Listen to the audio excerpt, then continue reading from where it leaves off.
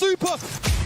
The Dragons teach us that if we want to climb high, we must do it against the wind.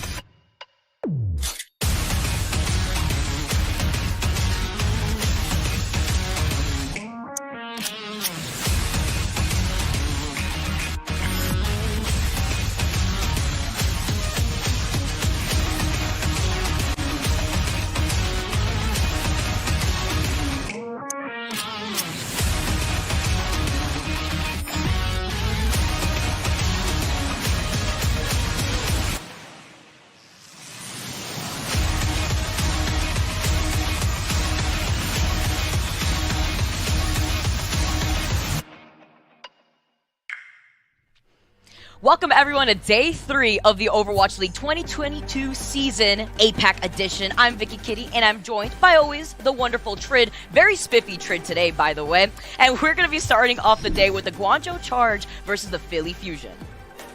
Yeah, it's going to be an exciting matchup. Fusion, a lot of question marks coming in with a lot of roster changes to start off the season. Had a fantastic performance against the Shanghai Dragons, winning a 3-0 series to kick things off, surprising many. I'm expecting a lot of great things from them today against the Charge. Yeah, I'm really excited. Why don't we take a look at the Charge starting lineup that we are going to be seeing today. I hear that they have a little present for us.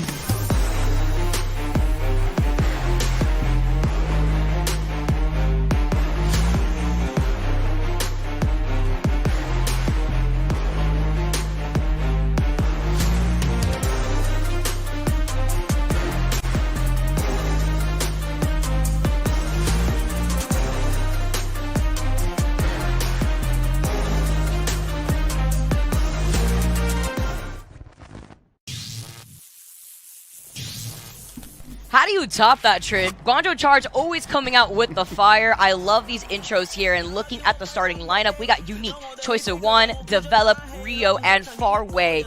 And we already saw a little bit of the action from the Charge here, but I want to see more. Yeah, they were able to beat the Valiant day 1, 3-1, but that means that the Valiant were still able to take that map, even though the Valiant are looking a lot stronger this time around. But the Hunters took them out yesterday in a clean 3-0. Yeah, which has got a sting, particularly for someone like Faraway, who just left that team to come to Charge at the beginning of this season. And also, you say they beat the LA Valiant. I mean, Valiant have looking much better this season, but they're still... there was some wackiness, particularly if you look at Route 66. There's definitely some a few kinks in the armor, if you would do, of the Guangzhou Charge lineup. Expecting big things from today. Love what Choice A1's been able to do on the Genji so far, and we've seen a lot of Genji pop-offs over this past weekend in APAC, so I'm assuming that's going to be a trend we'll continue to see moving forward. But when I look towards the Fusion roster, I'm feeling a little bit fruity.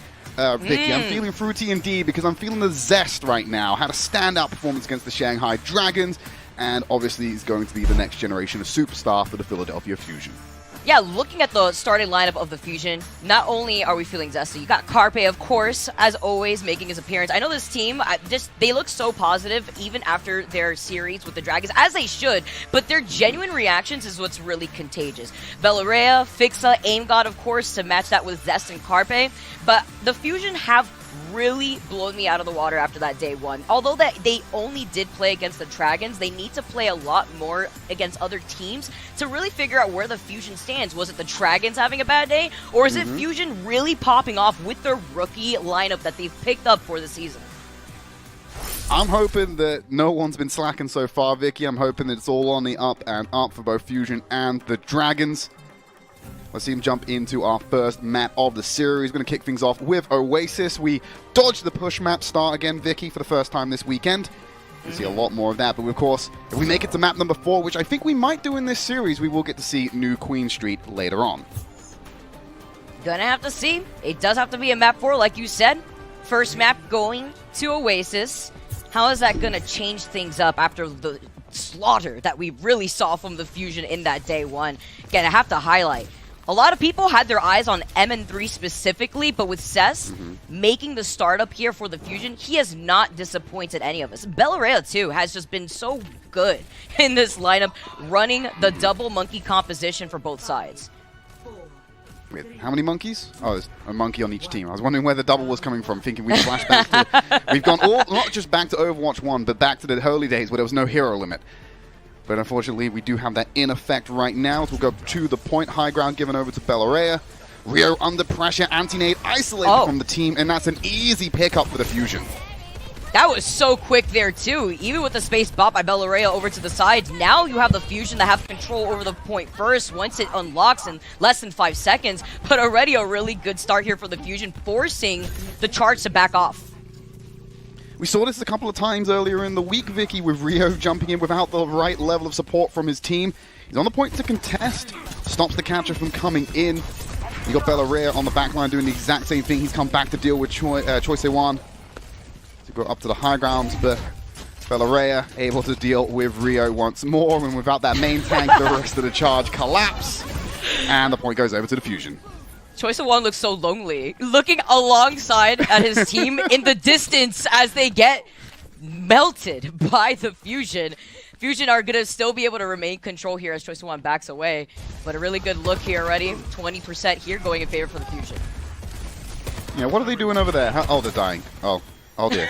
Oh dear, I should be over there helping them or doing something else. Charge struggling to find a foothold onto the point right now. Rio's going to go in for the contest. Plays around the terrain nicely, but invites the rest of the Fusion to deal with them while they sit there. Pulse Bomb thrown out, doesn't find the connection to Choi Se-wan. He will retreat to the rest of his team. Rio has been up in the high ground for a very long time, and the Fusion have just decided to ignore a little bit of that, as finally Bellaria will go down, and the Tactical Visor is online for Develop. Develop off to the side with that Visor, but so is Carpe now. Rio, Choi Se-wan getting taken out, so is Unique. That's going to be the rest of the Charge that are eventually going to get melted away, sent back to the spawn. Fusion were able to handle that so well there, Trid, because we saw the two different angles that the Charge were trying to take, and unfortunately, it was not working out for them. The Fusion were not split up when it came to that attention. They were able to melt down and take care of Develop right after Bellaria had gone down, who was about to jump in with the Primal soon. See if we can find some impact from that one. Has beaten Rio to the punch. Let's take a look across the board, though. Zest is just harassing the Charge right now. Develop's going to use that Tactical Visor. Finds himself right in the face of a Primal Raging Winston. That's not the most ideal situation. Will block out the auto-aim for them. He can just pump all the damage into that giant monkey as much as he wants, but he hasn't solved anything. He's just burning HP as a resource, which can easily be reclaimed. The beat comes out from Fixer, and now Rio pops a Primal Rage of their own. Coming in later, though, now Unique has a sound barrier. This is going to look great here, as you already see 99% taking down, as finally the Charge gets some control. Big anti-Develop gets taken out. The Blade is ready. They're going to want to hold on to that, though, because they came out on top in terms of numbers when it comes to the Fusion now having to back away. Yeah, and Charge needed that, as you saw, 99% flip. Plenty of luxury here for the Fusion to retake this point. They are going to be running into a Nano Blade from Choi Se-wan and far away. They are playing quite separated, though, so the chance for resets to come in from Choi Se-wan might be limited in this next fight. Let's see. Choi Se-wan just has to be in that line of sight. Wants to get that nano boost here. Carpe is going to be the only one next to Aim God to get their ults online. Nano Visor would be great if he could get into a really good high ground position right above the Charge. But Farway needs to be careful here. Wants to be able to utilize the Nano Blade themselves, but cannot get picked out by Zest, who's been doing such a good job at harassing those backlines from the Charge. There's that one first Nano boost given over. There's the Nano Blade. Well, no, just the Blade now is boosted by the Nano coming out. Choi Se-wan finding both Carpe and Aim God. Needs some sustain from the rest of his team. Zest is there for the spray down. Fusion have found a way onto the point, but I don't think it's theirs to claim just yet. But on the cusp of being able to flip this point over until Develop comes back with the Helix rockets and seals the deal. Charge will push themselves into a very good position to take away this first round. It just hurts so much more, Trid, when you lose out on one player here in Overwatch 2 versus what you even got to witness in the first version of Overwatch. You see Zest now trying to sneak onto Farway. He tries to get the stick, even point blank, misses unfortunately, but Zest is going to be able to back away. Doesn't want to overcommit until he's got Bellaria right there to help him out. Oh my goodness, the burst damage from Develop there to take out Zest. And that's at the start of this pivotal fight. Wait a minute, they let Fusion take the point and trigger the overtime. They're in the advantageous position as this fight kicks off, and Bellaria is keeping Develop out of the fight. He can't outpace the legs, he has to keep jumping in. Flip comes back for the charge. While this has been going on, Carpe has been given a la carte against the point. And yet it's still flip. How are teams flipping the points when they're losing fights? This has happened twice now. It's the respect. Fusion just navigating their way away. Overtime at least forced out here, but not for long before Rio and Choi So-won get taken out. Fixa has a sound barrier, but didn't even need to use it at the very end of that first point, unless it was for show right there. But a really Cosmetic good beat. start. Cosmetic beat. Yeah, you gotta flex a little bit there, especially when you know that you had that trump card up your sleeve for that last push that Charge could have pushed in for. Well, we're moving over to the garden section now. Don't think we'll see a composition change. Both teams seem quite comfortable on this, and I don't think the map setup is going to change anything. Don't be too alarmed by the Symmetras. They're purely to get them out to base faster. They will probably end up sending Carpe and Develop back onto the Soldier 76, because that is an incredibly powerful pick right now in the meta. We've been seeing commonly across both NA and APAC for a good reason. I mean, with how strong Ana is, especially here, you're going to have City Center allow you to get onto this high ground between Carpe and Develop, even taking these nice little flanking angles. You can see Zest now moving in with Bella Rhea at the same time. Look how quickly you saw the Charge back away. They knew that they had to disengage, but with AimGod getting taken down right now, Trid, and Carpe trading that for Rio, that's going to be both teams now trying to navigate their way onto the point, but Zest is not letting go. They find Develop next. Yeah, it cost them to enable for them to do that. It did ultimately cost them their Ana, so I'm not sure if it cost them Rio, sorry, to get AimGod.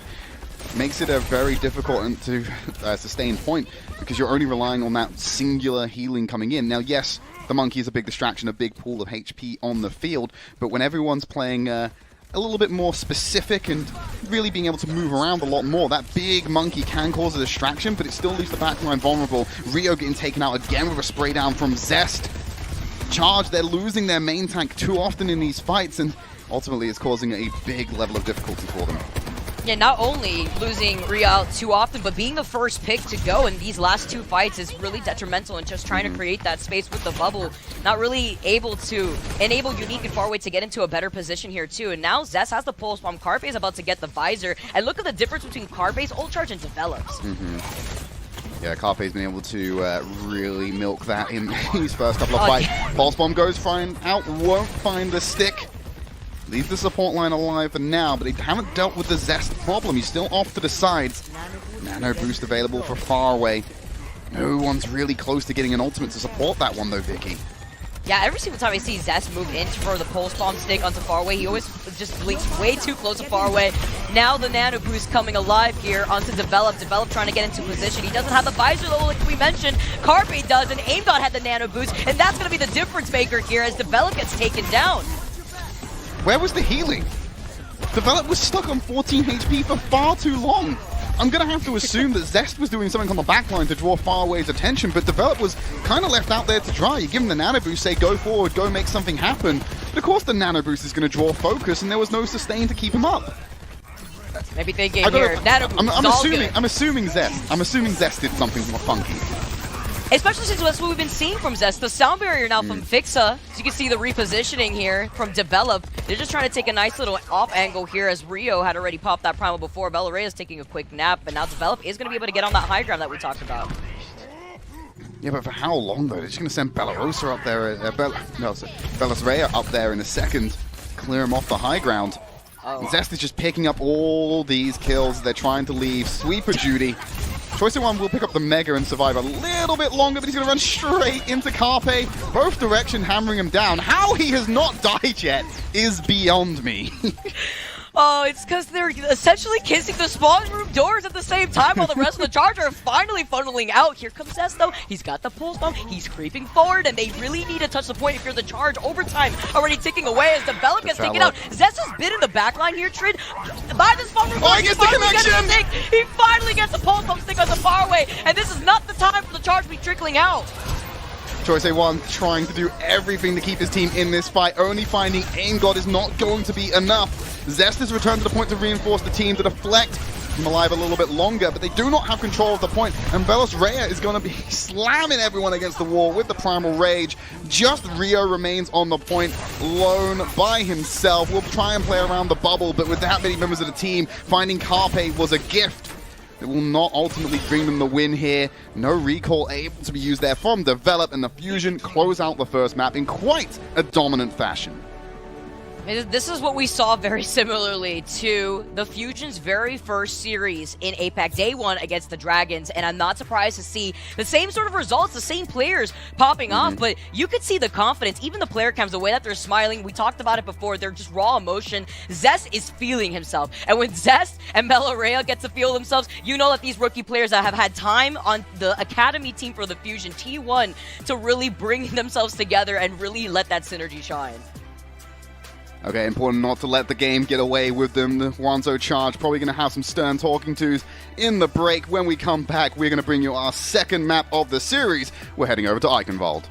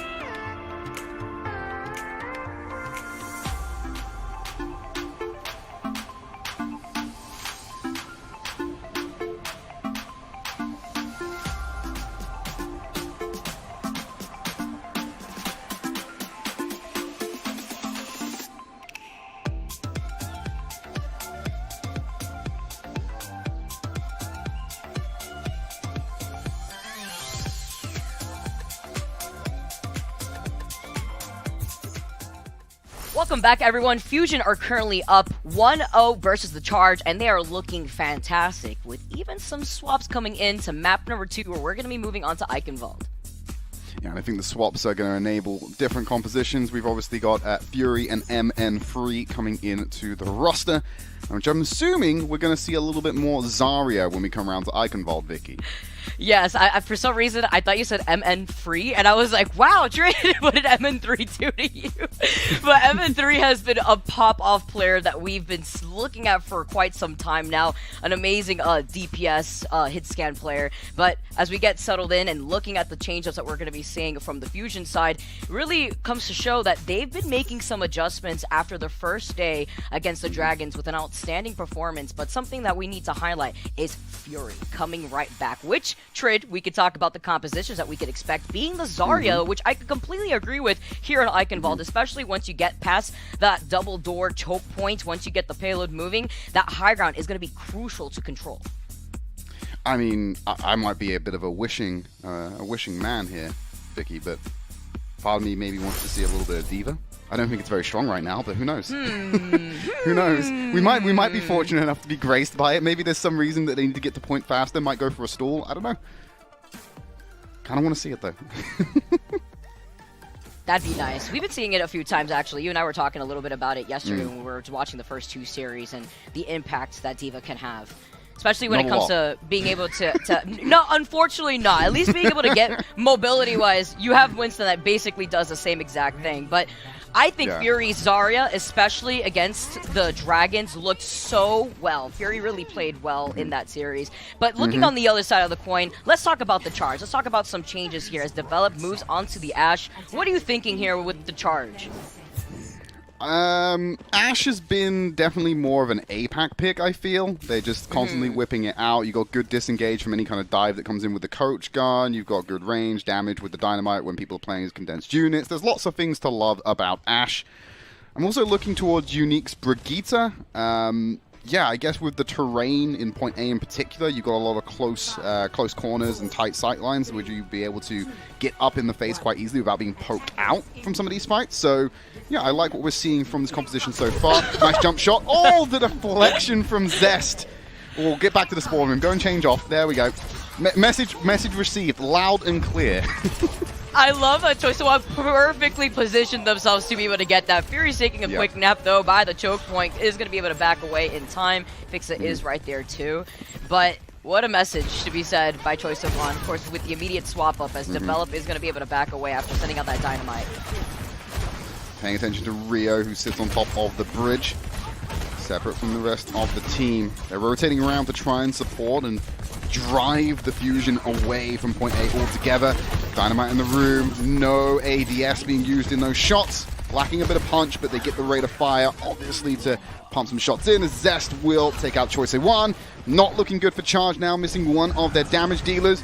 Some sustain coming in for the Reaper. Oh, 27 HP. I said he was going to get sustain, Vicky, but he got pummeled before the teleportation came through. Ooh. Does not matter to the Fusion, though. They have compacted them in that back room, and they have claimed Point A.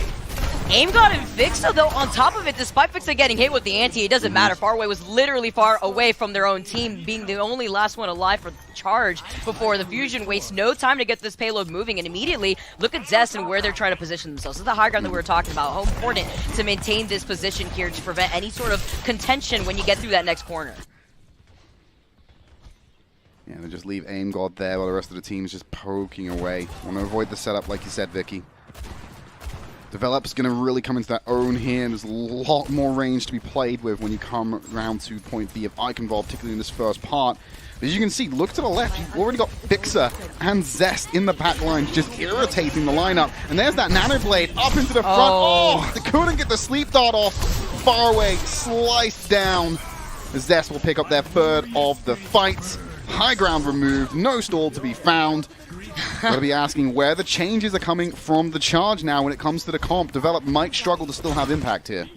Watching Zest have fun is amazing. You could see whenever Zest is feeling themselves in the player cams here, but what was extra impactful there was the fact that Zest took out Choice A1 first, preventing the Nano Blade from really being able to come out to defend that choke point. Now they're going to wrap around the corner, already approaching that bridge, and look at this. They're stuck by that choke point, by the doorway, actually forcing MN3 to back away a little bit to actually boost up and get some of that ult charge going.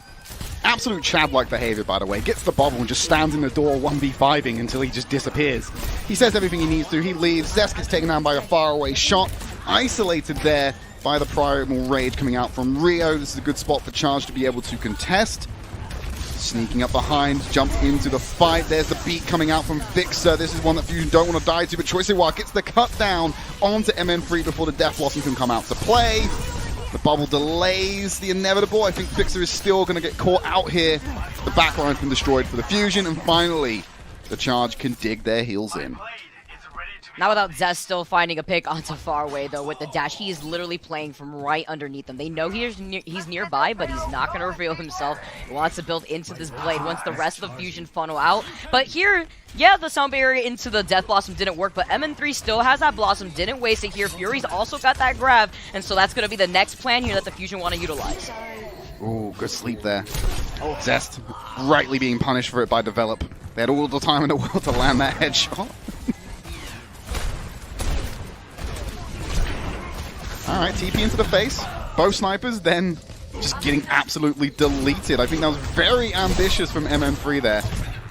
Fusion are ahead of the payload though. They're playing inside the castle already. This 3-man unit is behind the Charge, not playing the objective, seeing what they can find. Fury ends up killing himself with a right click in that damage. And there's the reset coming in. 2 minutes 20 on the clock remaining for the Fusion to get an extension. I get it. They want to get some extra time as they pick off the Charge, but they haven't been able to find these picks. MN3 has gone down at the start of the last 2 fights here, which is why he still has the Blossom ready. But again, they still have the Blossom. They have Fury, and they have Zest, who's about to get the Blade online soon. Despite Aim God not having that nano boost, this is going to be a really good look for the Charge to just reposition onto that high ground, but not without Zest looking for a flanking opportunity. Yeah, it's going to be really tough to deal with both damage ultimates coming online. Choice A1 can get the big boy combo though, really disrupt the backline of the Fusion when this next fight comes around. Bionade won't find a connection onto any targets, but it does allow to try and clear some space as they had a lot of time to react and see where that was coming from. We'll stay up on this high ground for now.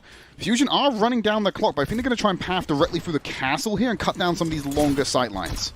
Yeah, 1 minute, 20 seconds left on the clock, and they still have a lot of ultimates, but they have the entirety of Charge's ultimates online. Great economy here. The Bob gets called out in the rally now.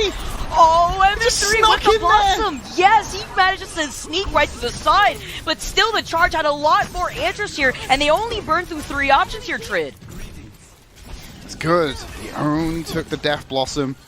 And he took out the Bob, the Rally, and the Nano Boost there. Big trade up for the Fusion. If I'm them, I'm going for a fast reset now and hitting them with absolutely everything in this final fight. You got a Nano Blade online for Zest. You got the grab from Fury, and no doubt Fixer will have the sound barrier if things start to go wrong. Fusion should be walking away with this fight, provided they don't have any silliness and make any mistakes. Just getting ahead of themselves at the same time. Now, with the Blade and the Nano Boost online, you're going to find Develop, and immediately, look how Charge scramble like ants, trying to split up. They find Faraway, they find Develop in the process here, but still, see Zest now trying to reposition, trying to take onto the high ground as the Charge back away a little bit. They lose out on Rio, who still has the Primal ready, but the payload is making its way over to that finish line. As we saw earlier, the Fusion were playing on the back line of the Charge for quite some time. Absolutely, and it's the right decision here from the Charge to try and get... Oh! A little bit too late. I think they were trying to give that one up. Rio mistimed the jump there, put themselves in a vulnerable position. I think the Charge didn't have the time bank to do that. One of the things I loved when we were watching that last play though, Vicky, is we had the POV of Zest, and of course, you pop the Blade, you find one target. Charge are pretty spread out at that point, so I can just imagine the comms is just Zest going, where are they? Tell me where they are. I need to use this reset. Where are they? Let me know. Just getting intel fed into his ears of where he should be looking to try and hunt down these targets. And try to juggle around. Sneaky once more. Oh, he's trying to build up that Death Blossom here. Trid 95% already as MN3 is going to look for the opportunity, but with Rio popping the Primal here, it's going to be difficult. You have less than a minute now on the clock to get that payload to the finish line. There's that grab. Didn't really catch anyone. It's just when the payload keeps them away. MN3 going to compact them against the force of gravity and those Death Blossoms. Here's another Blade from Choice A1, but the Bionade was so big from Aim God. No support when all eyes are turning onto that Genji. Home stretch now for the Fusion. 30 seconds remaining. Charge are going to be able to sprint out the spawn room, and Choice A1's going over to the Tracer to try and stick to the ground and maybe harass this backline a little more. And in Fury's face there too, had so much damage being tacked on here as Rio now is going to try to contend. Fury's going to back away a little bit. They know that they have less than 20 seconds, and Zest is trying to get into the opposite angle to split some of that attention. As Choi-Se-Wan now, it's Choi-Se-Wan's turn to be able to split that attention in the backlines now, similarly to what we saw from Zest. Get onto it. Nano Boost just expired on MN3. Zest about to have the blade. They've already found Development Rio. This is not looking good for the Charge. They have burnt down the time bank, but I don't think they're going to stop the Fusion from getting the completion here. Oh, because they just get boxed into that room. The damage from MN3, too oppressive. Even if Rio found a way to get past the Reaper, he was at 50% HP. He's going to dive onto that point. All Eyes going to turn onto him and just blast him before he can get any real sustain or any real time bank delay. Fusion complete. 0 in the time bank. It's now Charge to Assault. Not a bad defense from Charge, actually. There were some great executions there. You were able to make use of Choi-Se-Wan. Far Away had some great denial with the anti-nades as well. And when it came to Develop playing the Ashe, I'm a little bit on the, I would rather you play something like Soldier right now, but Develop made it work. He was able to use the long sightlines, combo well with his team. We saw a couple of Bobs go out onto the field, so yeah, keep doing stuff like that, Develop, and any other Ashe player in APAC, and eventually I'll start to change my tune about Ashe. It also helped that the Dynamite really had a lot of impact since we saw the Fusion grouped up a lot over to the side behind that second point, despite the payload being across the corner from the second point. A few times, too, we did see the Charge really take advantage of the timing of just disengaging, figuring out where to reposition, and then re-engaging when they were tracking the ults from the Fusion, specifically when they called out MN3 with the Death Blossom a few times. They knew that MN3 really wanted to have that opportunity, but shut him down back-to-back 3 times. 5, 4, 3. Zest coming out onto the Echo this time around. Already making Choi-Se-Wan think twice about that. Oh, not the cleanest grapple there, buddy. Bet he wishes we were looking at someone else when that happened, but we'll go for the change. Over to the Genji this time. So, still playing with that hyper mobility coming in from the damage lineup. But when you turn around to Fusion, they're a little bit more stable.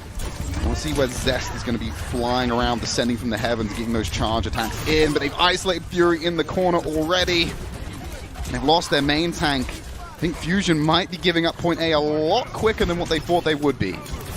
What I loved right there was Rio's position with the bubble. It enabled Choi-Se-Wan, but it isn't going to be able to be enabled once he can't back away from that sleep. And Zest closing things out. Fixa too, finding Choi-Se-Wan. But Zest is popping up, and this is the Zest Echo that we saw put in so much pressure onto the Dragons, even matching that with Fleta. So that was really advantageous for Charge. They have spawn advantage. They traded 1 for 1. They went in there. The worst thing that happened. They went into the corridor. Okay, so the worst thing that happened has just happened twice in a row because they just allowed Zest to come in and assassinate Develop from the heavens and escape away. But they walked into a tiny room with Ashe Dynamite, all got burnt. You had Choi-Se-Wan getting slept as well. Easy deletion for 3 members, and their advantage was just scattered to the wind before they could capitalize any percentage on the map. Actually dominating defense so far, as now the Charge try to at least dive in, but Develop gets picked up again this time around by MN3. Yeah, Zest is taking a nap. He's going to be deleted immediately with some help from Unique, as Far Away has the nano boost, trying to get into a little off corner here despite Develop now utilizing those legs to get right back into the party, but a nice anti onto MN3 and Fixa. Bobbit is on the point. He will just take a quick nap after having been slept. Charge have managed to wrestle away the point for now, but when Fixa gets back into this fight and they're at full strength, I can see them storming back in. They have a duplication to work with. Fury's about to get the grab online. There's plenty left in the tank to do this. There's Choi-Se-Wan getting nano boosted, doesn't have the blade online. Zest taking a nap after the duplication, gets the Dragon Blade out, goes for a slash through, finds Develop! Zest manages to find 3 before losing his life. And we're waiting for reinforcements to come in. The Fusion, they just need to touch, but they cannot get through the door. They concede the point. And despite some flashy plays, Charge will be moving on to the escort section of this map. I'm telling you, Trey, this is the year of the rookies. We're seeing it in every angle, not just from the Fusion, but in NA2. And Zest is insane. Took out 3 in that fight. Although there was only 2 left, they still were able to start getting this payload moving. The Charge now trying to find the opportunity to take over that high ground, but not without the Fusion racing first to get there. I really love the angles that Zest is going to be able to take now that he's exposed to this more open space area on the Echo. Just need to keep an eye out for Develop, who can get a quite easy spray down with the Soldier, let's be real. The Choice A1 sneaking around, sneaky breaky like. Into Skulk and get behind, and that's what we were talking about. Zest caught out there by Develop. Helix Rockets tagged them directly to get that kill. Without that aerial support, there's a lot of bite removed from the Fusion composition. I say that as Rio gets bit like a huge chunk out of him. We're talking Great White out of his abdomen right there. Yeah, somebody phone Jaws real quick. They're playing the music at the same time. The Nano Boost now coming in from far away onto Rio. Is he going to be able to move up? They don't have Unique here, so this is important for Rio to actually have that space. But here comes Zest, point blank in Rio's face. Fixa with the rally as they take out Choice at one. And as Rio tries to jump away, gets immediately sniped out of the air by Aim God here. You're definitely going to be feeling this one as Charge are literally stuck in this choke point. Look at how far up the Fusion are pushed up right now, Trid. That last fight, Vicky, I want to go back to it. That could have been so much worse for Fusion if MN3 didn't use the coach gun. That disengage onto Rio's jump actually saved them a lot because they could take the fight on their terms, and Rio doesn't have mobility cooldowns to escape or get back up onto the high ground. So there's that value from the Ash pick coming through again, and labeling to shut down these monkey dives.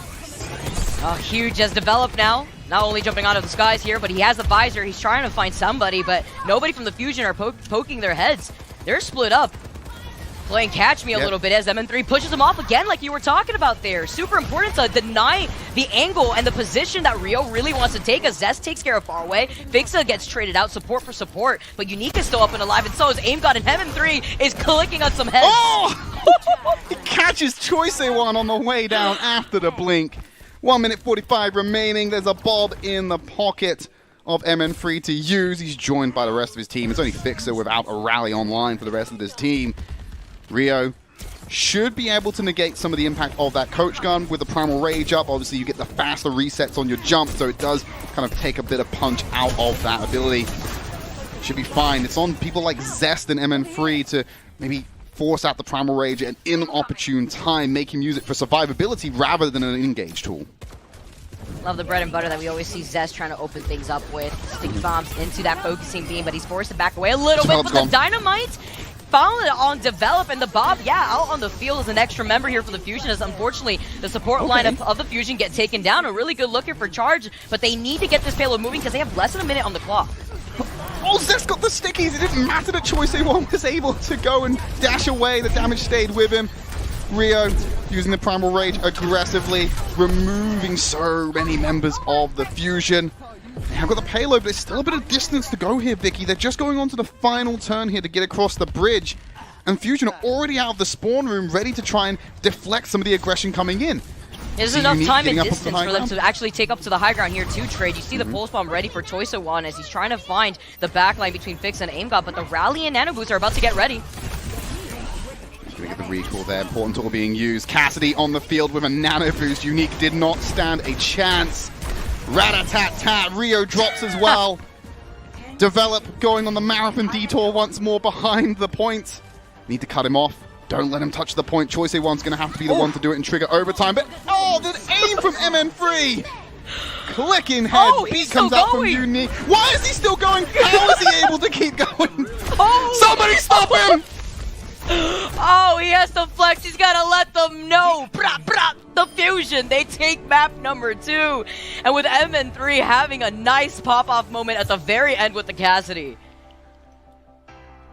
I don't know where that came from.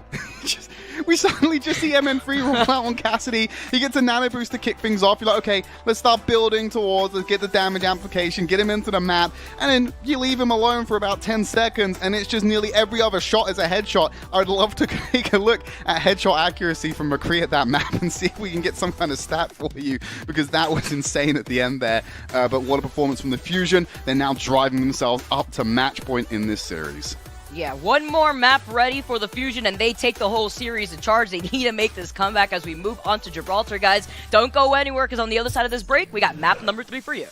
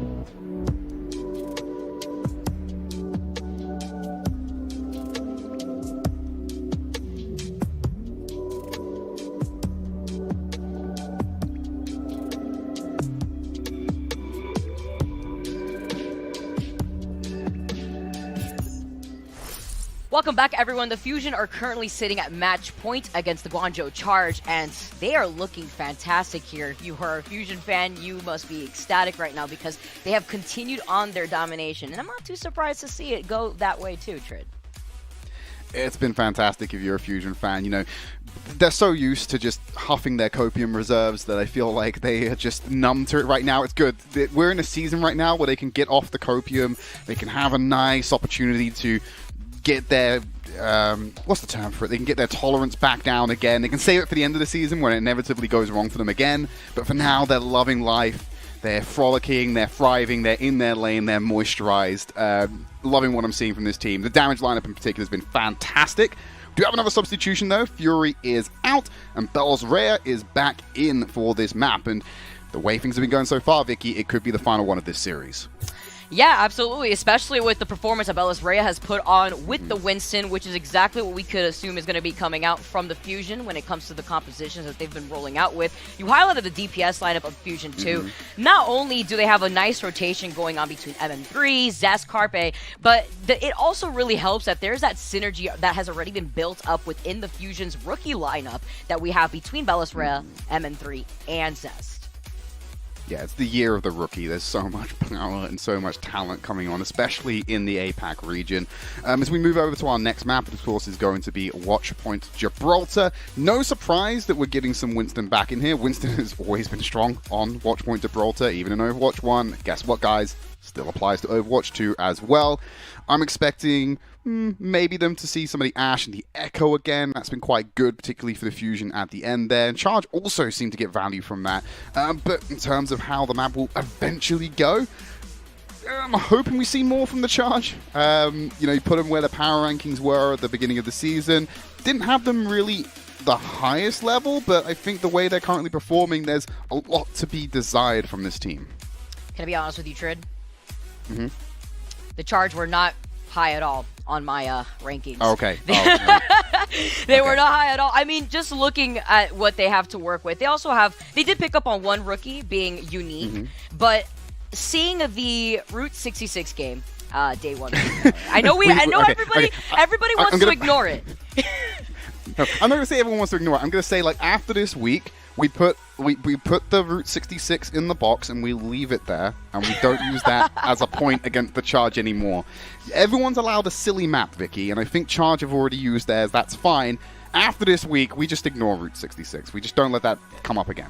You could try to leave it in the box, but cats love boxes and cats love sitting in them too. So it's gonna be a reminder every so often here as the Charge. Don't use yourself as a pun.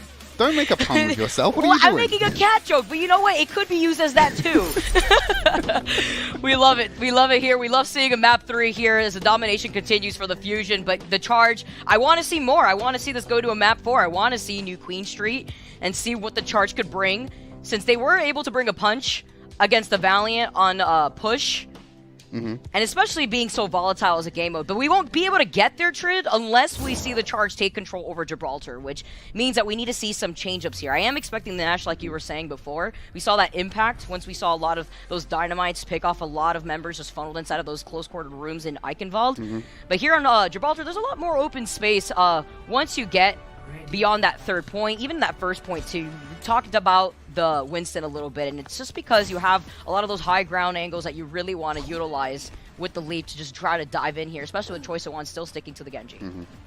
And what does the Ashe give you, other than that coach gun disengagement? It gives you a lot of long-range damage. It makes no surprise to me to see Develop opt for the Widowmaker as the option. I'm sure that's been an incredibly popular pick as well on Gibraltar.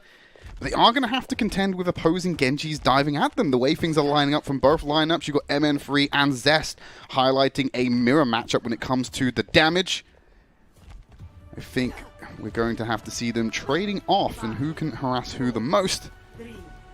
But Rio's just going to set up on this high ground to begin with. Bellis Rhea, I don't think will be staying on the Roadhog. I think that's very cheeky to just try and see if they can get a quick hook.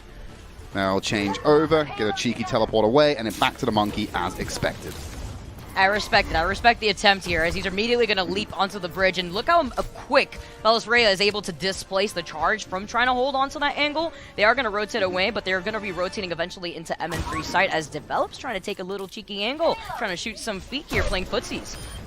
I love what happened there as well. You got MN3 to plug the shot into the shield as well. The break was going to happen so much faster then, while Zest and Belos Rhea go for the dive. 3 members just focusing out the Brigitte and removing Unique from the field early. Thankfully, Develop's going to answer back with 1 kill to stem the tide. Very safe here on the back line, but not going to be safe from Zest for too long, who's already beginning their harassment, as Belos Rhea will get in the face of Develop. I found like 3 right there too in that last fight before. You saw Develop wonder, wait, what's going on back there? I don't want to be part of this business. Backing away immediately, but when you back away, this is now going to give Choice of One the ability to, the ability to fall, the as ability Zest to now die? flames The him. ability to go back to the spawn room? Yes. Go right back to the hands of his teammates. Farway finally punishes Zest, but Zest went on a tear there, and look at the progress that the Palo were able to get. I was going to say eventually, actually, that it was going to allow Belos Rhea to actually get onto the high ground instead, but Choice One immediately got taken out, and now we're seeing the swap over to the Tracer. So Angold's position right there was really strong. Like, it's really hard for him to contest him, but because of the way the geometry works, he wasn't able to assist any kind of dive onto the back line of Charge because they're behind this wall. So the reposition's coming in. They're giving up some of the safety as MN3 goes for this duel against Develop. Develop calls in Daddy Rio to come and help him out. Just keeping that pressure up in the top left. But while Unique is up there, he's not really enabling the team that much. He's just playing protection duty for Faraway and hoping that they can have impact instead. Oh, they need help. Zest was looking at them, instilling the fear, but also this is making the backline between Unique and Faraway to deal with Zest, take away some of that attention, but still Rio gets the pounce onto MN3. MN3 gets taken out, and Zest is trying to back away as a nano boost is on him, and the actual duplication coming out, allowing him to still control that space. The unironic Nano Brig just running into the fight, being a raid boss. Shutting everyone down, Bellarosa. There's 2 Primal Monkeys on the field just for Fusion alone. How can they hope to get any kind of coordination when they're getting pummeled by Fist in every direction? And the Fusion are able to get point A. Develop is left out to dry. Still went for the headshot despite the damage. And they will be back in the spawn room, 3 minutes 50, moving into point B. That felt like such a weird setup for the Charge, Vicky. Like, Unique and Faraway in that top corner, they were being kept out of the fight so much by having to play around terrain that Rio was only in that fight because of the Primal Rage. Yes, they managed to take out MN3, but no members of that team were getting any kind of support. They were having to play around packs the entire time because the supports were so focused on keeping each other up. It was also crazy. You have to worry about Zest with the duplicate onto the monkey there, too. So you have the double primal coming out. You have everybody getting tossed around like they're getting juggled at a circus. Choice of One getting hit a little bit, but managing to back away. Rio is literally one right now. He cannot escape as Aim God claims him, but it would have been Zest otherwise. You can see Zest now taking a separate angle, trying to pinpoint with the new ping system where Faraway is hiding here, but without Unique, without Rio, Choice of One, the rest of the Charge won't be there to contest the payload. Look at this momentum that the Fusion have built up since the very beginning. There's no opportunity to dig their heels in, Vicky. They're just being pushed back constantly with picks. They might try and go for a coordinated dive here, but the door was blocked. They only had Rio as an option, who's already at half HP. That's one of the fastest point Bs of Watchpoint Gibraltar I think I've seen in competitive play. That was incredible pace coming out from the Fusion. It was beautiful there too. Methodical, as you can currently see, that they are not slowing down anytime soon. Zest, Belos Rhea is still on a terror. Everybody is photoed inside this room, and it's a party here if you're Belos Rhea. Fighting 3 in the process. He's about to get Primal again. Gonna match out with Zest. Are we gonna see double monkey coming out between Zest and Belos Rhea after that duplicate, maybe? I mean, it worked for him to close out the fight last time. I wouldn't completely remove it from the realm of possibility. Got a nano boost to give over to one of them as well. There's that infrasight, all the information being given. They can hunt that backline quite easily right now. Rio jumps into the safety of the terrain, gets control of the Mega as well, but he's still under fire from MN3 at this angle. They have to play so selectively when dealing with a Widowmaker. Sleep is there, Bubble protects him from the headshot, but does get shot in his hiney. Trade around with the grappling hook. Choice A1 finds Fixer in the chaos. Zest went for the Ana instead. Lands the sleep dart, slaps him when he's out of it. Oh, Zest finds one, but I think that is the only dent the Fusion have really made in this team. In the offense, the Develop is now able to open up the sightlines and take out the stragglers as they finally are able to push back the Fusion. Zest making the swap over to the Genji, now going off of the Echo. Maybe preferring this instead. Belos Rhea does have that Primal too. Zest now manages to get right back to that major health pack. Meanwhile, the rest of the Fusion are funneling out, but what's blocking them and Zest is that monkey bubble. are they now? Just on that high ground, a forward unit. Jumping to the back. They're not able to get on develop. They're sleeping. That's not good. They're lining up. They want to get the burst in.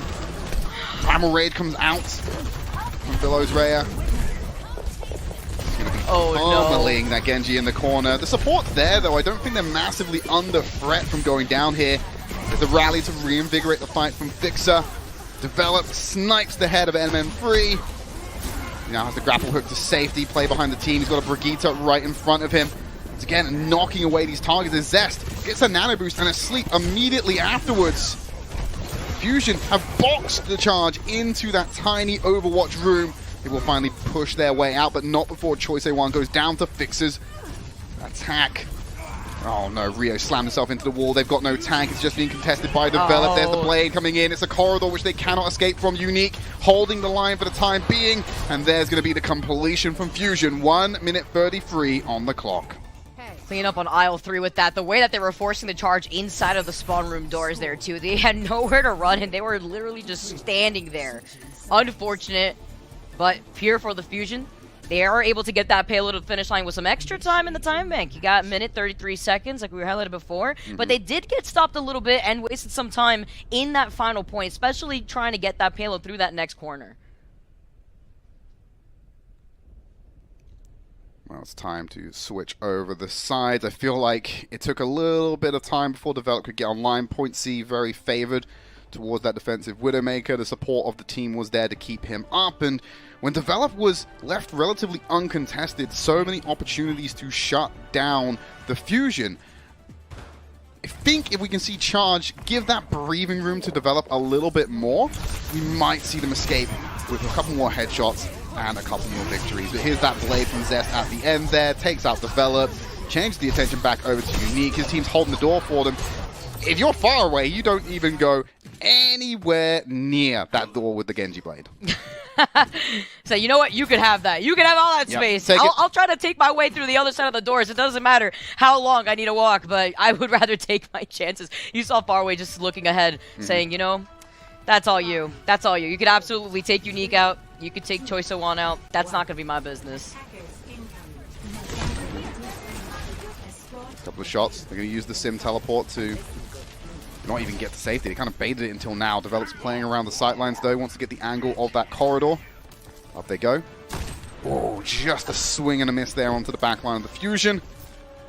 Holding the angle still. Sees the Shurikens. Guesses that Zest is going to pop their head in a second. Everyone's relatively safe right now outside of the sightlines of Develop. The MN3 trying to get into position as Zest is the one that gets the dash here onto Choice O1 with some help from Aim God. That's going to be able to back away. Like the ability that Zest has to just make the immediate switch, not only just adjusting from the Echo, but into the Genji as well, having this impact. Rio is going to have to be careful here. Choice O1 is going to be able to match him up here, but so is Bellis Rhea. Yeah, backs off. Stayed in there way too long. Just getting some healing. We'll have to return to the payload, but it does give some meters over to Charge. Gets them out of this first corner and begins to put them underneath the underpass. Bubbles will tank a couple of those shots from Develop, but once they expire, they're still playing in the high ground. They run at risk as Zest takes a body shot. Ooh, I think that's deflection back onto Develop there. Dink comes in as Rio will finally clean up that Zest kill. Payload stays in motion, and they take even more space in point A. Trying to isolate Zest is going to be key here if Rio could continue that. He's about to get the Primal as a difference between himself and Bellis Rhea, who's taken onto the high ground, but MN3 answering back, finding Develop this time. The moment Develop tries to go for a reposition, MN3's on the other side waiting for him. Has all the angles already sussed out, Vicky. We'll get on top of Watchpoint Gibraltar. Ooh, not going to be able to get the angle they want. Tags him in the ankle, but once again, not finding the right area of approach for MN3.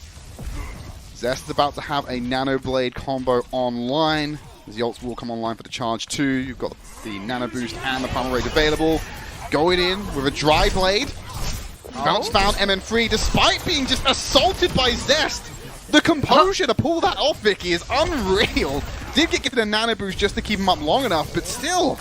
A Genji in your face, and then you follow it up with a shot like that. Once more for Prosperity. Ah, it's not going to get away with it, but damn, Develop. Nerves of steel right there. I was scared for it. Develop had no care in the world there. Saw the blade, saw Zest charging in, and with that nano boost from far away onto Develop, he was able to immediately turn around that situation. As Zest looking like he's in trouble once again, but Choice One being the first one to get taken out. Number advantage going in favor for Fusion. You got a minute and 15 seconds on the clock if you're Charge here, but they do have some ultimates to work with. They're about to get the rally as well. They're definitely going to need this here, but they're going to have a nice set of economy to deal with from the Fusion side of things. They got a lot of stall to play with, Vicky. You've got the Primal Rage, you've got the Rally. Infrasights from MN3 is going to give you the intel of where the approach is coming from. Tools are there, but can't outright deny the charge and extension on this map. Now being forced back for the time being, resources just to sustain them while they get the cooldowns available to close this gap quickly.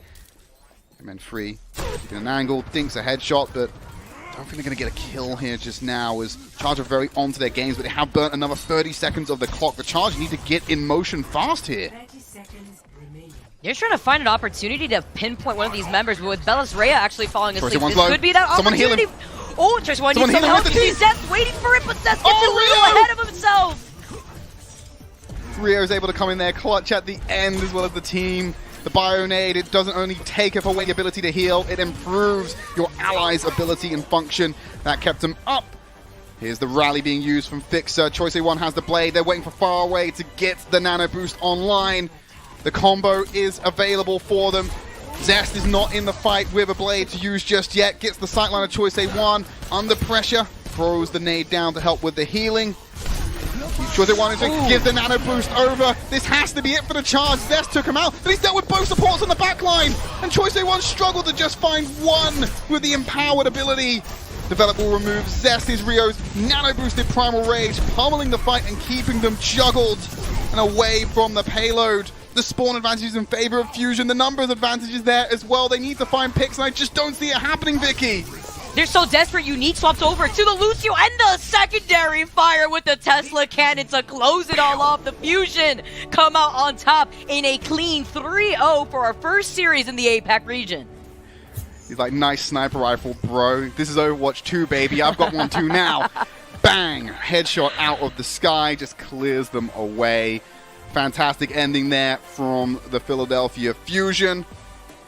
Charge put in a good effort, lots of things to be proud of in that performance, but the Fusion are operating at another level. If you're playing the markets right now, short copium, we're going to not need as much of it anymore. The Philadelphia Fusion fans, they're loving life, Vicky, and they can rally behind this team. Hopefully the momentum stays throughout the rest of the season. I'm loving this. I'm loving this look. I know we highlighted a lot of Zest. I believe Zest was actually player of the match when we first saw the Fusion play day one.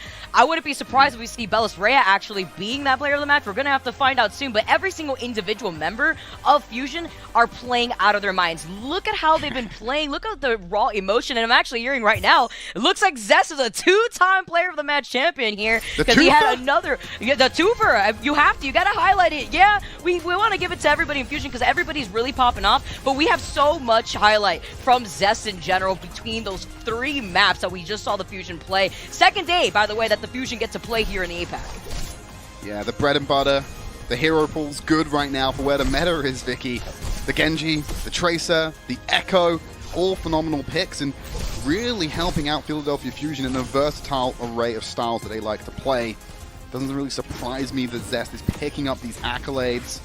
He said, we keep saying it again, Vicky, it's the year of the rookie when it comes to APAC. We're all popping off out here. It's beautiful. You know, honestly, aside from APAC, we've been seeing it a lot in NA too, honestly. We have to highlight that. I love what I'm seeing here. Zest popping off. 19 final blows at the very end there. But something that I really liked, especially at that last fight, is when we saw the nano boost come on, when Zest understands that Choice One wanted to go in, he knew at that moment who's going to help cover the backline here. And so instead, Zest immediately shifted that attention away from Choice One and to that backline instead. And I love what we're seeing from the Fusion. A clean 3-0, another 3-0, by the way, in their pockets. So Fusion are looking like the strongest team right now in APAC. What I like as well is now finally for the Fusion, Carpe can put their feet up, have a little bit of break. The rookies are taking over right now, and so Carpe can be like, okay, I'll just be a power player. I'll come in whenever I need to. And with his feet up, ready to go, I suggest you do the same. We're going to go to a quick break. When we come back, we're going to take a deep dive at that last series. The Overwatch League is brought to you by Upper Deck. the official trading card of the Overwatch League. And by TeamSpeak, the official voice supplier of the Overwatch League.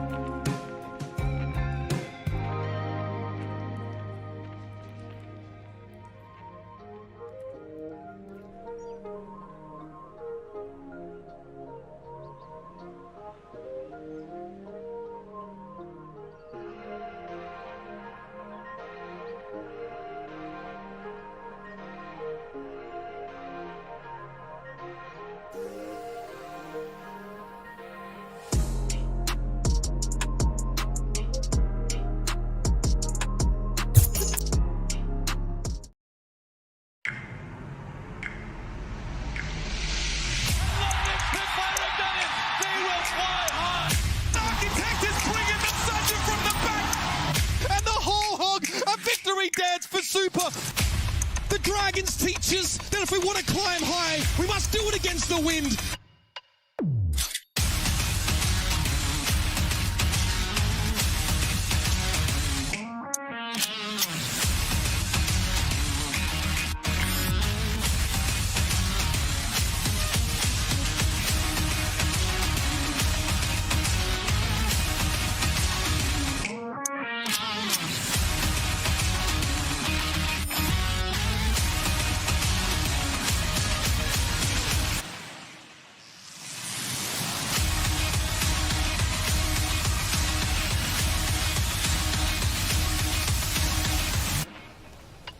Happy Sunday, y'all! Welcome to the Watchpoint Pre-show. I am Zoe Schwind, and joining me in our cubicle of joy are, of course, our friendly giant, Jonathan Reinforced Larson, as well as Danny Pretz on Fire Lim.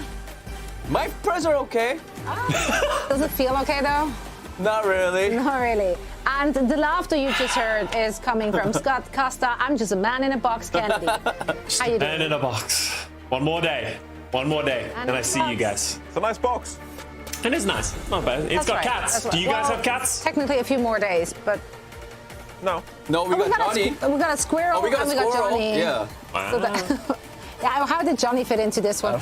I don't know. Anyway, guys, I think it's time to check in with our teams in the Eastern region as APAC completed the first week of play in the Overwatch League 2022 season. So things are starting to shape up over there. So first off, I think I want to take a look at the Guangzhou Charge, which went up against the Philadelphia Fusion. And I have to say, they got bullied by the boys from Broad Street. Costa, what happened there to Guangzhou? Guangzhou are a team that I was very high on heading into this season, and it feels like they have the individual pieces, and you see that from time to time in their matches. Like, you see these small moments of brilliance, but then that is surrounded by a lot of perplexing play. It feels like they struggle to get team cohesion, and they're just relying on individual play because, you know, every now and then Choice of One pops off and they win a fight. Every now and then Farway gets a great sleep and they go far. But then, like, every now and then we just see like Rio just struggle to get anything done. Unique had a tough time of it in this match, and that's what continues to be the problem for the Guangzhou Charge. I like their identity of how they like to play the game. It just doesn't feel like it's come together for them so far. But the big story coming out of the APAC region from this match is it has to be the Philadelphia Fusion. They are playing so well with all of their rookies, and I want to shout out one player in particular, and that has to be Zest. I think we talk so much about Rookie of the Year when we talk about the San Francisco Shock rookies, but I think Zest is actually making a big name for himself to be up there as a candidate for this role so far in this season, because he is being very good on that Echo, on that Genji, on that Tracer, and it's just coming together for this Fusion roster because they have the coordination with Bellis Rio and Zest, and then they have MN3 and Carpe switching time. It just all makes sense, and they're, to me, the APAC San Francisco Shock. Rookies that are popping off, and they look like they have the potential to take down the big dogs. So I want to see more of this Philly squad. APAC San Francisco Shock. Yeah, I'm doing it. I said it, John. Let's go, Philly. I said it. They have the potential. Now takesy backsies.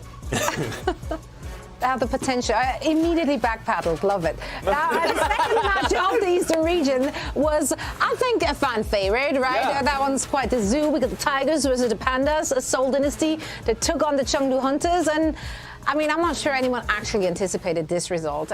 Seoul absolutely rocked Chengdu 3-0. Danny, pretty one-sided. Why is that? It really was. I mean, I think start of the map, it was pretty close on control. On Ilios, it was pretty close. Chengdu was mostly running the Zarya composition, and Seoul had a lot of different looks. They were switching around, and they looked pretty good. I do want to talk about the second map, though. I think it was Eichenwalde, where I feel like Chengdu took too much time, you know, trying to do too much flanks, and they burned a lot of time on their attack. And then they went into overtime attack on Seoul. They pushed all the way in, so they got 6 points in total, and that was mainly because Chengdu was just running around. They were trying to set up too much, and Seoul got to just push it all the way, and it was just like they were just on the cart, just pushing points. And yeah, I think overall Chengdu just didn't. It felt like they didn't really know what to do. And the last map, Route 66, it was just Prophet on Tracer. We're seeing Prophet Tracer here. We just saw it, but I mean, on Route 66, he just said, yeah, like, I want to go home. I'm done. He just came in on Tracer. He was like, yeah, all right, it's time to go. All right, let's wrap this up. And then, yeah, that happened. That's kind of what you want to see, right? Oh, yeah. I mean, Seoul Dynasty obviously took a brutal loss to start off the year, but now you got 2 wins in the bag after week 1, something to build upon. We know that Prophet is a fantastic damage duo. Smurf is a legendary tank player. So you want to see this team succeed ultimately, and you want to see these players pop off. I still don't know about the Sombra Reaper on Ilios. It's something I tweeted out. I wanted to see Sombra Reaper, and I mean, Toby's on it. But I think we can all agree that Sombra right now is in a pretty weird state. But at least they made it work. I mean, I guess Sombra won 1 round. So, Costa, you disapprove as well? I mean, these results don't help me with my pick'ems, though. That's kind of what annoys me about it, because you still don't really know where any of those teams are right now, based on the performances we had so far.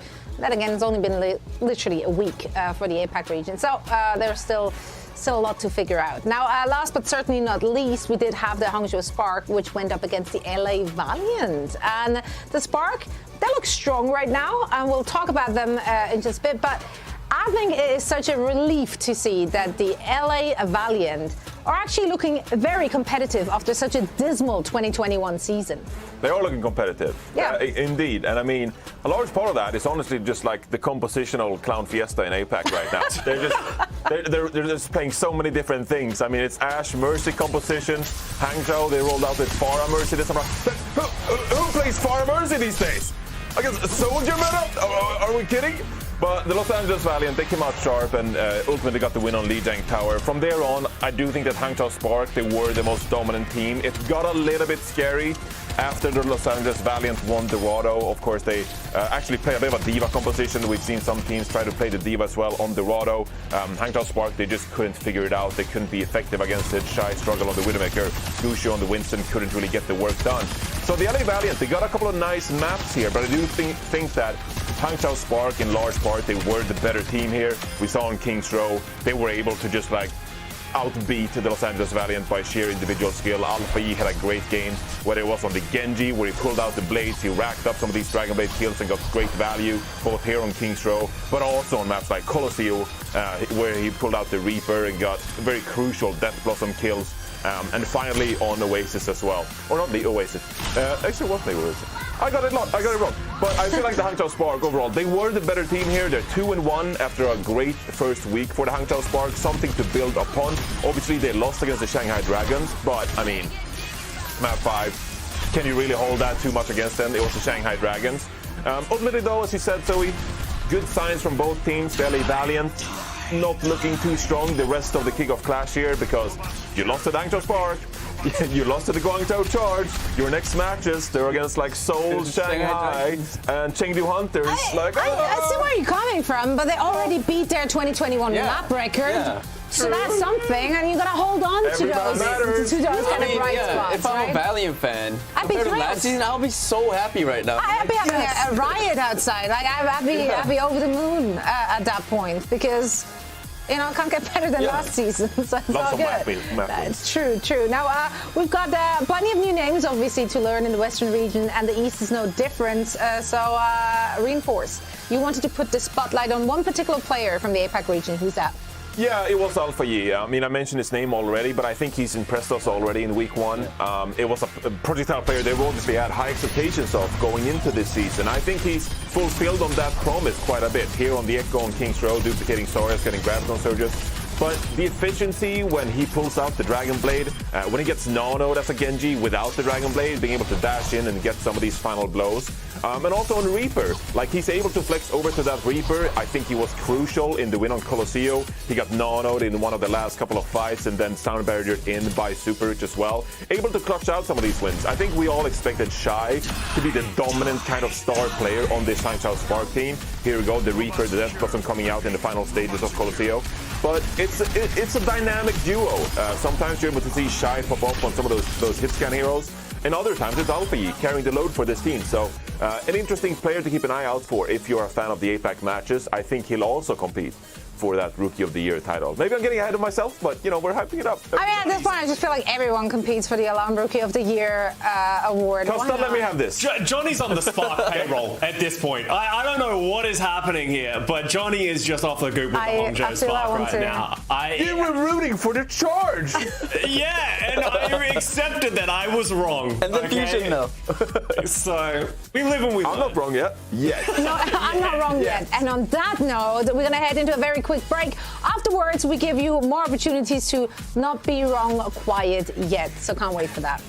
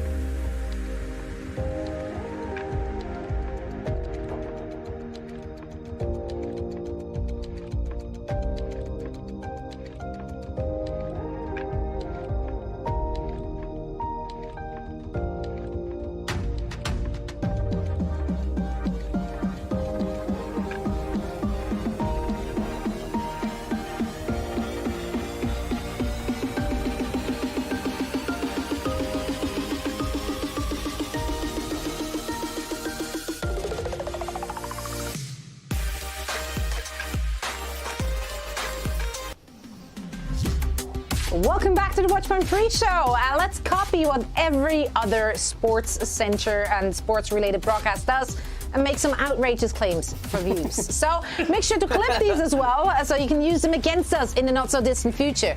Giving you an out here, that's great. We're going to call it Hot Takes, and they better be hot, guys. They better be hot. Okay. So I'll start it off with surely, clearly, undeniably, absolutely, this one can only be described as a blazing hot take. It's actually a scorching hot take. A take so hot it will put the sun to shame. You say this too much. Because I really don't feel confident about the hotness of it. So let's just hear it. I think, it's so lame. I think the Proper will win the Alarm Rookie of the Year award. Hear me out. No. Wow. Before you think that that's not hot. Wow. I know, I understand you think that's not a hot take. Wow, I'm taken aback here, Zoe. No, but are we in 2021? I think I heard this before. Yeah, history has shown that every time I claim for a player to be Rookie of the Year, that take got hotter and hotter as the season went on. That is true. Because I just become more wrong. So I may have cursed Proper here. Sorry about that, homie.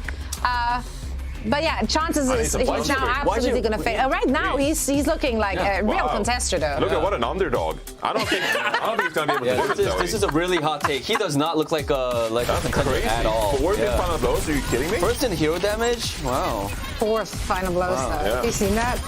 So we never tried during these only 5 and 0. Like, how is this fair? She just goes to Reddit and I'm not trying, and I'm still... on Reddit. She does have a point. She does have a point. Last year she picked Mag. But Mag looked fine. Wrong, so and then as the season went on, it got harder and harder. Thank you. So yes, you might have cursed. I don't know what you have against Proper, but I mean, why just do it like really. that? I really hope I'm rooting for him, but I know that's not happening because of my not so hot take at the moment. It's a little cold, but it will turn into a blazing flame. I have faith. All right. So, okay. Yeah, I see what you're doing. No, then do better. It'll slowly get harder as the season goes on. Yeah. And what about progress? Yeah, okay. It's the reverse of the hot take, where the hot take gets colder as it comes into fruition, but yours get harder as the season. Yes. Okay, got it. It's like boiling water. I guess I have to make it up for Zoe here then. So, my hot take. Vancouver Titans will win one of the next 9 matches. How about that? Matches? People sleep on this roster. I'm telling you, okay? Aspire, that's a lot of matches. That's a hot take right there. Let's take a look at the Vancouver Titans schedule. I mean, I think they'll be able to get one of those wins. August 14th. It's a tough road ahead. They'll do it. You got Atlanta Reign, San Francisco Shock, LA Gladiators, Houston Outlaws, Atlanta Reign, Dallas Fuel, San Francisco Shock, Washington Justice, Toronto Defiant. They can win one of these matches. Which one? Surely. Okay. There you go. I can Which see one that are they was going to win? Toronto Defiant. Hey, They can beat August Shock 12th? twice. I'm telling you. August 12th, yeah. I mean, what's that? It's like in almost 2.5 months. You know, I really do think that one of the next 9 matches, they'll win it. 0-4, they're gonna be like 1-13 by the time this is over. I'm telling you. I don't know if that's a hot take, though. I think it is, unfortunately. It doesn't. Is it just me? The more it's I 9 matches. the more I think about these kind of segments, it just confuses me even more. It's like, what is a hot take? What's a hot take? What is hot? What's a hot take? I mean, yeah, well, we'll let that one sit. Costa, help us out here. It's just 9 matches seems a lot. I don't know. But reinforce you're backing the underdog, a touch of hoping for Vancouver fans. That's great. Costa, you have a hot take about an old guard franchise, I've been told, with some high expectations. Are you gonna dash some hopes? Well, here's the thing. Mine started as like a lukewarm take, and I need you to remember when I made this take, I decided yesterday I was going to do it because my hot take is that the Seoul Dynasty will not make the kickoff clash. They're going to massively underperform to their expectations. Oh, come on! That they weren't going to make the kickoff clash. So only 4 teams out of the 7 in APAC qualified. That seemed great yesterday, but they just played really, really, really well. So I'm a little worried about it because they probably only need. What do you need here? You need Guangzhou to win again? Yeah, I got to get back on that Guangzhou hopium and think that they can take down playoff profit right now. So you never know. So it's kind of scorching hot now. But hey, at least I've stuck to the assignment, unlike you two. Yeah, no, you set yourself up for great success here. I love that. What's the story behind this? When we were in the Blizzard Arena, did like Prophet spit in your food or something? What's going on here? Well, he looked at me funny. He also, I played again. I got knocked out in 2018 to the London Spitfire, which had Prophet on it. So I've really been holding that against him for this entire moment, so I can get even right now. All right. Yeah. 5 years.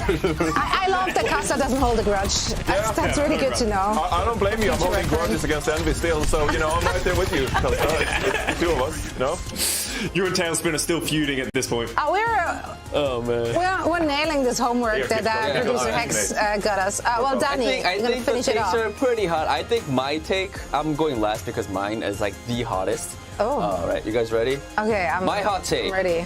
Is that Philly will be #1 in the East region.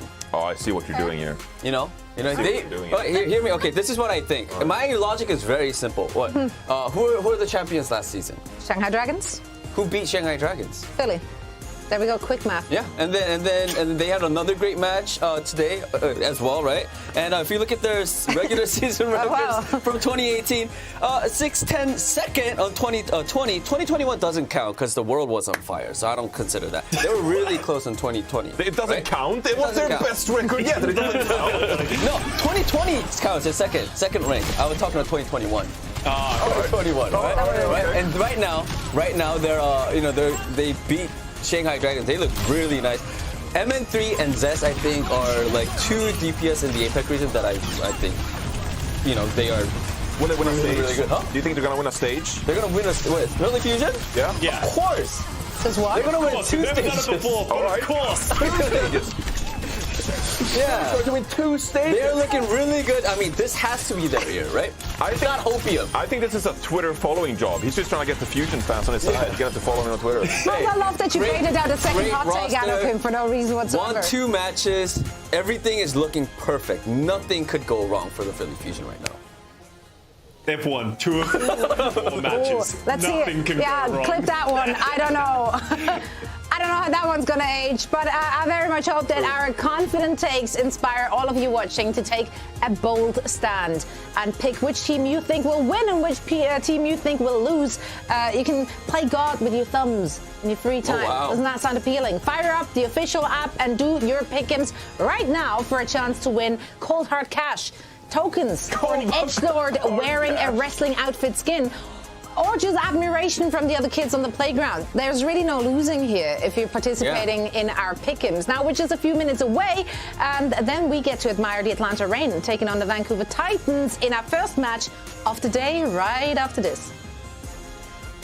Pick'ems, go right now. Do it right now. Right now. Do it. Get on. Come on.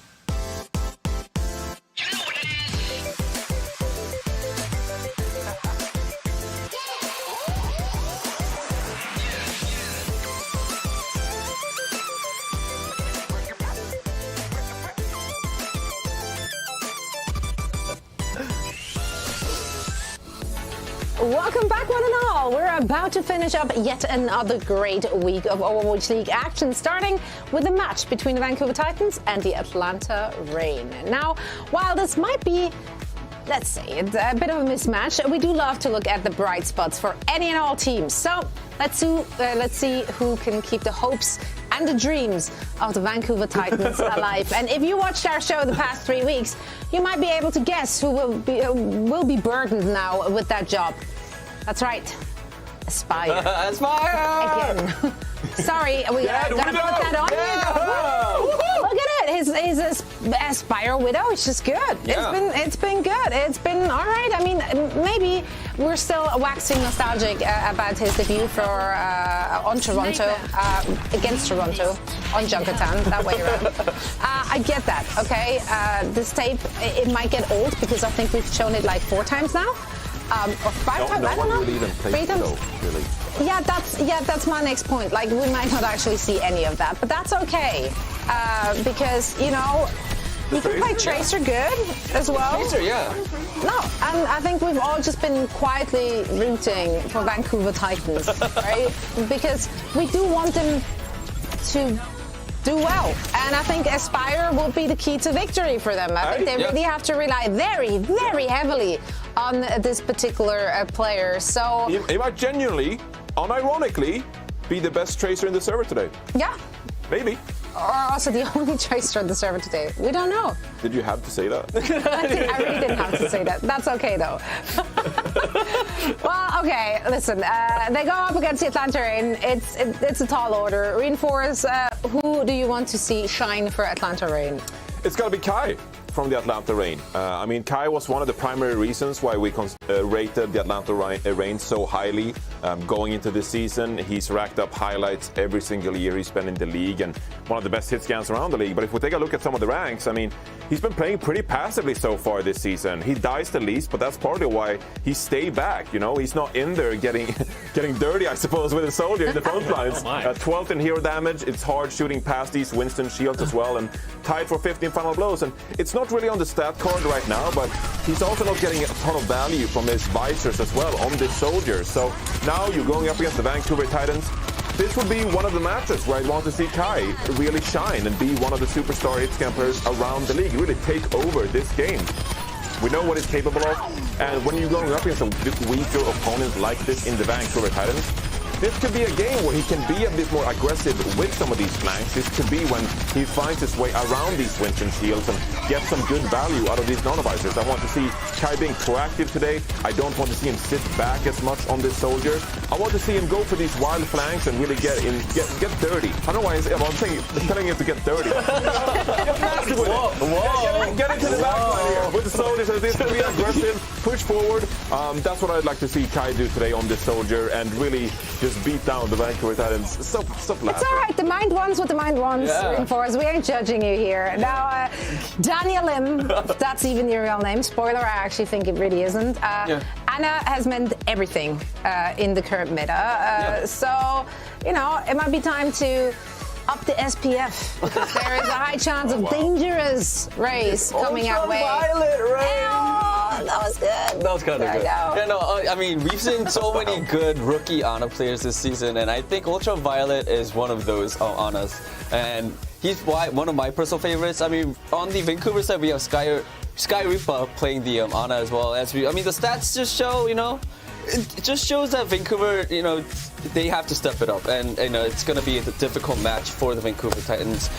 As for Atlanta Reign and Ultraviolet, I feel like he had so many clutch plays throughout whenever the team played. Like his nades have been really clutch, his sleeps have been very clutch as well. So he's a player that I have my eyes set on, and I think Vancouver has to really be focused on.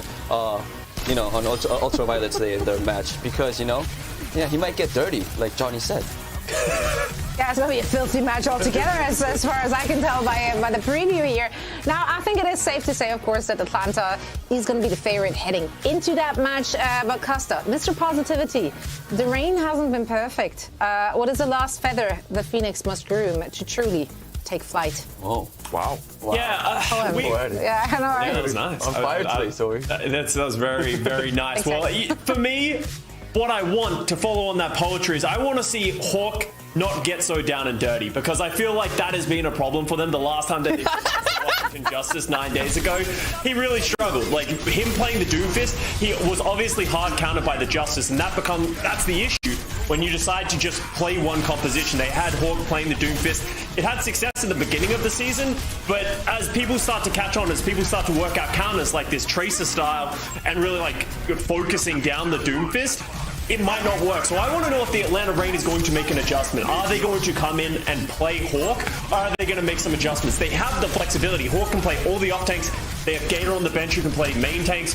Are they going to make that transition, but make themselves a more versatile team? Because they have the talent. They don't need to be going down with this Doomfist ship. So I would hope to see some, I guess, changes for the Atlanta Reign, and I hope that can lead to more success in the future. Because in the kickoff clash, as they go higher and they get into the playoffs, they're not going to be able to get away with just playing the Doomfist like they did against the Washington Justice.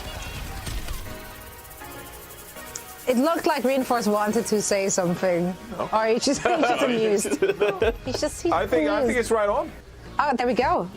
Squeaky High clean price, analysis. squeaky clean analysis for a dirty match to come. So let's reveal our picks for this very match, and of course the two other matches which we will be seeing today. I have a feeling that we're kind of all aligned today. I do not expect a surprise, and if we do, I'm actually going to be mad at everyone. Johnny? There we go. And the pick'ems, by the way, they were very unanimous as well. Every single pick'em there was above 80%. So, wow. Yeah. High odds if you're a gambler. So, Come on. come on. More faith, more trust. But, well, hey, we can be wrong. We've been wrong in the past. You can definitely be wrong, chat. So let's see how these will play out. And that's it for the Watchpoint Pre-show. The last day of the third week. Can you believe it? Alright, I can believe it. Time flies. Okay, well, he believes it, so let's go. Time flies when you're having fun. Is that what you said? Yeah. Nice. Love it. And on this high note, I'm going to start the games right now. Let's go! Whee!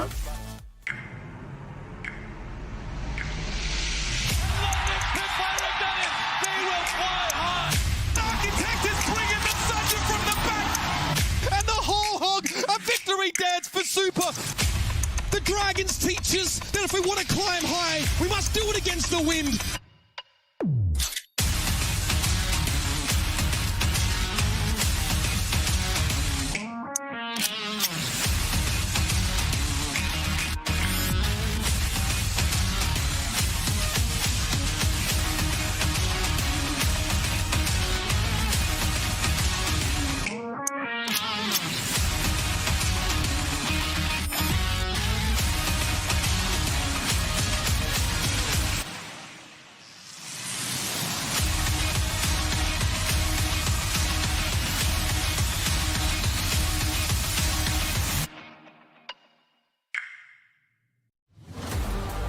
That's right, everybody. It is Sunday here in week 3 of our Kickoff Clash qualifiers. And we've got some interesting, I'm saying interesting in the casting use of the term, interesting here lined up, matches for you in an academic sense. For example, if you like forensics, if you're interested in studying things that have been expired, then this might be an interesting matchup because we have a lot of one-sided games potentially, at least on paper, to show you. I think that was evidenced, Matt, by the predictions from the desk. But it's always, as Bren tweeted at me, it's always these days that have some surprises embedded amongst the matches. These are always the days that you think are going to go by fast and somebody makes the series go like an hour and 45 minutes, 2 hours, game 5, you know, we go the distance. It's a day of potential underdog stories, maybe.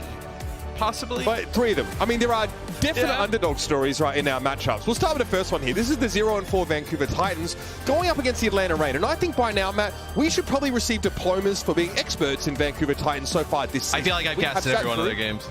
Right, we've been to every lecture so far. We've been in the front row with Apple for Teacher, seeing what this team has to show us. The Atlanta Reign obviously had a really good week 1.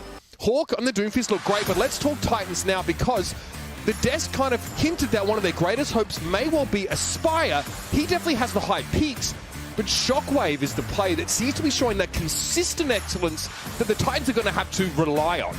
Yeah, it's good to see Shockwave back in. It's so weird that he was in. They signed Mirror. They play him for one game, and then we haven't seen him since. Now Shockwave back in. Maybe Shockwave was like sick or something, wasn't able to play during that. But no, Johnny undercut me there. No, I mean, yeah. You know, Go on. We see it a lot. Yeah, in he esports. got me yesterday too. Yeah, we see it. We see that undercutting a lot in esports, but usually not in predictions. But you know, by 2 days, I mean, come on. August 14th is the day this team is going to get a win. I feel like August 14th. Okay. I've been on the August 14th bus since the start. You know, that's where we're headed. 3 words, Matt. 3 words. Massa revenge match. I was thinking, I was like, you know, if you, I think the DPS line has been good. I think False has had like moments, right? If you can get the support line of the Titans to, you know, get a little bit in sync, like they could surprise somebody. Like I could see, like, you know, their schedule is brutal. I mean, their schedule is really tough. Yeah, but I can see like the DPS and like putting together a game good enough to give one of these other teams some trouble. All right. Let's have a look at what the Atlanta Reign had to offer in this particular matchup. Your Titans there on your screen. Hang on, what's this? Venom Gator in the starting roster. I'm more about the Gator stash. that is powerful.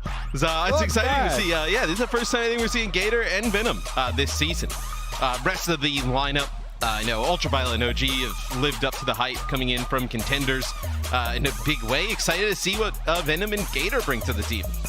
I mean, I know Hurix is running around his house right now, excited as all heck. Venom featured on O2 Blast over in South Korea, but more notably, I want to say, on Odyssey in American Contenders. This guy was known for his Tracer play primarily, and he obviously comes in to replace Nero, and many people were asking, where is the Atlanta Reigns Tracer specialist last week when so many teams had pivoted to featuring much more of her in their compositions?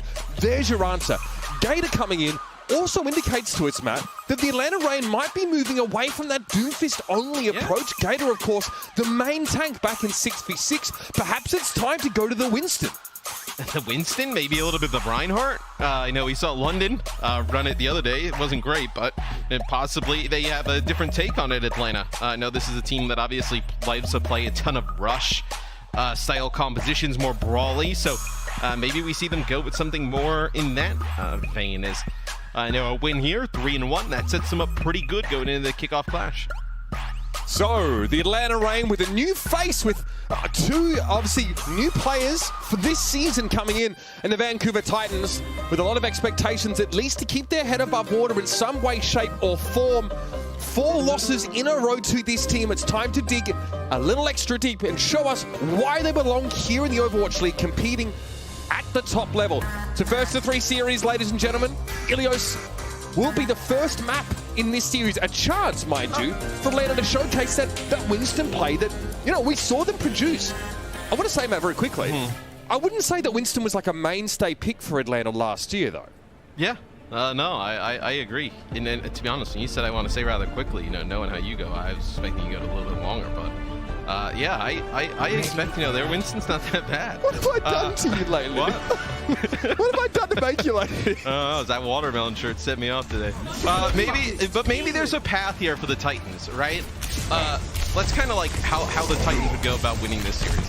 Like, maybe Atlanta kind of plays like the, you know, I don't want to say 2 newer players, right? But like, maybe they have like a little bit of a change in the lineup.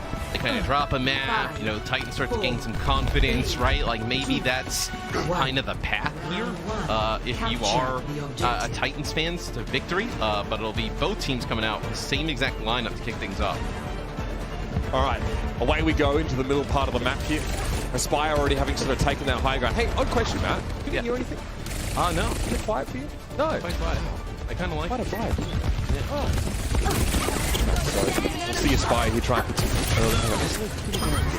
finally an opportunity to lower my voice somewhat. No one capturing the point quite yet. Aspire is attempting to lure someone out into the open. It's going to be Venom before first. False actually able to find it. It's so hard to stay quiet. I do enjoy this so much. Matthew, a slow start for both these teams. The Titans have the point to start. Yeah, it's very quiet here. Our map number 1. There's lots of action, but lots of silence for us. So, it is. Yeah. Nice defensive body grenade there for Gator, and a lot of pressure on False here. It looks like the Titans. Why would people Winston? It'd actually be hilarious if the people at home had game sound and we just don't, and we are just whispering over loud gunfire. But yeah, Masa gonna go into the hole. This looks like Atlanta able to flip the point back. So you did have the Titans, get 30% here at the start. Pretty good start here for the Titans, and I know you come back, win another fight, right? You start to build up some of these ultimates. Now you can kind of take this first point. All right, sound is back on, ladies and gentlemen. Thanks for partnering with us in the ASMR experience so far. Vancouver get a good amount of percentage early on in the round. Apologies if there's a sound sync issue. Perhaps we can remedy that quickly. It's going to be a nano boost over towards Gator here, but Ultraviolet gets taken down after he deploys the traits there, though. Gator's able to get rid of Sky Reaper, both teams without their honors. And Venom again is able to find Master. It's really about capturing the point here, and we need to see Shockwave forced away. False, normally the first to fall in many of these fights, will hang around a little longer here and get that extra percentage for Vancouver. Yes, it'll be Atlanta able to we're going to have Masa come on. Try and get this one up a little bit above 50%. They're going to hit it exactly. So it'll be Atlanta able to take the point back. I know still behind here, but they're going to have a Tac Visor sound barrier coming in this next fight. Venom here as well, just trying to keep some tabs on Aspire. Pulse Bomb in hand here as well, so if he can find False a little bit low to the ground, or Sky Reaper, ideally, he'd love to connect. Playing around the middle part of the map, he really wants to deny that mini health pack, which makes it a little harder for Aspire to play aggressively from this position. The Titans look like they're ready to commit here, though. False drops down. Really want to try and make sure False stays in line of sight of Sky Reaper at all times and not force him to the low ground. There's a nano boost here that's going to have to go over in the direction, potentially the Winston here. The Winston bubble stops Sky Reaper from being able to heal up that intended target. Shockwave is down. I thought for a second he was actually going to end up using the nano onto Shockwave. Shockwave actually used the Tac Visor there, but decides to save the nano. Maybe because he was getting quite low. There were some ultimates expended by Atlanta. You decide to save onto it because the Titans now, they come in with 4 ultimates here with a chance to flip it back, but still they're going to give up like 30%. Aspire. Bear in mind, Venom did obviously deploy that Pulse Bomb in the previous fight. It's got to be up to Aspire here to try and find a way to pressure Ultraviolet down. Those biotic grenades have been problematic so far. Okay, good early pressure on the Ana here. You can see Ultraviolet's forced to back away inside the low room to the right of Aspire. He'll go hunting now. The dive is there. Going to be a bio deployed on towards False, though, and yeah, he drops. That's pretty rough stuff there. Looks like OG might have helped him over the edge a little bit there. Either way, he's down. Sound barrier deployed there by the Atlanta Rain. Ultraviolet put to sleep just before he had a chance to use his nano boost here, but it might not be enough for the Vancouver Titans. Aspire, got to use his Pulse Bomb, son. And yep, quickly, Kai's able to dodge away from that one, forcing Aspire into the middle part of the map. He's so low, and he was waiting for the health pack to respawn. It just never came. Yeah, and they end up using the nano onto Aspire. He got the nano. They also had a sound barrier going there. Just not able to, pick that up there. So, see as we go into the next round, as we go into Ruins here, and what both teams could play. Maybe we see that Widowmaker come out. I know the desk was talking a little bit about the Widowmaker of Aspire at the start. Possibly see that again. Obviously, we are experiencing some mild audio desync, so we're working on that one, ladies and gentlemen. Bear with us. Oh, False! Oh, that's not it, Chief! 4, 3, 2, 1.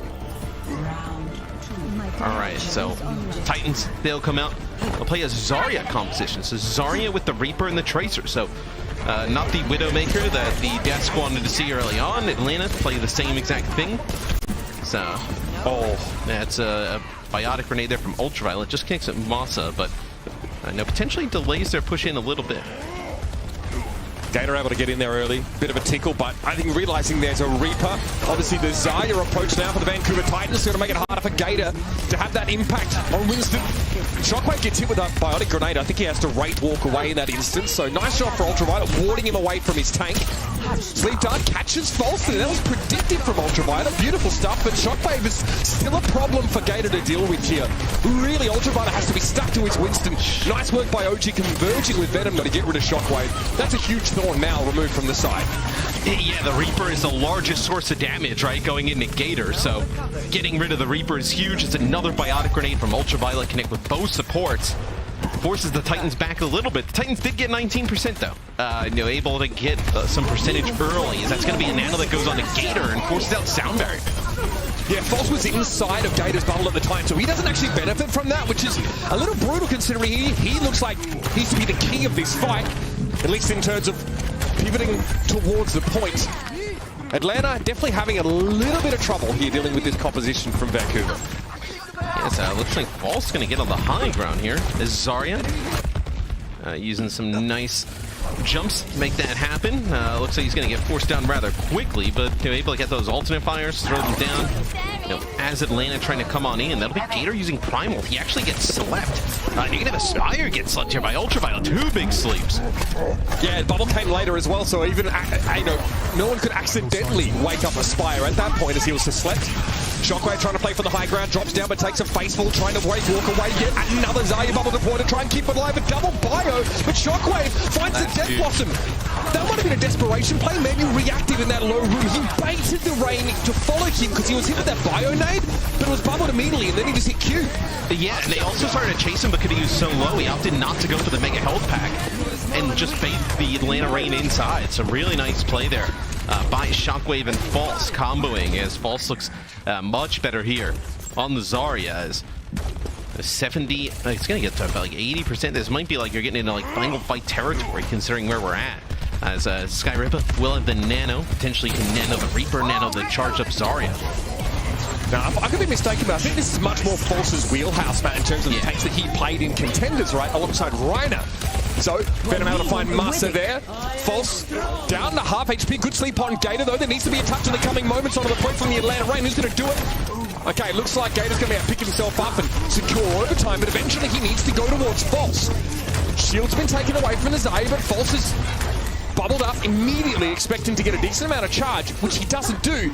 But everybody from the Vancouver Titans is in position here now. Great sleep on OG. No chance for him to touch you. And the Vancouver Titans, the pivot towards the Zarya composition pays off. Yeah, he looks much better on the Zarya here. So, we'll see now as we go into our third and final point on Ilios. Can the Titans keep it going? Do you come out and play another composition like this, right, where you play the Zarya with the Reaper? Looks like, at least from what we see, gonna be trying to play the Winston yet again. Looks like potentially even with a Moira setup. So we'll see exactly what the Titans go to here. It's just not a good map for Zarya. I think most teams, I mean, man, even Hanbin played Winston on this particular map for the fuel, right? So it works out for the Atlanta Rain that, 2 out of 3 of these stages are very Winston friendly, or rather maybe one of them is more hostile to Zarya. False has to switch here. And this is where Atlanta looked much better in the Winston versus Winston mirror setup. Compositionally, nothing really standing out here so far. I do want to point out that your Shockwave's having a bit of a quiet one. He's only 2 and 4 right now. The other DPS about 5 to 6 final blows there. So look to see Shockwave step up a little bit here and keep pressuring Gator down. Well, they're going to put a lot of pressure on Nakai. Is somehow Kai able to stay alive with this? Some fantastic support coming in from Ultraviolet, a bubble from Gator, but see, he gets Gator quite low as the Titans up to push straight on past the point. They have one person back there capping it. They're going to lose their tank though, and that is brutal. Talk to me about this Moira pick here, Matt, because obviously Vancouver play much more aggressively, much further forward, but it does not pay off for them. Yeah, I mean, Moira obviously just provides a ton of just raw healing. And then even in Overwatch 2, just the amount of damage and self-sustain, like with the healer passive and then just like self-healing, Moira quite difficult to deal with at times. Shockwave going to go away from 76, going to go to the Reaper. This is where they saw more success, but not with the Winston in the mix, but more with... no bubble here anymore. Yeah. So you can definitely be punished much more if you're just keeping forward. This is the more traditional style of Reaper, the sort of sneaky beaky, get into your backline, come in from the side to get most of your value approach. Again here, Kai maybe doesn't see this coming, isn't confident enough to sort of stand up under that kind of scrutiny. At least Venom's able to find an elimination or Aspire elsewhere in the map, but Shockwave is a menace right now. Oh my OG, that is stunning. Oh, that's just absolutely nasty. What are you going to do about that as a Reaper? The peel, dude, absolutely sublime. Yeah, the supports of the Atlanta Rain coming into the season obviously had a ton of hype and build-up. And sometimes, the people don't live up to the hype, but the Atlanta Rain supports have more than done that, as OG and Ultraviolet have been sick early on this season. Chad Lucio play, chin like an anvil type beat.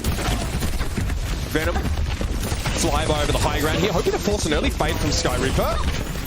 That would be nice.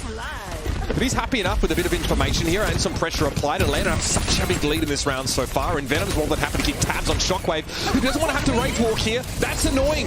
Now he has to play behind his front line. He can't go nearly as far forward. He's attack visor from a long way away. This is easier to LOS, but both Winston bubbles have already been used. Venom going to settle for the kill on Sky Reaper after the fade was used, and Atlanta really played that one to perfection. Atlanta's going to flip this point back rather quickly. As Titans just got on the point, like Shockwave just TP'd there. Atlanta no problem just giving it up for a short period of time, then flip it, and the Titans is going to be like a desperation mode, right, Mitch? Primal sound barrier. You'll be able to match that with a sound barrier of your own for Atlanta. So, although the Titans have kept it close in the overall map, this fight not looking good for them. Falls to the high ground. Ultraviolet forced to drop a little bit. Okay, beat. Just keep your honor alive. Atlanta really investing heavy and making sure UV is going to be a factor. I don't think the Titans brought their sunscreen, Matthew. Overtime now. False bubbles down, trying to keep the Ana out of the fight. That means Gator has no help whatsoever. That is some big brain stuff and a crucial moment there to cut Ultraviolet off for the rest of his team. Is Vault's going to use the Primal here, get to the high ground. So even though the fight is over and won, going to invest his Primal, try and maybe pick up some kills and stagger, but he may end up just like getting himself killed here. Oh, he goes down to like 90 HP. They're That's all right. Oh, the yellow mist is there. Not all right. Okay. It's not all right. No burst healing for Vancouver, so you come with a pulse bomb there and you can't get your Winston healthy enough in time. Great response in the Atlanta range, just what that doctor ordered. If you're trying to put them back in control, and here's the overtime. Kai is just going to throw the visor down, get them shades on, and make it hard for the Titans to touch it all. Here he goes. Sky Reaper's forced to fade already. Has to fade backwards, no less. Who's going to help keep False alive? Nobody, apparently. He falls in a screaming heap. Now Shockwave's already used his deflect, and Kai's pushing for more. Coalescence is going to be used here now. Time to LOS that ultimate. Beat from OG. It's perfect. All 5 players dressed to the nines with that overshield, and Gator gets rid of Sky Reaper. Massa pooped away over the edge there, and that will be that. The Atlanta Reign take this first map. Once they get the Winston mirror, they look much better, Matthew. Yes, Vancouver made it interesting. Looking really good with the Zarya comps on Ruins, but not enough to take out the Atlanta Reign in map number 1. Gator playing that Winston looked good, and Venom's debut on the Tracer, as expected, looked really strong. Just adding another look to this pretty strong Atlanta Reign team. Yeah, shout out to those that let us know at the start of the game. There was sound for you, just not for us. That's why we ASMR, but we'll run it back sometime if I can get Matt to do it. Still trying to work on him to do a VOD review with me, so no promises. We'll be back. Second map in this series coming right up. Good start for the Atlanta Reign.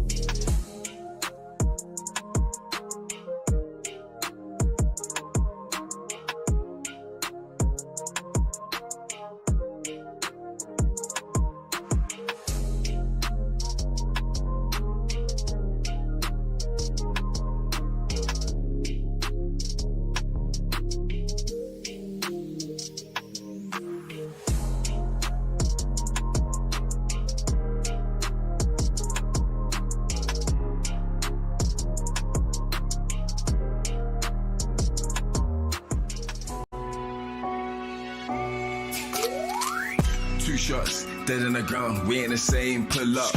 3 rounds, bro, you done. We let it rain, head pop. So look out when we in the zone. Don't play around. I got a strap, put to your back. Tell you now, we laying it down. Yeah, bands up, trapped out. I bring the dogs, gang out. Look, don't wanna fade and drop out. Got no clout. Think smart, this crucial. We ain't no average usual. Nah, we let it rain. Ain't seen a savage. Who you?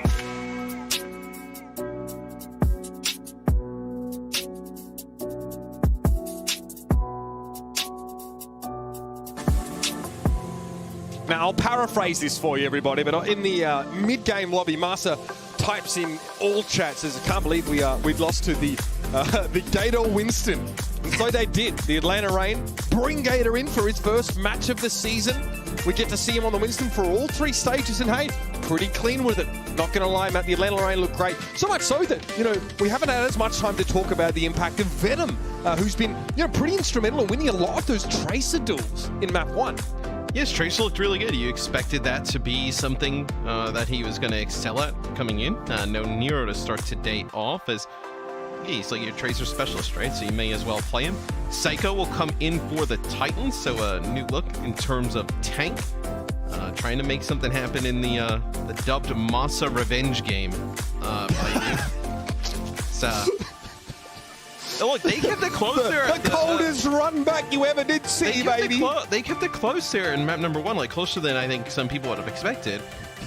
It's just that final map, right? Where I thought False looked really good on the Zarya. Like, you could have kept running that, or I mean, at least try and go towards it. It seemed when they overextended with the Winston and tried to get aggressive, that's when they... Whoa.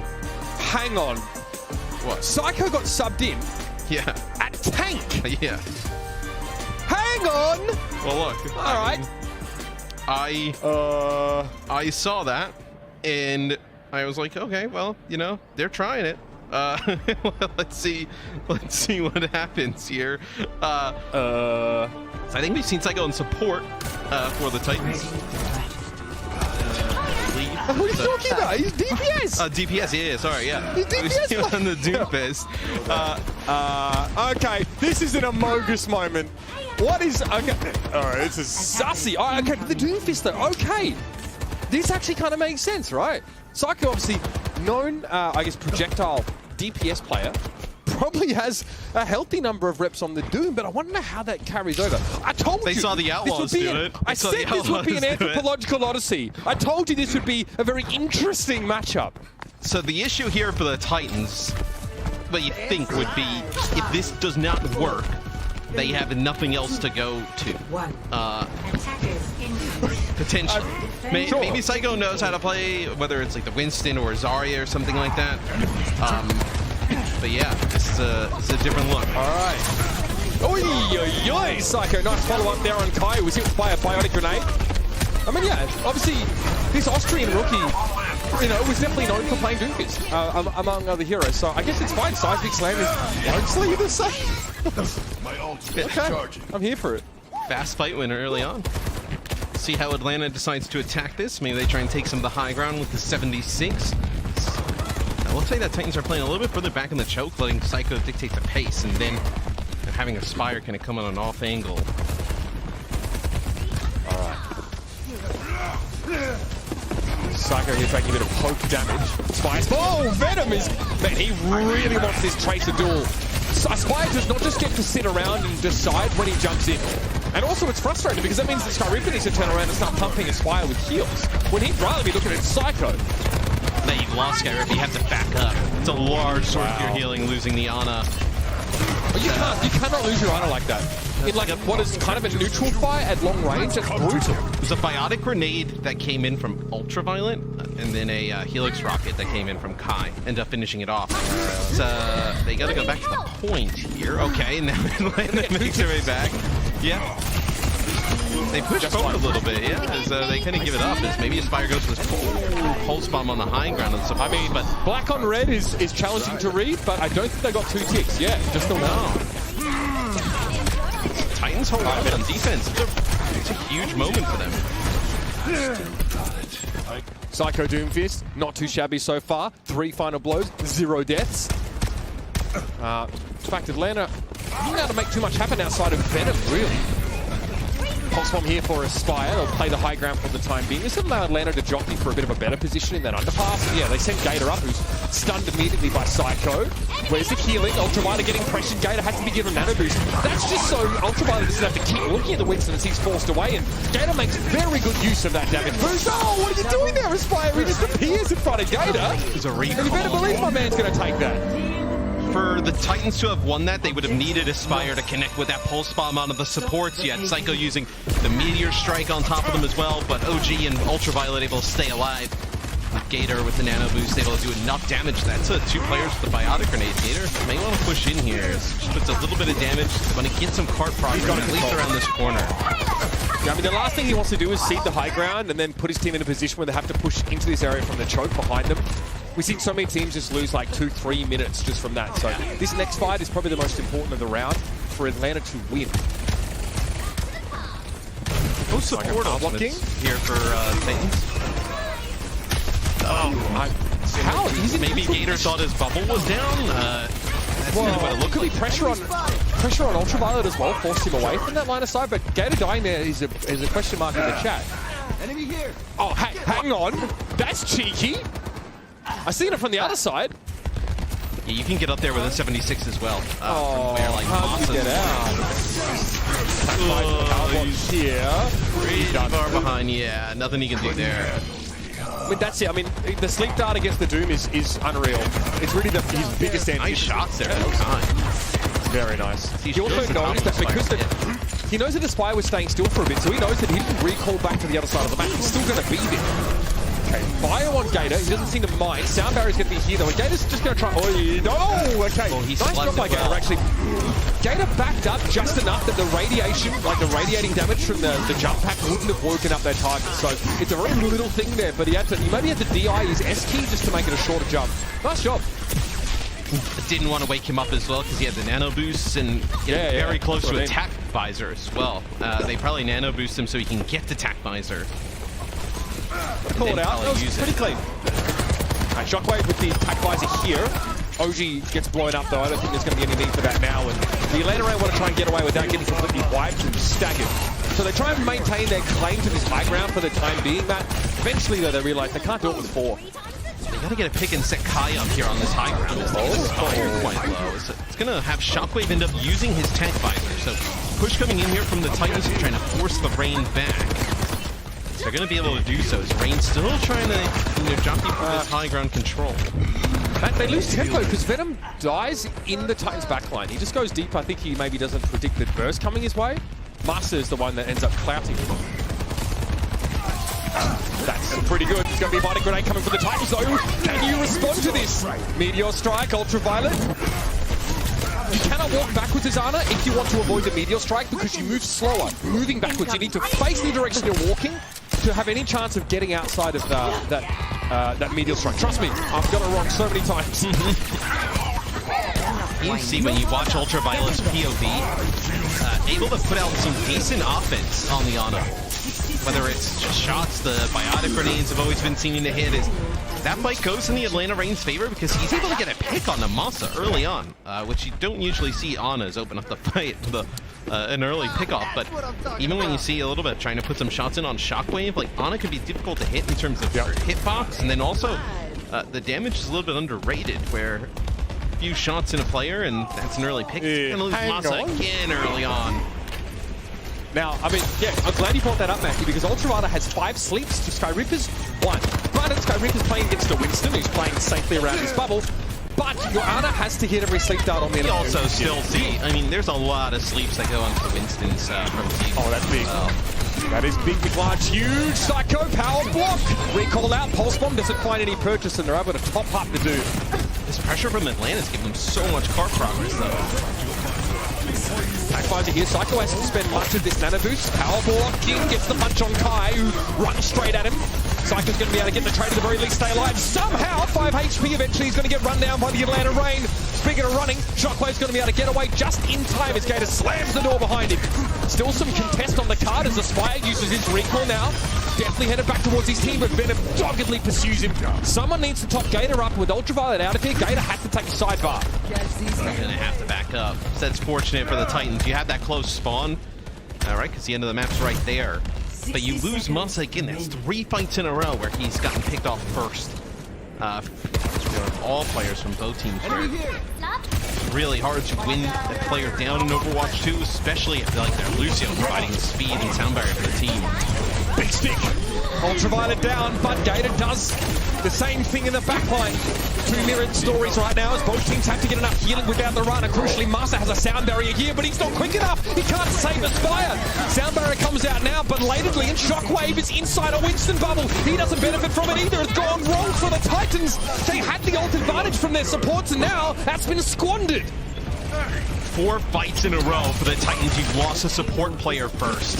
3 with Masa, and then 1 with Skyripaz. Look at this, Skyripaz again, 5 fights in a row.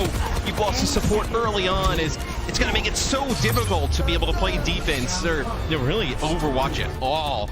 Losing those supports that early on in the fights. That'll be Atlanta completing the map. 7 seconds in the time bank. 0 to 3. Obviously, you know, the Psycho Doomfist gets a decent amount of value for the Vancouver Titans through that second phase of the map.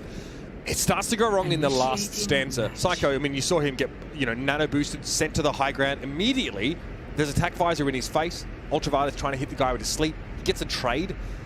But then he obviously is down to 5 HP and can't do too much there. The Gator Winston bubble blocking the sound barrier from Shockwave in that last fight. After, I think it was Psycho went down. That's what really hurts the Titans. Right, I don't think the Psycho Doomfist was bad, per se. I actually thought like it was pretty effective in a lot of situations, but a lot like what we see with other teams, Mitch, where I think Paris, like there's a team you can kind of call out there. We see it do pretty well. Both like Dawn and Khan able to keep, Dridro and Khan able to keep each other alive so well, right? Same with OG and Ultraviolet able to like provide support for each other. For the Titans, it does not seem like Masa and Skyripper are on the same page, right? You lose Masa a few times early in a fight, you lose Skyripper as well. First bloods are huge in Overwatch 2, and to lose supports that much consistently early on. Your team is always playing at a huge disadvantage. I feel like they got to get on the same page and be able to support each other a little bit more to keep themselves up early on in these fights, give their DPS a chance to make a play. How the doors become. Keep an eye on the passing from Psycho here. No attempt to truly control the high ground as of yet. Early pressure there on towards Venom. And that's a big fire grenade, fire grenade opportunity here for Shockwave. He's stood inside his healing field. I feel like they're pacing Psycho. See how far back they're playing on the right? Yeah, that's what he wanted, trying to bait Gator in so he can punch him back towards his own backline. Gator's having to limp away, but there needs to be a lot of healing from UV right now. All right, they do get Gator topped up, but they give a lot of ground up as a result, and that bionic grenade on Kai is going to keep him battened down for the next few seconds. It's so difficult for Psycho to dive. I feel like it's difficult for Psycho to dive into this back corner because you have the sleep dart, you have the boop from the Lucio, that if Venom and Gator can just control the choke, you're in a good spot. That was pretty nice from Psycho. It's a 2 for 2. So a 3v3 in shoes now as Aspire has positioning, got himself 1 tick already. And here's a pulse bomb coming his way from Venom. So he's holding on to that for now. So even though Atlanta lose 2, Titans opt to regroup instead. Just control this choke so well, Atlanta. With the Winston and the Tracer up on this high ground. Kind of force this crossfire that comes in, yeah. Between their front line and back line is huge. It's a chasm. So hard for Psycho to cross that without taking a bunch of damage. All right, so Ultraviolet and OG both here with a Bionade. Psycho's going in right now. Aspire is a little behind, and Psycho didn't have any follow-up. Aspire was too far back. That was a beautiful bio from Skyripper. All right, Shockwave might be able to get some value here with attack visor, though, and Ultraviolet was, how is he there? Maybe punched back by Psycho. He was so far from his team. That's what you think, right? He was playing in that back right corner he was playing that back right corner the entire time with Kai and OG. It somehow ends up in the choke that had to be a Doomfist punch that came the opposite way, sent him flying back into the members of the Titans, where the Titans, they'll take that first checkpoint. unlock the payload, get it moving, as Venom's still behind enemy lines. I'm getting progressively more and more sold on this Doomfist play. You see Psycho really not trying to find eliminations himself, but he's there to follow up the bios and reposition foes. I think it's better than their Winston look. Obviously, we've only seen this once thus far, but I think it's better than what we've seen from them. They're playing the Winston, almost got looped into his own pulse mode. To recall and get out. I think the best Titans have looked with either this or that Zarya look from Pauls. Their Winston play has not been great. I don't know if Atlanta knows where Spire is right now on that left-hand side. Spire playing pretty cagely there. You can see him in the middle of your screen, faintly. Okay, so attack visor from Kai for the high ground. Yeah, I mean, again, just trying to respond to Psycho's engage like we saw in the last half of the map. Shockwave able to dodge away and get the kill on Venom and get rid of Ultraviolet. This is what I mean about Shockwave's consistent impact on this team. Both DPS, you think, for the Titans could be big-time players in this league in the future. It's just... Maybe Aspire feels like there's a higher ceiling right now. I also think Aspire... unreal expectations coming in from last year, right? Like, last year he had some really sick moments with Toronto and crazy highlight plays. That's not going to be what your gameplay is like all the time. Where I still think he's been a really solid player. Sound very sleek dart on the Psycho. So that's... Overshield is gone. Now a Bio-Nade connection. You can see how counterable Doomfist is by teams with elite Ana players. Gator trying to force everybody into that small room, and Shockwave's looking for more backliners to shred. It's only Kai to fall so far, and he'll take that. The card is well and truly in the underpass right now. Great pressure constant from Venom there. Master couldn't do too much to protect Shockwave against the rapid tracer play. But Aspire does have a bomb of his own to deploy here. There it is. In the bin. Okay. Perhaps where that one belongs. Recall there forced by Venom. Aspire has to back up. If you'd have connected on Ultraviolet, you probably could have seen the Titans take this second checkpoint as Psycho gets really low, needs to back out. Building up towards that nano boost, but pumping heals into him. Meteor Strike as well, so see, he can go and be very aggressive, use that to get out of harm's way. Is he going to be able to get it off? He gets it off, that's huge. Venom there. Hadn't recall available if he was in the wrong spot, but yeah, Psycho just got all of the CC. Look at Venom. Look at how he's not even flanking. He's running at these 4 players. I was more surprised that Psycho, when he used a Meteor Strike, you know, sometimes you see Meteor Strike used where a player will just use it to get out, decides to just go in with it. No follow-up coming from anybody. I thought maybe he would have used it to back out, get to safety to the rest of his team, but... Might have cost him, actually. The it definitely cost him a ton of time. All right. Still in our second map of this first of 3 series, of course. The Rain finishing the map with a little bit of time left. And a visor from now. Both teams, probably. But it'll be the next Gator gets a nano. Yeah. And he does not much with it, unfortunately. Sleep on Psycho again. He doesn't expect Ultraviolet to be there at all. There's the attack to follow it up, and Master is felled. I think Shockwave says what will be at that point as he allows himself to be taken by the attack visor, and Kai. Kovacs Kai at it again. Love to see it. This is where having that Ana, like the top tier Ana, really makes a difference, right? Being able to sleep these Doomfists consistently really kind of takes impact off of the table. Yeah. Doomfist, although he's very difficult to take down in Overwatch 2, he's very prone to being slugged. You can't stop Sleep though. Yeah. All right, Venom, who's this for? Skyreaper spotted you. He just sprays a Sleep dart in his general vicinity. He doesn't hit. Ultraviolet, careful, that sound barrier got worked through pretty darn quickly here, and still OG again comes to the rescue. It's Kai this time. Then he throws over his shoulder and says, don't worry, I'll save you from this castle. What a finish from the Atlanta Rain. The peel is immaculate. And they look staunch on defense, Matthew. What a way to show up here in map number 2. And that's 2-0. I think the Titans looked pretty good, though, with that Doomfist setup. In Atlanta, playing Venom and Gator today looked pretty good with that Winston Tracer combination, but the supports of the Atlanta Rain, man, they have looked so good thus far and so impactful. Ultraviolet, you mentioned 10+ sleeps here on this map. And OG with the help, being able to peel for the rest of the squad, making a huge difference. Well, I don't know about you, Matt, but I'm having fun. It's been a curious matchup so far in this series. The Titans show us something new, a little spicy. Unfortunately, it doesn't quite stand up. Let's see what they've got on map number 3. Dig deeper into those bag of tricks.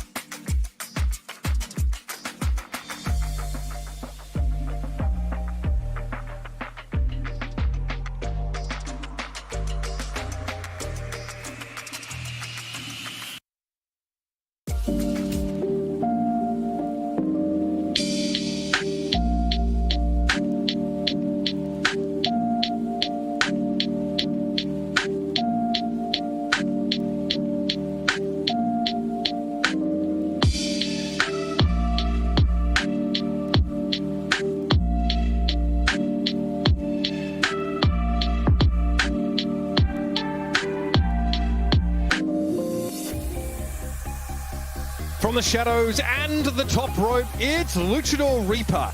Get the Kickoff Clash Legendary skin on sale now through June 25th for 200 League tokens. And hey, don't forget, Anniversary Remix Volume 2 is still going.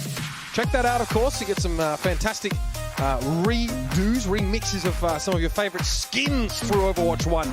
But again, get yourself this Luchador one. That's why you're watching. Get them tokens, spend them on nice skins. Farm the tokens, get the skins. So, substitutions here for the Titans. You may see False back in. Psycho now will replace Aspire in terms of DPS. So you've had Psycho go from the tank role to now DPS, where we've seen him already. Just what do you think this sub is for? Well, I tell you what I think it's play? for. Yeah. Okay, so a couple things. I think, because we're heading into, we'll show the next map now, because we're heading into Route 66. I think they want to play Zarya, and I think they might want to use Psycho's Genji. They might play Genji and Reaper here, or Genji like Soldier, whatever. But the Zarya setup here for False might be looking to empower either the Genji. We saw Dallas, focus the Genji with it, but also Edison was playing Reaper on that Route 66 game back in week 1, I think it was, against the Washington Justice. So those are your options here. Obviously, Gator is still in for the Atlanta Reign, so it's maybe unlikely we see that approach from them. That means we're set up for a clash of two sort of different compositions with different win conditions. So keep an eye on that now, as Atlanta will be on the attacking side first. You'd think so. I think that's only seen the Titans at their best with the Zarya setup, and it looks like that'll be what they'd run with here on the defensive side, the Zarya with the Reaper combo. They also have the ability with False in the lineup to go back to that Winston play. It's just, I think the Winston it's looked a little bit lacking, I think, when you kind of compare it to some of the other teams, right? I think you need to play to your strength of the Titans, which looks to be the Zarya comps, or maybe, see some more Psycho on Doomfist. I don't hate, it's probably just a widow out of the gates here. I don't hate the look, just because obviously, for False, he just has to play a line of sight. Like, he doesn't really have any evasion. From Widowmakers that have strong positions, it's a perfect pick for Kai. He's considered one of the best hit scan players in the entire world. So I don't hate shot off the start. Yeah, look, and that's fine. We've seen him stick with it, for a variety of rounds in seasons gone by. He's looked pretty good. So here it is, Psycho in for the Reaper. Also got to be interesting for Psycho going from tank, which is obviously your front line, to now the DPS, and kind of getting your brain in the mindset of like, I am no longer the front line here. Although the Reaper does play like that sometimes with a lifesteal, but Sky Reaper's long lost brother, Ground Reaper, on the card. Gets away, defensive body grenade for them there. False douse though in the purple goo. Sky just sort of makes a pick for that low ground. Yeah. Damn, at that range, that's a nasty sleep. Back we go. All right, trying to get involved again. Psycho could be in danger here. He gets a bubble instantly. Still just blown to smithereens. The amount of damage that it would take to just pop him is insane. He just vaporized. As soon as they get him low, you see Gator and Venom both tracking towards him. Kai there as well. Gator will pick up 3. It's great focus fire there from the Atlanta Reign, able to take out Psycho as soon as he got low. Oh. Master's never going to shut Gator up about this now. Gets a cheeky little 3k there. That's the joke, I think, internally on the Atlanta Reign team, that obviously Gator less comfortable on Winston. I guess that was kind of exposed in the community a little bit, although people maybe over-embellish his weakness on the hero. He's definitely, he's got what it takes. Oh, I love the Bionade on Shockwave. He has attack too, so he has to give up some position early. Gator thinks, wait a minute, Psycho's almost done. Bubble on him, he's forced to raid the way, no doubt. Shockwave is playing whack-a-mole here, and he's not winning. No arcade tickets for you, sir. Skyrivet and Shockwave just forced around that corner, not able to really get far. Oh, it's a nice sleep yet again from Ultraviolet. Man, OG now as well, trying to reposition False if he can, but Gator's already able to find his way to the cookie jar and extract Sky Reaper. False gets steamrolled, and the Atlanta Reign just looks stronger and stronger. 0 kills from the Vancouver Titans. They have not put a scratch on the Reign. What are you supposed to do against these supports? They try and go in and make a play. So we take a look, this is the Gator 3k. Oh, nice. Just lands right on top of Masa. But Nano falls, he gets slept instantly. I know the boops from OG, the biotic grenades, I know the damage up on the high ground, keeping Shockwave in position with Skyriver where they couldn't even like make a play. Atlanta really showing how just strong they are overall. Not really a weakness on this squad. The Titans, I mean, Atlanta Reign's weakness might be going up against 3 ults. 3 of the strongest ults in the game. That might be it. It'll be the Graviton Surge from False to try and set something up here, and Shockwave is on the deep flank, but look how far the card's already moved! At some point, the Titans have to say, hang on! They have the fight. Hey, this is our house, you're trespassing!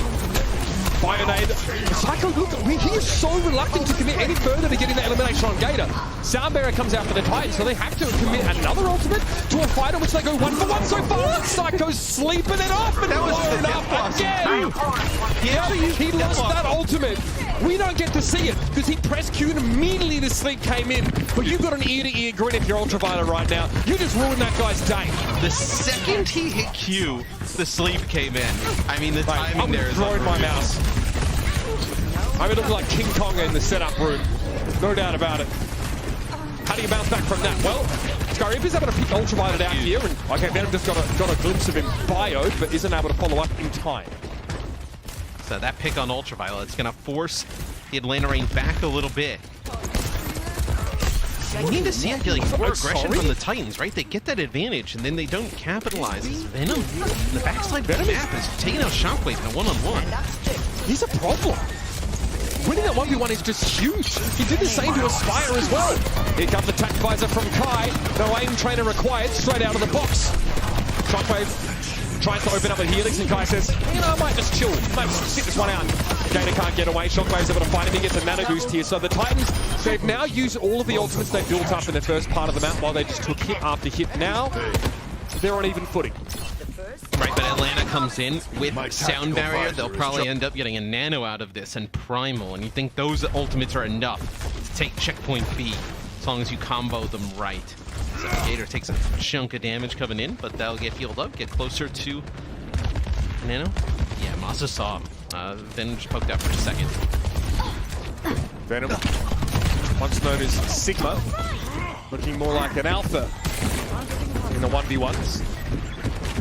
A tickle on the card here, force maybe people to drop down. Venom, okay, looks for Psycho because he knew that his race was forced. Oh man, Master's so low. They follow Psycho. Looks like it's another honor assist there. Over the top, they're looking for Shockwave here. He gets a Zarya bubble. He's going to be able to get away from the time being, but Force not so lucky. Venom gets another one, puts him 6 feet under, and he is just stacking the bodies right now. The Atlanta Reign get that second checkpoint. Venom is 7-0. And they don't even have to use the Sound Barrier or the Primal. All they did was nano the Winston there, and Venom doing enough damage that you just clean up these kills. They're so weak by the time the rest of the team gets in. So Atlanta holds on to 2 big ultimates. Now Pulse is going to have this grab. You can just, you know, if it's just Gator inside of it, you can Primal, keep him alive. Maybe you just Sound Barrier and save the Primal. Like, a lot you can do now for Atlanta. Either way, you're going to be walking in a Pulse. He is reluctant to use his second bubble on himself. He sends it upstairs instead, gets some charge from Psycho, but not a lot. An attack visor here from Kai, who's definitely going to want to stay away from the grab. Here it comes. Okay, to catch Kai immediately. Great fire. They follow up. The Gator bubble's a little bit too late there. Psycho again goes upstairs, tries to punish the Winston with the anti-heal, but he's not quick enough. Venom, though, forced away by Shockwave and Skyriver, respectively here, and appears right in front of the Soldier 76, and he's forced to commit. It's a good fight for the Titans. They get a grab and a nice biotic grenade follow-up from Skyriver. They'll take out Kai straight away. You have that nano boost in Tac Visor now. Well, this next one, okay, so a little switch up for Atlanta. We're going to see them match this. Zarya on their own, and then Venom now on the Reaper. Okay. The Odyssey continues. Psycho bibs off the high ground. OG knew that one off like the back of his hand. Tac Visor with the nano boost here. Venom says, okay, you can have it. Nothing he can really do there, right? Yeah. So now you got it, you got it. This Psycho with the Death Blossom, maybe if you can get Ultraviolet Sleep Dart out, you're able to make a play with that. This Venom immediately goes back to Tracer. Okay, so one respawn is enough to go back to the Tracer. Where's your Zarya value then, I wonder? Here's the drop down, Death Blossom, 2 Zarya bubbles deployed, good response. Bionic Grenade was also there, but they're able to get out alive with Lana. That's a great result considering. And Gator being built up a ton of charge. You can see him coming in on the Zarya. Oh my god. It's like an orbital land strike right now from Gator. He's hitting like a truck. Master trying to dodge away with Gator. Sly smile of satisfaction there as he cleans up his ex-teammate. And now we're in the last push for the Atlanta Reign. Kai walks in here with the potential to achieve a tactical visor in the final moments of the round. Look out for a grab from False as well. No support ult to counter that grab. Grab is good from False. You're able to get it. Could be what holds the Atlanta Reign from completing the map. Dangerous. Oh, this is dangerous. Kai expecting to find his pack visor. Great move there from Masa, denying him the high ground that would definitely enhance that ultimate. He's going to pop it anyway, though. Here comes the Graviton Surge, and there's no one there. Kai plays from the high ground. Venom's too deep, and well, Gator's caught in the grabs. Yeah, and OG was coming from the high ground as well on top of that truck, so all three not able to touch as Kai had the tack visor rolling there. Maybe he could have made a play, but Titans, they hold strong there at the end on defense. We'll see what their offensive side looks like, though. Only short-lived stint for the Gator Zarya. And again, it looked like Atlanta are getting to the point now where they're a little frustrated of, you know, trying to find a way to prevail with that Winston composition. Again, Venom didn't look like he was really feeling the Reaper. Well, give that away. Stop that immediately. You know, Spawn, he's like, you know what? Nah. That he looked at Shockwave with the nano visor, got killed, and was like, nah, yeah, you know, this isn't for me. That's like you 3 seconds after having to pick Mercy.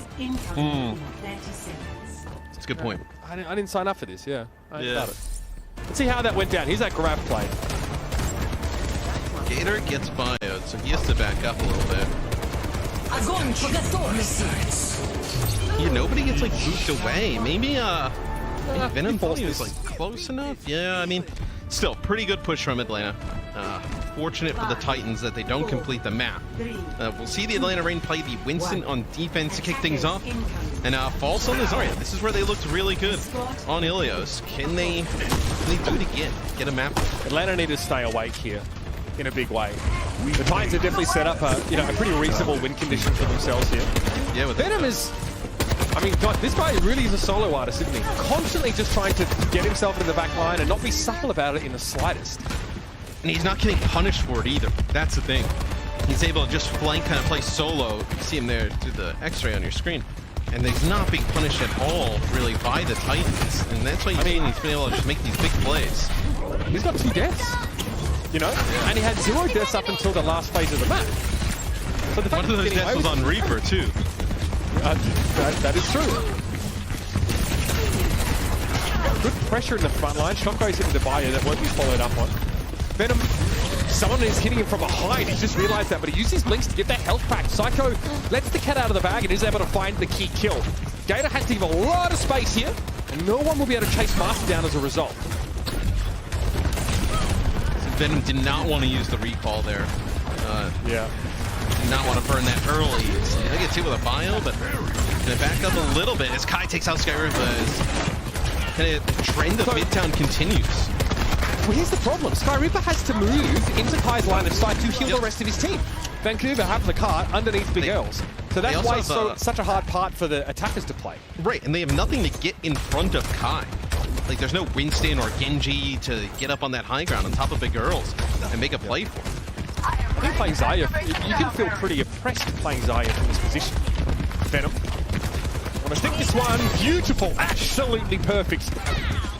And that fight's already over. That's what Dallas Fuel does so well when they play the Zarya compo. Like, Edison is able to TP in, get those bubbles in the range point straight away, and put pressure on those 76s at range. I think also it's because he's been constantly pumped by Fielder. So even though he gets a bubble right when he TPs, and then Fielder just gets like 1-2 clicks into him of healing, and allows Edison to take, you know, plus the Reaper take a mile when he's given an inch. Plus the Reaper lifesteal as well. Yeah.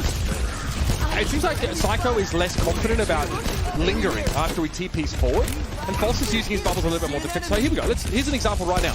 That bubble's probably too early for Psycho there. He gets no value. sound barrier here. Attack visor for Shockwave with the Nano. A lot to work with, but the bubble's in the way, and he's actually going to drop down. Gator with the Primal Rage, and they've completely stuffed that 2-ult combo. Good from False, though. The Grab had to follow up. Venom and Kai were the ones caught in there, so Lorraine lacked damage in a big way. She's going to save the day, because Shockwave sure as hell wasn't going to get any value there. And 3 members of the Reign still live, though. They're going to back out. It's going to be huge. They're not going to be staggered now. Can you get a touch body here? block that. That was really nice body block by Bio. And so he does, Matt. Creates the space, but Psycho is up in his grill. I mean, again, he's got to get a bit closer than that. Psycho just spacing a little too far from the Winston to put him in a pressure situation. Another pulse from Venom. He visibly lurches in his chair as he realizes someone's gone wide. Gator, again, trying to get away from the Reaper. Psycho is doggedly pursuing the Monkey.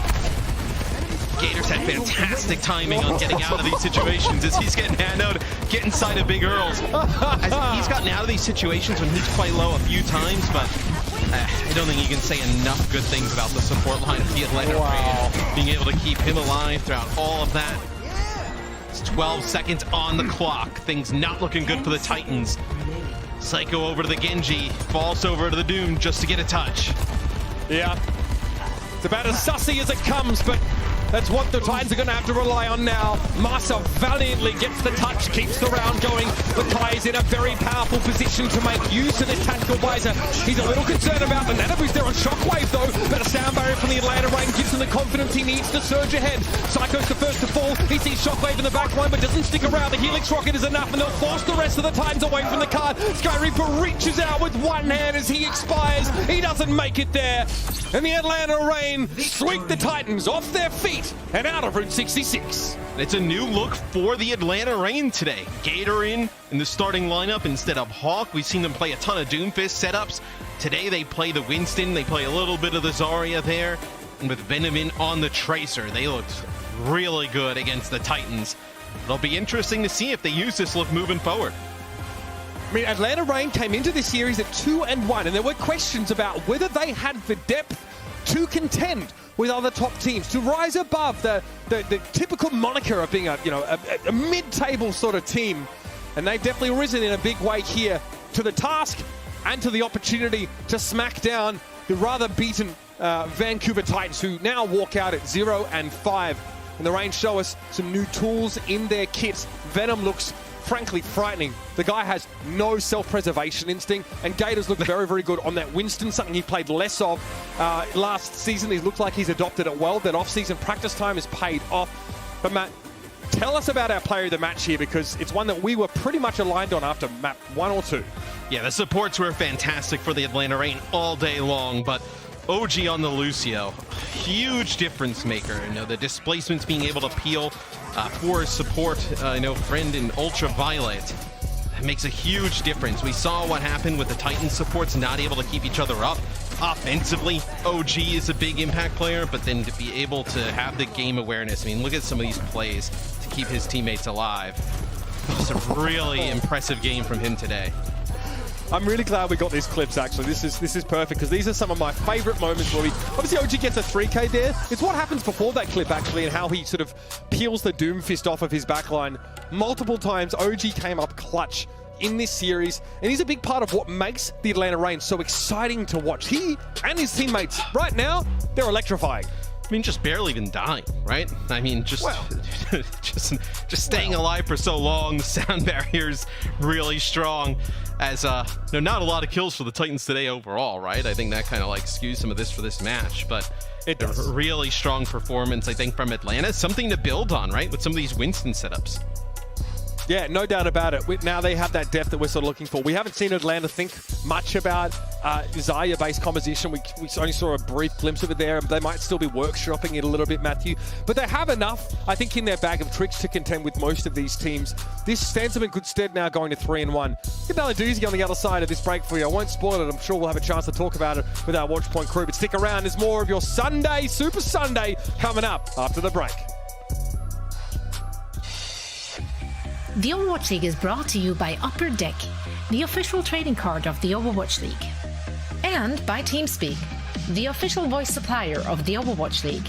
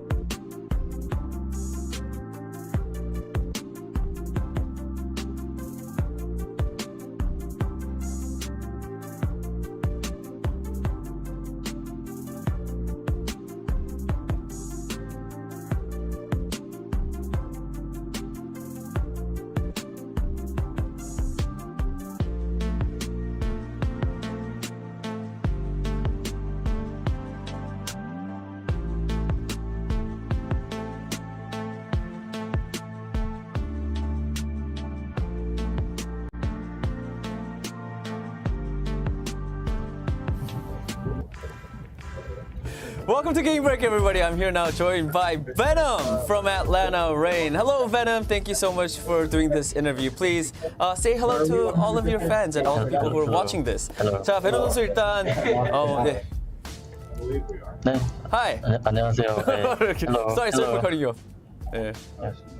All right. Hi. Well, thank you for taking the time for the interview. Right, I do think there's a slight of delay. I think that's why we're talking over each other. I will be more careful. 자, 지금 조금 딜레이가 살짝 있는 것 같아서 베놈 선수 제가 말을 조금씩 짧게 할 테니까 제 말이 다 들은 다음에 말씀해 주시면 감사하겠습니다. 네. Okay. All right, so first question, I mean, this was your debut match today, and you had a phenomenal game. Your Tracer was looking really, really good. I just want to get your, how are you feeling? Like, how was the game for you? Were you nervous at all? What were your thoughts on the match today? 일단 첫 번째 질문은 네, 배동 선수 오늘 첫 데뷔 경기였는데 굉장히 좋은 모습을 보여주셨던 것 같아요. 개인적인 좀 소감 한 말씀 부탁드릴게요. 좀 어땠는지 긴장이나 뭐 이런 건 좀 하셨는지. 개인적으로 이제 긴장을 좀 했던 것 같아요. 시작 전부터 막 배도 살짝씩 아프고. 네, 하지만 뭐 대회하면서 좀 더 나아질 거라고 생각하고 있고요. 근데 저는 제 생각에는 좀 제대로 잘 못 보여드린 것 같아서 다음에는 더 잘할 수 있도록 노력하겠습니다. All right. I mean, I do have to say because this was my first match. I was a little bit nervous. I'm not gonna lie. I was a little nervous. But I do hope that as I play more games on stage, it'll get better. Honestly, for my first showing on the Atlanta Reign, I wasn't too satisfied with my play. I could have done a little bit better. I think my plays were a little bit messy. So going forward, hopefully next time that I play on the team, I'm hopeful that I could show a better performance for everybody. I honestly think you were great. I think your tracer is, I think, one to look out for. 제가 이제 질문은 아니고 제가 개인적으로 봤을 때 저희 배놈 선수 트레이서 굉장히 너무나도 잘하셨다고 생각을 해서 네, 그렇게 걱정은 안 하셔도 될 것 같습니다. And talking about tracer, my second question is actually about that hero. You're sort of the tracer specialist for the Atlanta Reign, but I mean, this is your first year. You're a rookie coming in. Were there any other tracer players that you kind of look up to in the league? 두 번째 질문은 이제 아틀란타 팀에 뭐 트레이서 전문으로 이렇게 좀 들어오셨는데 리그 들어오기 전부터 좀 오버워치 리그를 보면서 만약에 보셨다면은 좀 이렇게 이 트레이서 선수 좀 굉장히 잘한다라고 좀 이렇게 눈여겨본 선수가 있나요? 저는 뭐 캡스터 선수라고 생각하고 있습니다. 아무래도 트레이서도 리그에서 제일 잘한다고 생각하고 있지만 다른 영웅들도 되게 잘하기 때문에 좀 여러모로 좀 존경하고 있어요. 어떻게 보면. 그 어떤 선수라고 하셨죠? 다시 한번 말씀해 주실 수 있나요? 캡스터 선수요. 캡스터 선수요. 체스터요? 캡스터. 그 글래디의 캡스터 선수. I'm sorry. I was like, I heard Chester. 네, 죄송합니다. Yes. All right. Sorry, guys. I mean, that was no. It's my bad. I'm sorry. 죄송합니다. 제가 좀 귀가 잘 안 들려서 오디오가 좀 그래서. All right, guys. I mean, you guys already heard that answer. Yes. Venom picked Kepster from Gladiators as a player, as a tracer player that he looks up to. Not only for his tracer plays, but also he's just overall a great player. Just really mechanically talented. So Venom thinks Kepster is a really good tracer player. And also, last but not least, I feel like on the Atlanta team, you are the only Korean player on the roster. So how's the communication? I feel like you do speak a little bit of English, but are there any difficulties communicating in game while you're playing with your teammates? 이제 마지막 질문은 지금 보니까 베놈 선수가 약간의 영어는 하시는 것 같은데 아무래도 유일한 한국 선수로서 로스터에서 좀 이렇게 경기 도중에 좀 이렇게 어려움이나 이런 거는 없나요? 네, 사실 뭐 딜러를 하면서 엄청나게 막 말을 많이 할 필요가 없다고 생각하기 때문에 사실상 게임 이렇게 에임에 맞추는 것만 해도 힘들기 때문에 이제 제가 말하는 건 많이 필요 없고 팀원들이 이제 말을 하면은 대충 그렇게 막 알아듣는 식으로 해서 하고 있습니다. 딱히 어려운 점은 없는 것 같아요.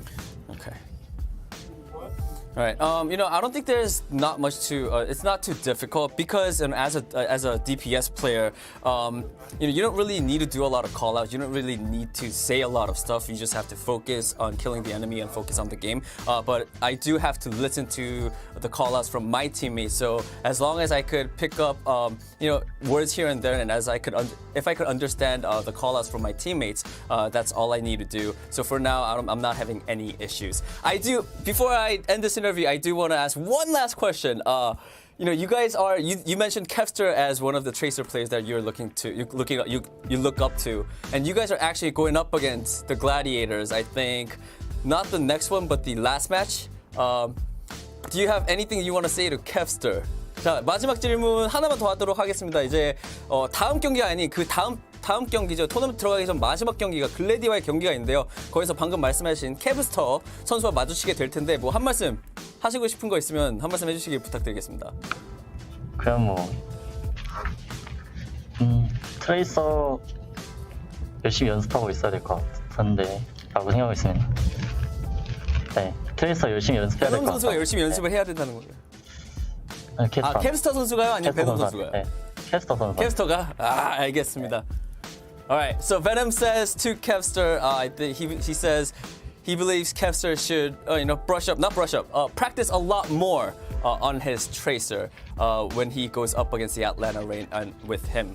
All right. That is it for the interview. Venom, thank you so much. 베놈 선수 인터뷰해 주셔서 너무 감사드립니다. 네, 감사합니다. Bye bye.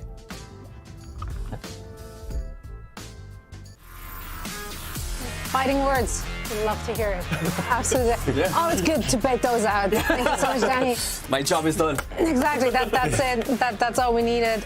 Costa, of course, is joining us again as well for some analysis about the game we just watched. I have to say, though, yes, it was a 3-0, but I was not mad at some moments the Vancouver Titans had, especially when they opted for that Zarya Reaper composition. I think that is definitely the best look we've seen from them so far. What do you guys think? Yeah.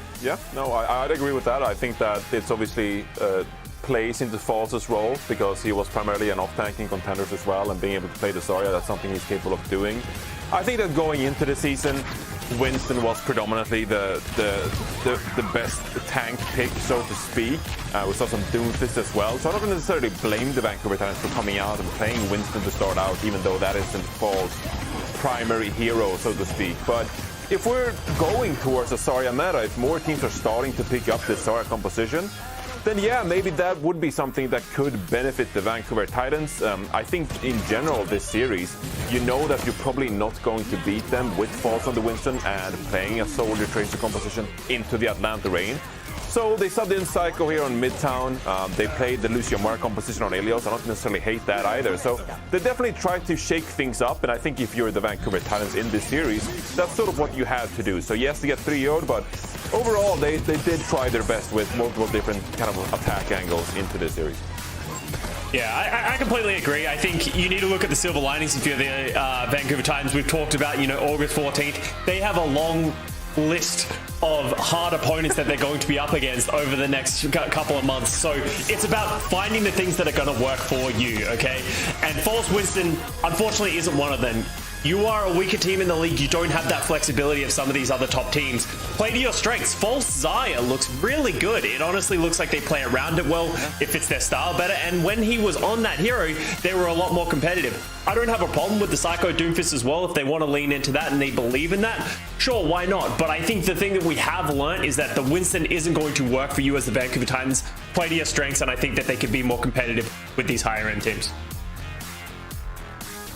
Absolutely. We do want to bring up a stat card as well. I believe it is of Venom. Yeah, it's Venom. Venom. That's the way you pronounce Venom. I don't know. It's not how I pronounce it. That's for sure. But what do I know?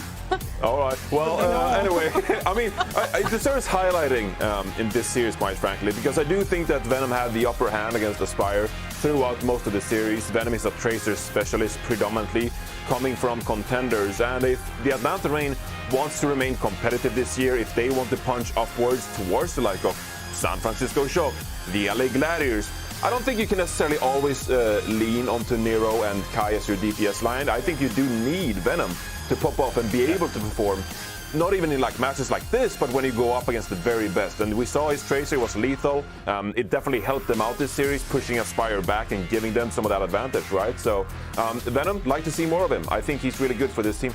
Also, just a good move in general by the team. If you know that you have the advantage going into a match, like bring in those new players, give them the experience they need on the servers, like get those jitters out of the way.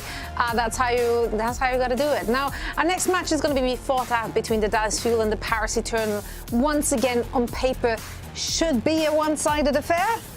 But Reinforce, what could possibly happen that would surprise us all? I think we should defer to Costa on this one. Nice, deep play. Costa, wow. What do you think? Straight under the bus on this one. Well, for me, it's the exact same thing as the Vancouver Titans. They're going up against the Dallas Fuel, a team that is looking dominant, especially on that Zarya style. For Paris Eternal, I want them to find something that works for them. They've been all over the place with their compositions. They've moved from like Darn Tank, then to Vistola Zarya, then they tried to play Vistola on other heroes, and then they went back to Darn Winston. Just want to see some consistency, want to see some growth. This is an uphill battle for the the Paris Eternal. I'm not going to sugarcoat it. They haven't been looking great this season, and they're going up against one of the best. So it's about finding things that work for you and starting to get those reps in and get that experience against better teams when you're on match days as well. So, you know, I hope we have a close match today, but it's... Yeah, I'm going to pass it to Johnny to see what he thinks of his prediction. Johnny, who do you think's going to win? I think I'm going with Dallas Fuel here. I mean, I wouldn't mind seeing some more Gurio in the lineup. I think that's pretty exciting. You know, he was my underdog pick as someone who would stand out. So far, we've only seen him one map, and it didn't really do anything because Edison was carrying. But, you know, maybe some more Gurio for the Dallas Fuel. I'd like to see that. I want to see more Edison. I like Edison. All right, yeah. He's my Reaper guy now, so we'll go with that. Now, whether it's a close one or not, all the action will be brought to you by Matthew Morello and Mitchell Leslie. Wow, serious. Whether it's a close one or not. Yeah, I mean, you know, obviously it's an interesting way to try and sort of manifest a possibility. I think it's a bit of a stretch though, right? The Dallas Fuel, like a shaky start. Let us remember that their only loss so far this season was that first matchup in a pretty hostile crowd scenario against the Houston Outlaws. Since then, they've really plugged a lot of the gaps, shored up a lot of the deficiencies in their play, and they're one of the biggest proponents of this ghost diet, this dirty bubble composition, right, that features Reaper with the Zarya combo, getting him right in everyone's face. Like we saw the Titans try and pull off on Route 66 just now, Matt. It looks much better with Dallas piloting it, to be sure. The Paris Eternal remain a bit of an enigma, right? What look are we going to get from today? What's been the best working strategy from this team?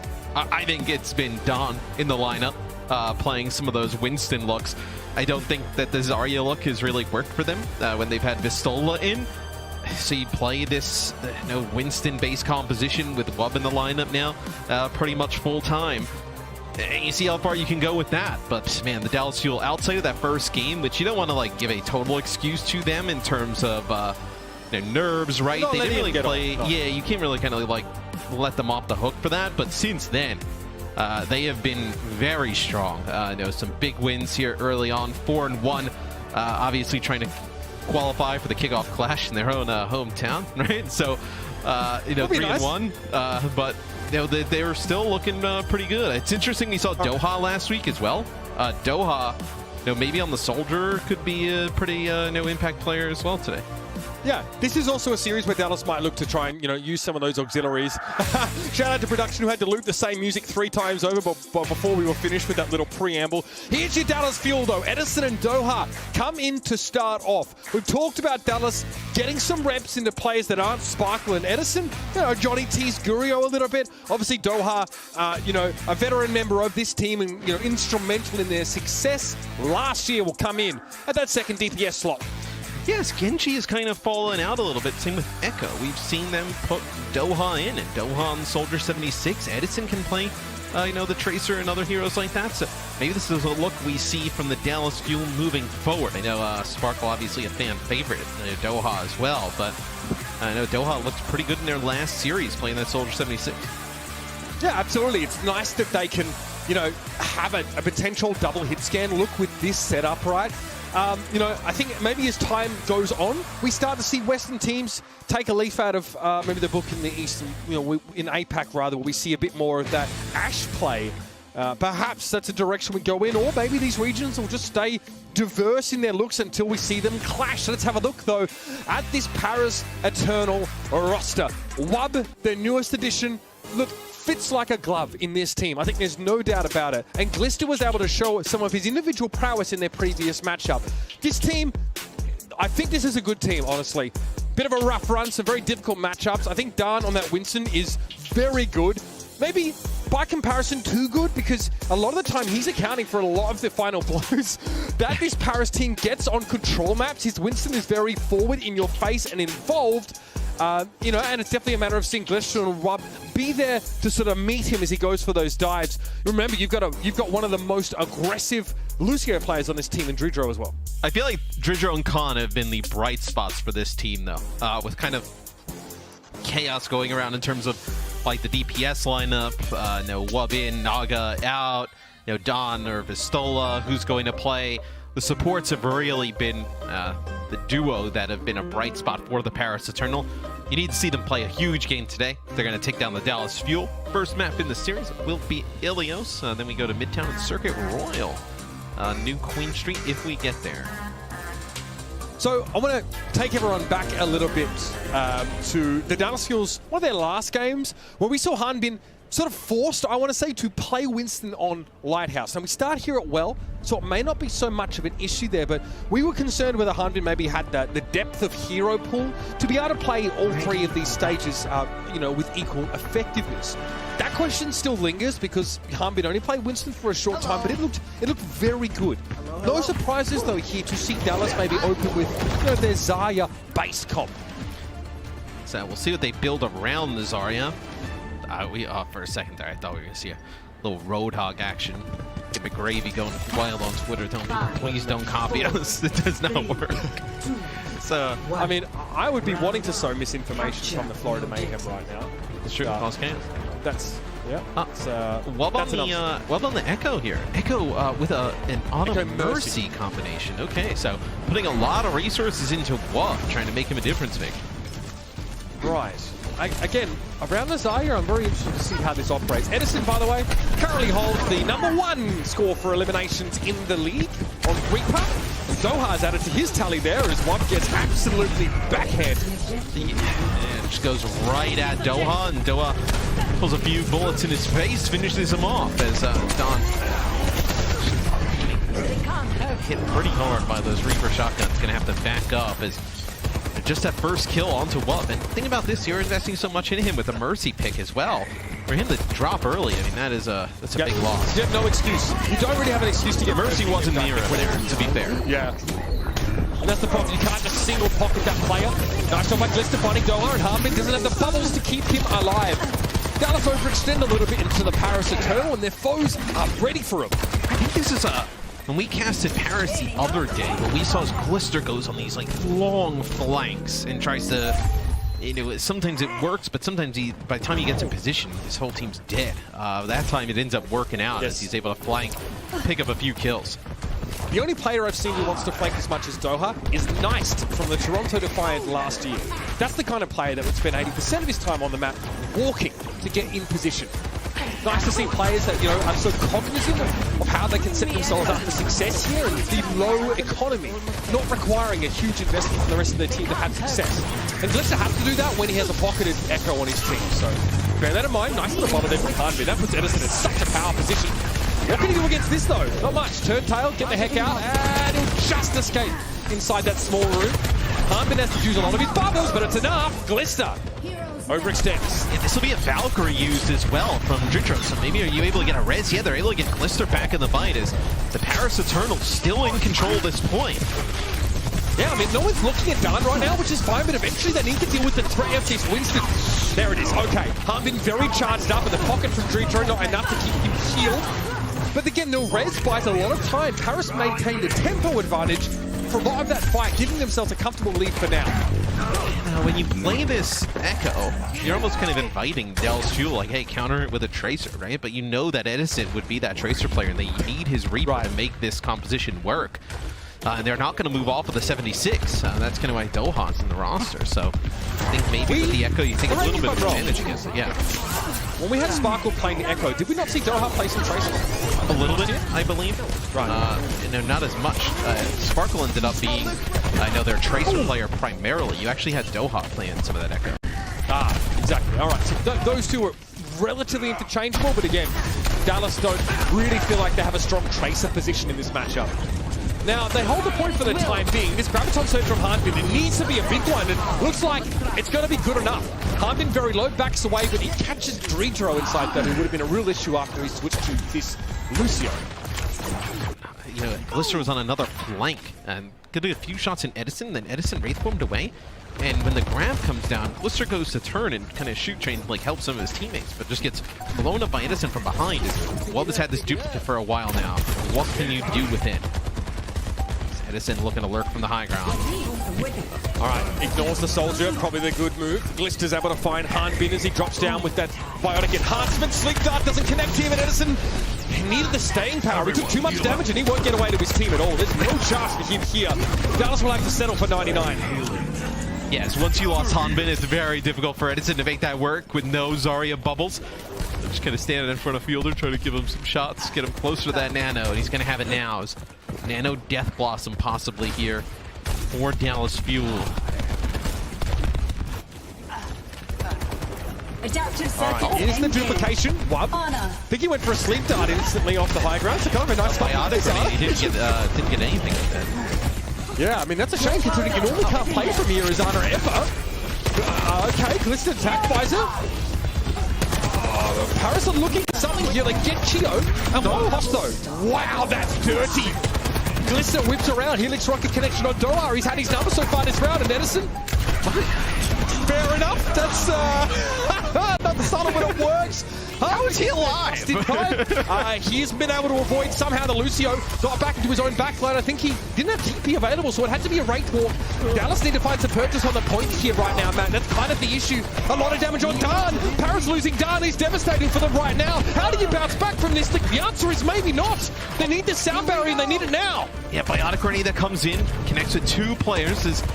Looks like Jojo just wants to contest for a quick second there. OT comes in, sound barrier drops.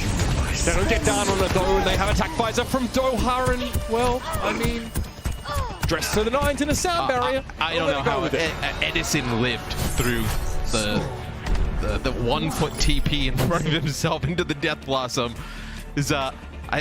When we were looking at it, it didn't look like he got a Zarya bubble. It looked like maybe just like a little bit of healing and some lifesteal was able to push him over the line, keep him up. But it was an unlikely an escape as you see in any Vin Diesel in the Rock movie. You know what I mean? All of them are. Well, you always know they're going to escape. Yeah, this guy just basically ran down the side of a building while it was collapsing. Yeah. Nice job. I mean, that's essentially the plot of Skyscraper. Spoilers, but it's essentially the Wow, they escape? Oh, man. Spoilers. What's the point? Be a pretty grim movie if they didn't. I mean, so at least it would subvert expectation for once. Oh dear. Anyway, our expectations are intact from Dallas. Paris also playing that unpocketed Echo look here from Mud that we saw for most of well. They're looking pretty comfortable with this setup. Edison fairly deep early on. He's been called upon to be a standout for Dallas if they're going to have real consistent success this season. So teams will trade both tanks. It looked like Edison was trying to decide, is it worth going back to help the supports? The supports probably communicated they were fine, but they ended up losing Hanbin as they weren't able to get any line of sight on it. But tanks traded out as Don goes deep to try and make that play. But the tanks are traded out here, Mitch. I feel like Dallas still has a pretty big advantage because the Reaper is so kind of like tanky for DPS, right? Especially, and also there's no one the Wraith form, and no one really threatens Doha anymore. Tough to sort of dive him. You have to just sort of shoot him at range. Edison looks like he's dialed in here. Got himself a defensive bionic grenade, getting healed up there as well. Still, he's very conservative. He still wraiths early quite often. Fielder getting picked off by Glistener is a bad omen from Dallas Fuel. And he looks to try and work down the Overwatch version of Omen. Alright, his attack visor now, but White's already gone down. And Glister needs to find a little bit of value here. Not all the Glisters is gold, apparently, as he comes up with very little. There was Darn able to take Hanbin. Khan's out of the picture. Off of this kind of brawl, you're going to end up with above 50% at worst here for Dallas Fuel. They're going to invest a nano into this on the Doha. And maybe try and thought they could extend it and win that fight out, but not able to do so. So they're going to get Fielder out with his life. Don gets slept, but it's not going to be enough to pick him up. Yeah, it's a non-investment there, I think. It's always speculative anyway when you're playing against an Ana, if you want to sort of nano boost that Soldier 76. Dallas, though, it's a comfortable, it's a healthy buffer, and they're building towards yet another Graviton surge here. Edison, I mean, pretty much has to play around these killers so he doesn't have to get Zarya bubbled constantly. Again, conservative as he backs away awful fast, and the sticky bombs are still going to catch him out. I wonder how much legs this Reaper really has left for the Fuel. It did seem like they had a Zarya bubble to keep him up, as that's going to be the grab that comes out as Hanbin takes out both DPS. Done. It's single-handedly trying to keep the backline of the Dallas Fuel at bay, but he gets no help from his team because they were all caught inside Hanbin's grab, who propels himself forward with those right clicks just to try and get some more value. Dallas, though, will be happy enough taking the lead once more. You lose your Reaper, who's kind of your battering ram in this type of setup, but it does not matter as Hanbin sees 2 players low. Graviton Surge takes out both DPS, which allows Dallas to flip the point back. It's unfortunate for the Paris Eternal. Now, they lived through that. They would have ended up taking the lead.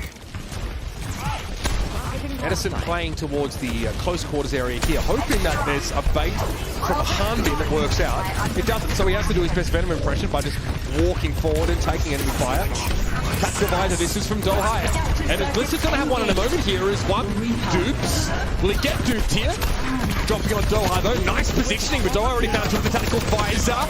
Blizzard now needs to respond in kind. He's also found 2 of his own. Edison found a secluded part of the map to break it down. He's able to find at least Dridro, but Glister is still at large. Hanbin's still at large. Hanbin's still on the point. I mean, nobody's trying to make a play for him as Donnie. There's no way he's going to live through this damage that comes out. No way. Now, he gets caught out alone. He had no choice but to try and go for it here. Dallas Fuel now on the precipice of taking this first map. Hanbin punching out some Z's. He's worked hard for it. Fair enough. Recall forced instantly by one, but he has to just try and keep this one going. And there's that sound barrier. Onto the Paris Eternal. Can't hit with a body grenade, but Edison doesn't want to overcommit here. Lets the sleep dart claim him, and Khan still comes up with the goods. Not too shabby from Paris, but they've lost their backline now. The Tracer on the point for what? Trying to keep this one alive, and Dunn wants to control Doha's positioning, but he's got so much defensive utility. And the Dallas Fuel will just be a little better than the Eternal in map number 1. But neither team looking particularly clean. No, it's a little bit too late there for the Paris Eternal. Not able to make plays towards the end. They had an opportunity to. I feel like if they would have gotten those DPS out alive, when Hanbin gets that grab, they would have taken the lead, maybe able to use that sound barrier that they had towards the end in a bit of a better way. But Paris keeps it close here in map number 1. Yeah, looking pretty decent again. That Winston look suits them well, and Wub on the Echo is a pleasant look. Paris Eternal definitely in a position to threaten here, but Dallas for a step ahead. Let's see if there's any catch-up after the break.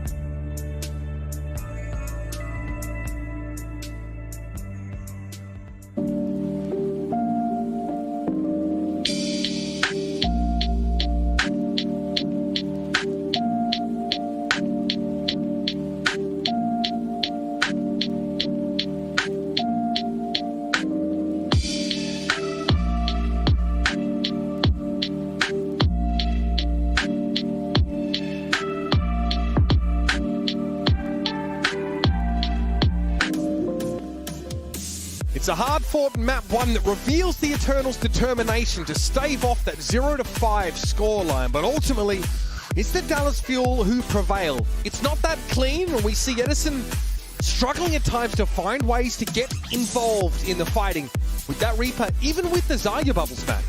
Yeah, just some odd like Wraith forms. We've seen him do really nice stuff with that in the past. Not the best execution of it there on Ilios, but still enough to get the job done for the Dallas Fuel. As we go into Midtown, curious to see if they have to change anything up in terms of what they're trying to play. For me, I think you just keep rolling out this until Paris proves they can beat it. Interested in what Paris does, though, because we saw Wub playing the Echo there for a bit. So do we see him play Echo? Do we see him play Genji? We've seen him play Tracer a little bit. What kind of position do you put him in on this map? Dredro asking for a different look here. He's asking for Torb Moira, as Hanbin has said sure, which Hanbin can play neither Torb or Moira. I mean, Edison, though, pretty dirty Torb player. He do be nasty. I think I'm pretty sure he played it on mid lane away. Will not see Torb. He would play Torb, and Pelican, was it Pelican? Hey. Cassidy? Oh, I'm not sure. Either way, look, doesn't matter. It's not going to happen. Again, so, all right, let's talk about this Zarya versus Winston composition, right? Because Hanbin's probably going to stick to this. Are there any parts of the map that you really sort of favor Paris here, having a Winston? Or do you think the Zarya's just kind of going to be enough to... The Zarya is going to control this choke. Can you get your supports through the choke? With the Zarya there in control. If Dawn and Wub dive in, right? You can bubble Edison, he can go back to kind of help the supports. And the Zarya can just control this choke. So I'm curious about how Paris plans to attack. Alright. Dawn scouts the Zarya immediately. Okay, and they actually have an off-angle Reaper here for Edison, so...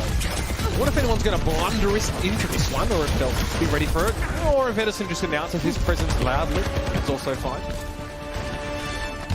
Paris goes up to this high ground here. Huh. Not ready to make a play just yet. The good old bait and switch. Little rotate. Oh, boil and mash and stick him in a stew. I don't mind this.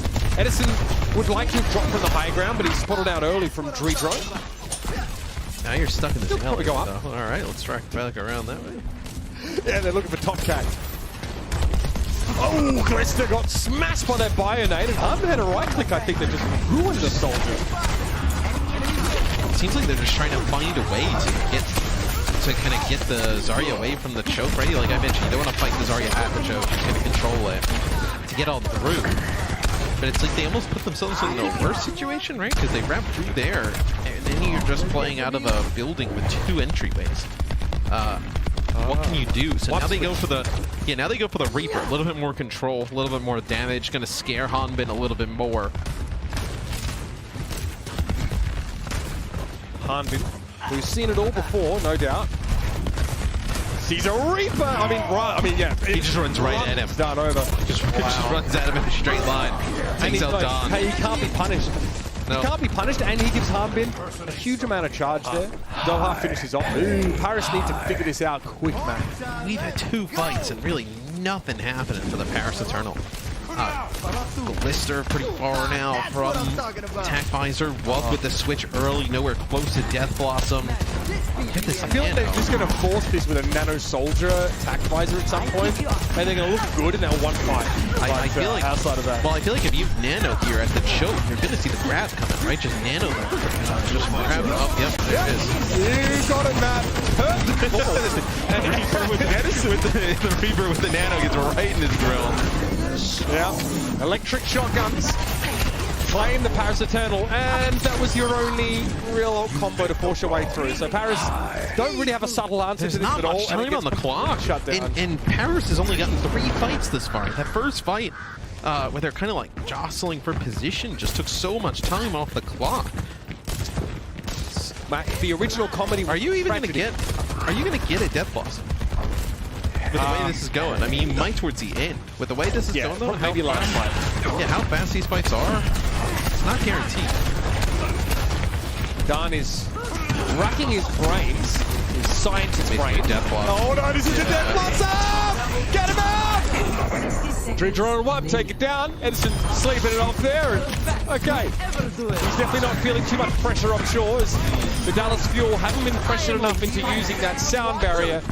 And Paris need to make something happen with Primal here. Not exactly working here for the Paris Eternal. It's gonna have a nano boost though, so maybe you can nano Dawn with the Primal. Yeah, but you mentioned sound barrier available for the Dallas Fuel. That'll be Dawn going in. He gets woken up straight away. Sound barrier from Dridger got caught because he was very low there. Gio uses his first. Harmon a little low, doesn't get the grab. One's able to find his way in with the shotguns and the Fuel back out. So here's a chance for Paris now, but it's not guaranteed that the Fuel will regroup. Doha comes out of the window and kills Kong. They're going to be able to contest here. You're going to get the speed boost maybe on a Hanbin. They're taxiing the Zarya in. Yeah, and Hanbin's going to have grab here. I mean, that is a huge kill there by Doha. 2 ticks. Here we go. Hanbin on in. There's the grab. It's going to catch one. It comes out of right form into the grab. Oh, it's a disaster for the Paris Eternal. That hand has got absolutely baked. Doha wins them that half, though. Being able to just come flying out of the window. Helix rocket and some damage on the con. Dridro can't go and taxi him back, right? They need him on the point. He's their only source of healing. And Han been able to get taxied on in with that grab, drops it right down. Wub using the Death Blossom, probably trying to keep people away from the grab at that point. So Paris does get 82% on the point. Still, dominant defense there from the Dallas Fuel. Making it look easy with that Zarya comp. Smooth sounds of Jazz, quite a contrast from the frenetic pace of that attacking round from Dallas, rather defensive one. I mean, man, yeah, I mean, you were shocked when you saw that pick on Khan. I mean, if Paris were going to win any sort of fight short-handed or for a long period, they were going to have to rely on that Ana impact. I think I think he came out of Wraithwolf right in front of Hanbin voluntarily. He entered it early, but he got immediately sucked backwards into the grab that Hanbin deployed. Maybe there's a chance to eliminate the Zarya there if you're Paris, but it didn't line up that way for one. And now they're going to go with this Reinhardt Baptiste setup. Yeah, Reinhardt Baptiste may. Some extra damage from the Baptiste, right? Then just... There's no mobility here, though. If Dallas gets through the choke and starts to get players separated, it's going to be difficult to even get anything out of this Reinhardt. As they set up the side of the transfer here. It's a good high ground comp. But now, they have a big rectangle to put in front of the Fuel. Shapes are good, right? How the Fuel going to attack this? Give Edison a bubble, send him on in. Seems to be the plan for everything. The from Glister's good. Doha going to go over to the Echo here. So you're going to get rid of the 76. The Maywall seems so easy to circumvent here, though, in the choke. Because there's, there's 2 alternate ways to sort of approach the point. And Paris already let Dallas in with that. Okay. What's the hope here with this Maywall? I don't know. But look at the Ryan. He can't do anything. Yeah. He's trying to hail a bloody bus. Get me out of here, he says. All right, Khan loses that immortality field, and Dan is felled as a result. The nano boost already available pretty much from Fielder. You can nano Doha and send him up into this window, go right after Glister if you wanted. Glister, I think, has a feeling something was coming as he backs up. Very safe play from Doha there. Can he get behind this? Oh my, that's cool. Glister taken down by the tri-shot, but the sticky bombs definitely made their marks. And remember, Dallas only need 2.5 ticks here. With 1 down, I've got bad news for you, ladies and gentlemen. The prognosis for you, Eternal fans, is dire. The Dallas Fuel take this one away all too easily. My, not a good look, Paris. Yeah, Wob uses the Maywall there, but brings Edison in with him into that small area where he has a bubble. Just gets blown up as nothing goes right there for the Paris Eternal. Dallas clicking on all cylinders.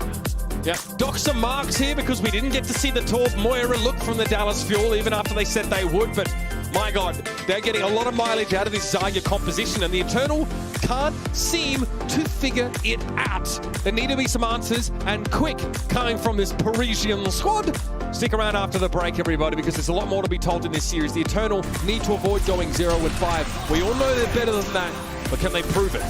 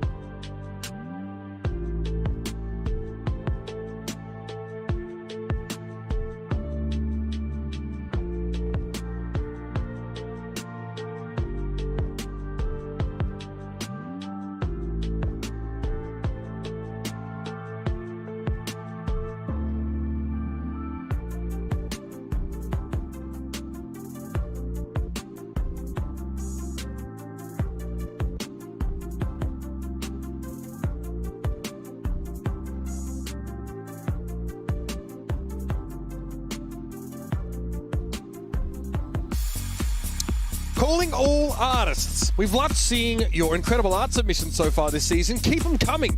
Don't forget to share your fan art celebrating the Overwatch League for a chance to be featured on the fan art gallery in the break. So look, the more art you guys submit, the less airtime Carl gets, which is a win in my book. But it's a very subjective opinion, as is many on art. Aesthetics is extremely subjective, as Matt's fashion style would imply. You're wearing a watermelon shirt today. And you know what? I'm going to do it again and again. I'm going to keep wearing this nonsense. I'm going to keep it fruity out here because that's what this series has been so far, Matt. Fruity. Maybe not necessarily the kind of fruit you like. Again, that's subjective. But for those fellow 2-0 enjoyers, this has been a treat thus far. But Paris, Matt, didn't have much to work with, or rather didn't create many opportunities to work with in Midtown. It was a sad and sorry state of affairs. Yeah, it was not pretty. There's not really much to talk about from Midtown. For the Paris Eternal, Dallas Fuel just kind of ran over them. Some subs coming into this one. It'll be Bestola in for Don. So Don plays the first 2 maps, and then comes out Bestola in, and Guerrillo coming in for the Dallas Fuel. So Johnny wanted to see Guerrillo earlier in the day. He will come in for this next map. All right, like was mentioned by Reinforce.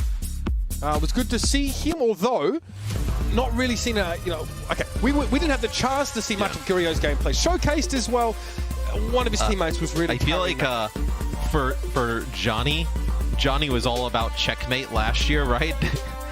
And like he barely played, but then he ended up playing tank. Where I feel like Johnny's checkmate of this year is going to be Guerrillo. But Dridro offers the Torb Moira again. Where Edison has said, sure. Joe trying to say, you guys go Torb Moira first. Yeah, you guys can see that chat at least, so that's great. Okay, so again, this is the kind of map where we've seen a little bit more of that, Widowmaker play. Reinhardt is also featured here. I'm really happy, obviously, to see this Sigma. Yeah, this is interesting, but against... Zen Brig backline, okay. Yeah, okay. So the idea is, right, that you're playing a poke composition around this Sigma, where you want to make sure your spacing is really effective and used along sight lines quite well. And obviously Widowmaker wants to do that anyway, so the rest of your game plan sort of follows along with that. Khan gave us some incredible moments. One of my favorites was the first name Khan, second name Idgeline when he was on Blizzard World. And he just got like 3K, all with like right clicks from extreme range. So this guy's really dangerous. Using Zen as like a long range damage threat. Similar setup. I hated the lines, but I remember him. Similar setup. I mean, I don't remember your lines. Nice shot there from Glister. Glister's going to be under a ton of pressure. Oh, jeez. He's so different. He is so different, by the way, to people like Arns who are really flicked. Yeah. Glister is a tracking aimer on Widow. It's so interesting to watch because he really tries to line up the shot. But we've seen him flick like a madman before. Unfortunately, this time it's him that gets flicked back to spawn. Yes, I worry for Paris. What do you do if this doesn't work? We've seen them... You're about to find out, aren't you? We've seen this look from them when they kind of play the Zarya with it, and it's not looked good thus far. So you're going to see them probably try and commit to this for as long as possible, as Cart moving in favor of the Dallas Fuel to get around this first corner. Going to get very close to taking that first checkpoint. Then you'll see the Paris Eternal drop. Try and contest. Man, I live for the Hanbin Sigma as well. I love Circuit Royale because it's unique in its topography, and so we do get these compositions that are tailored to the map itself. Glister looking for a Zen. I think the waggle shaman hands were out there from Hanbin to block that shot. Edison looking to try and get her around that Sigma shield. Dritro gets really well. Yeah. Dritro, he actually has his shield like broken there. Nice shot by Glister. I mean, he's good for it. He's up for this kind of high-flying Widow action. It's not going to be enough, though. The payload is going to go in. Dallas going to push up, try and take some of this high ground. I think both supports for Paris got the split spawn. Yeah, this is not great. But they might be able to make it out. Okay. Remember how they're talking about, Matt, this Edison Tracer on this map, right? Something we see definitely not nearly as much of him on. Right now, though, he's yet to die. He doesn't play. He doesn't play the Genji, so what you miss here is like the verticality. Is both of these Widowmakers just going for cliffs. No one can hide. Now at this point, maybe it's just bragging rights that the Eternal are trying to lock in. Can't flattened by Hanbin there. Discord Orb really makes a difference. Glister, not good. Edison's able to run him down there. No one from his team could help him out. That's the spacing though in these poke compositions. Everyone playing so much around the Sigma that your Widow in the backline has very little help. And Paris ended up using Rally, Blade, in walls there. I didn't even notice how underwhelming it was. So Dallas will come back. You try and make a play here with the Gravitic Flux. You have Transcendence available. Edison with another Pulse Bomb here. This will be Glister trying to match him in the Tracer.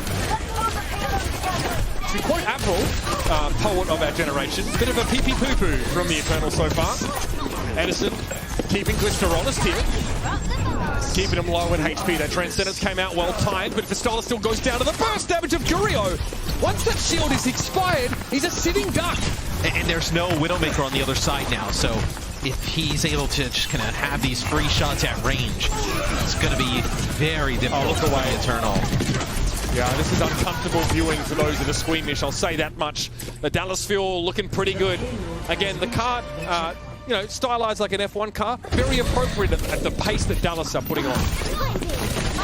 We still got this Glister Edison Tracer matchup. I mean, there's people everywhere that Glister goes. Sorry. It's like, he looks left, he's got a Brig, behind him he's got a Tracer, he's got a Sigma in front of him. Admire the Strata in this rock formation as I beat your head in with it. Time it going back this to get rid of the Tracer. Usually where you would see like a 76, right? The Widowmaker doesn't get as much this part of the map. Trying to hold through this doorway. Yeah, this is dangerous. Remember the knockback element of accretion here is something that is not to be ignored.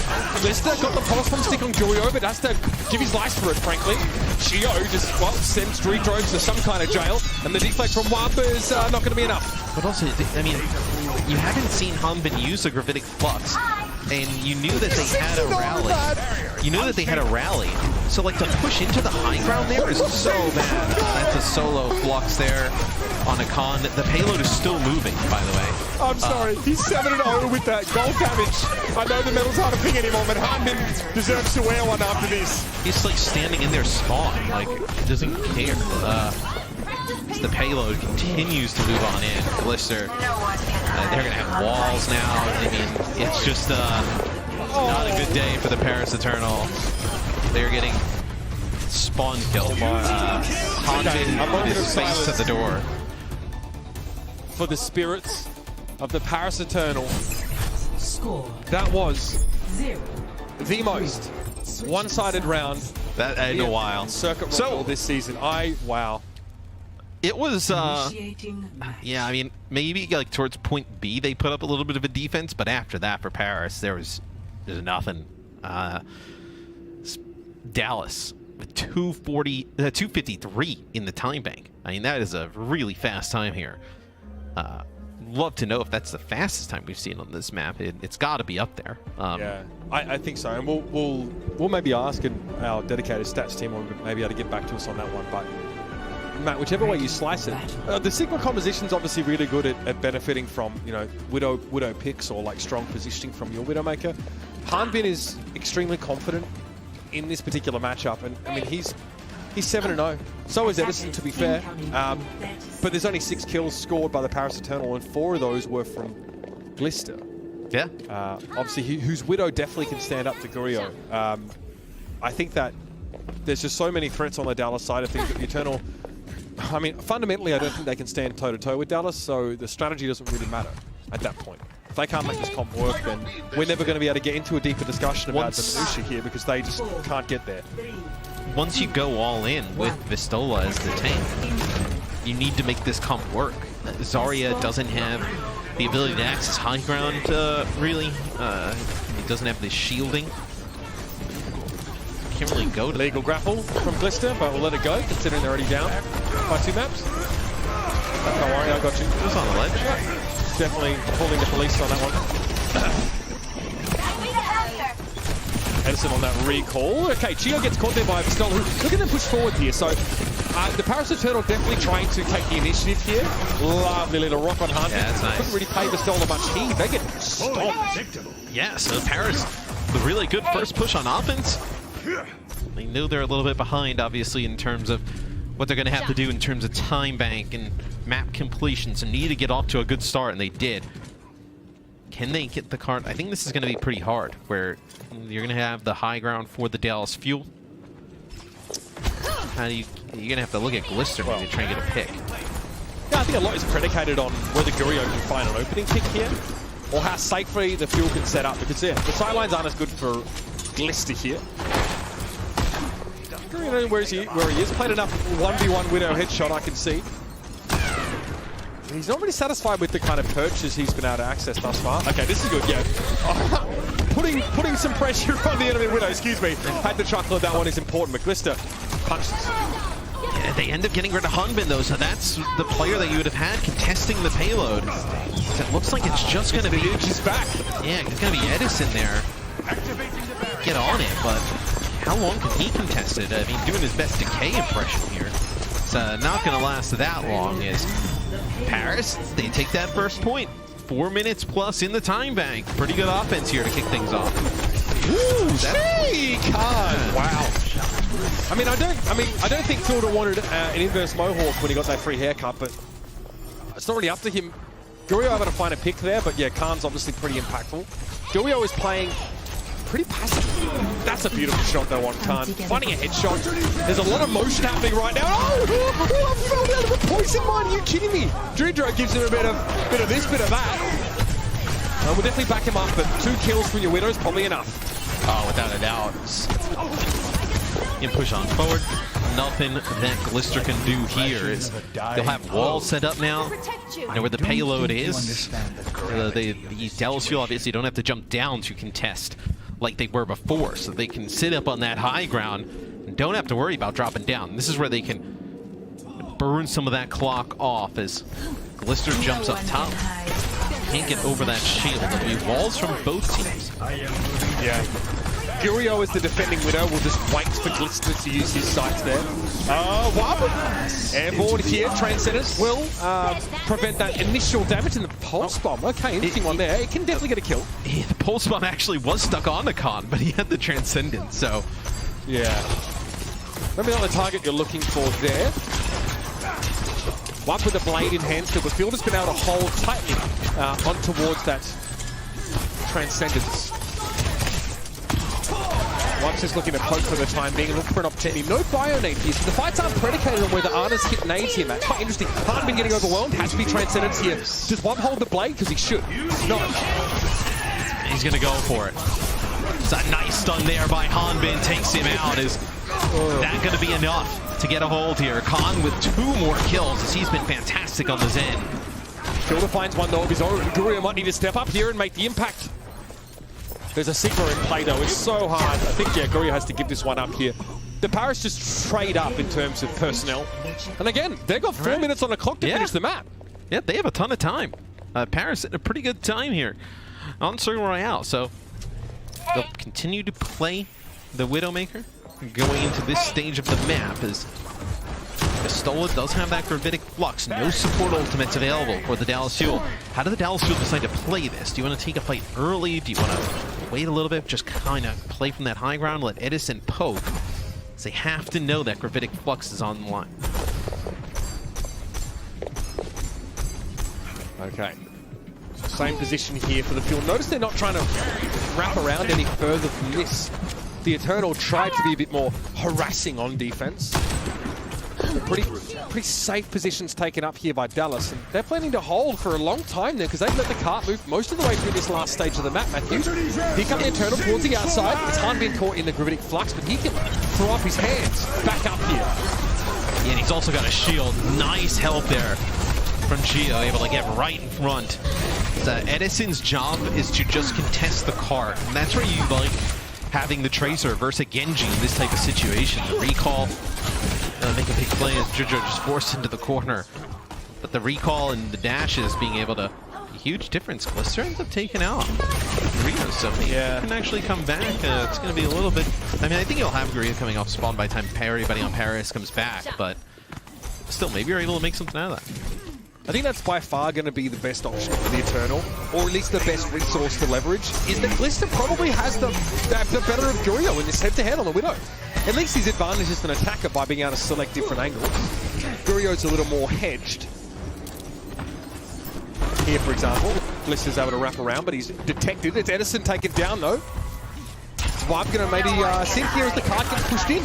Dallas have to come up with something pretty quickly now as the Eternal are going to force their hand.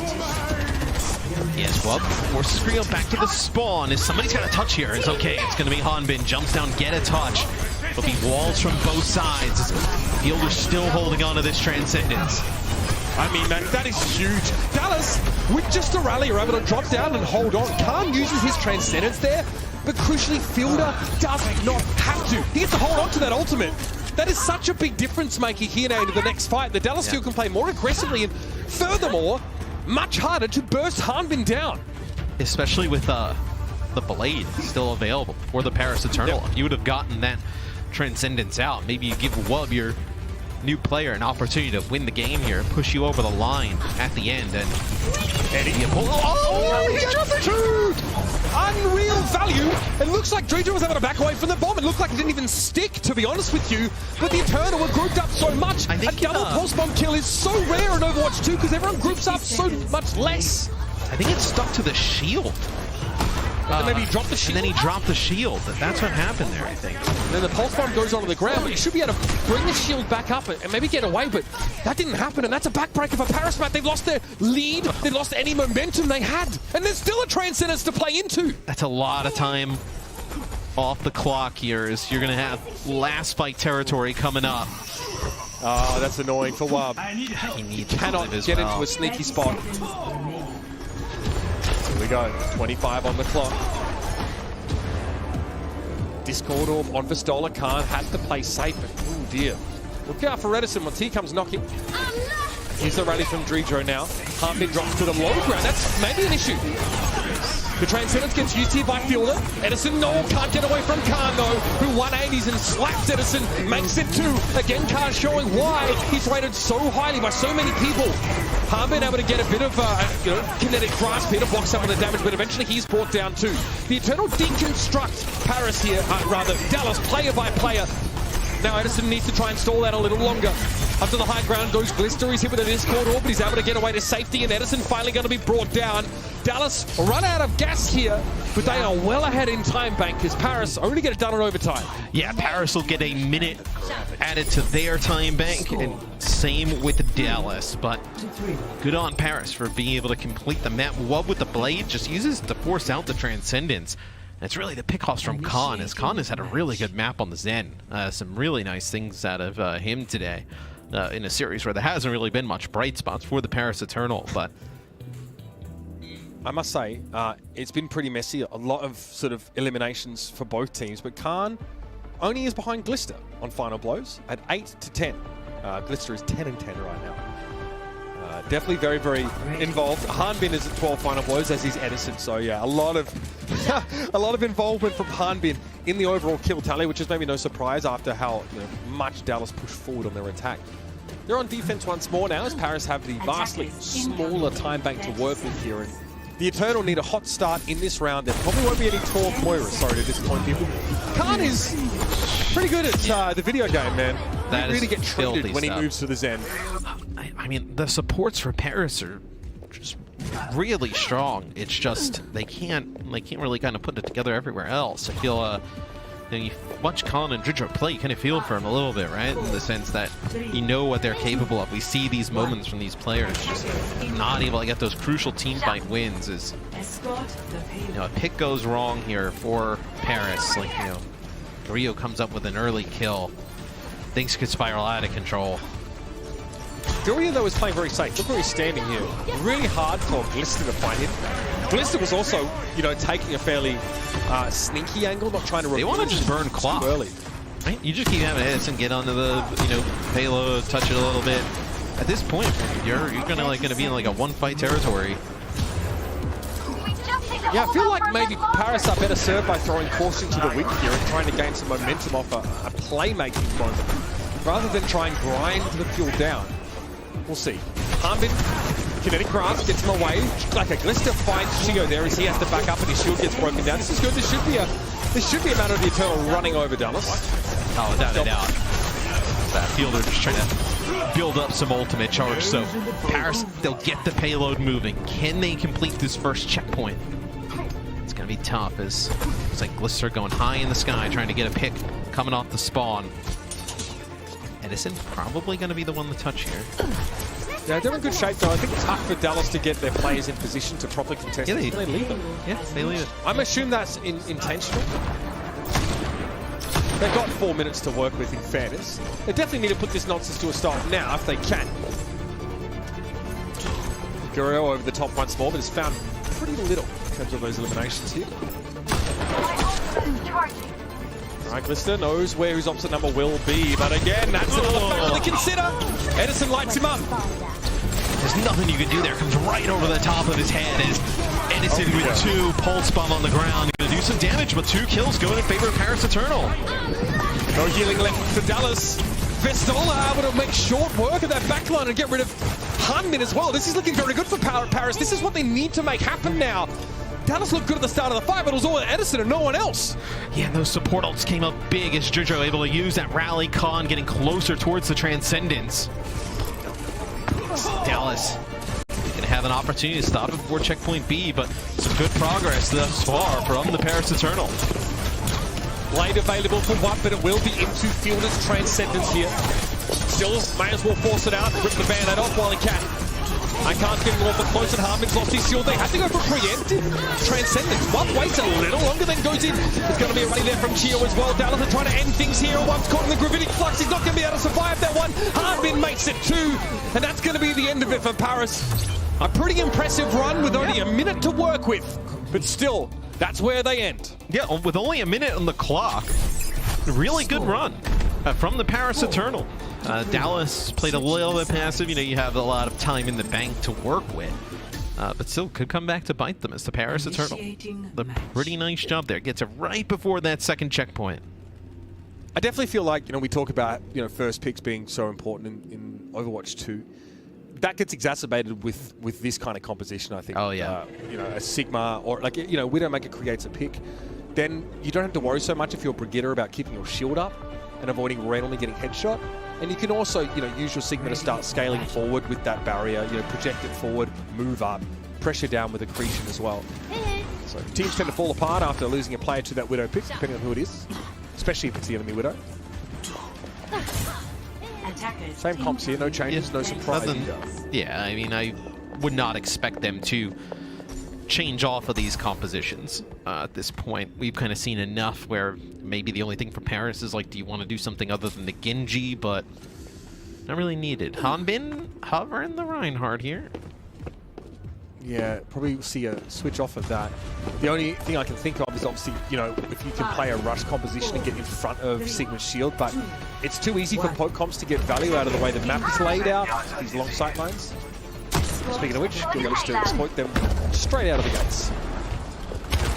Just a little bit of a turn there, looks down, trying to hide his head.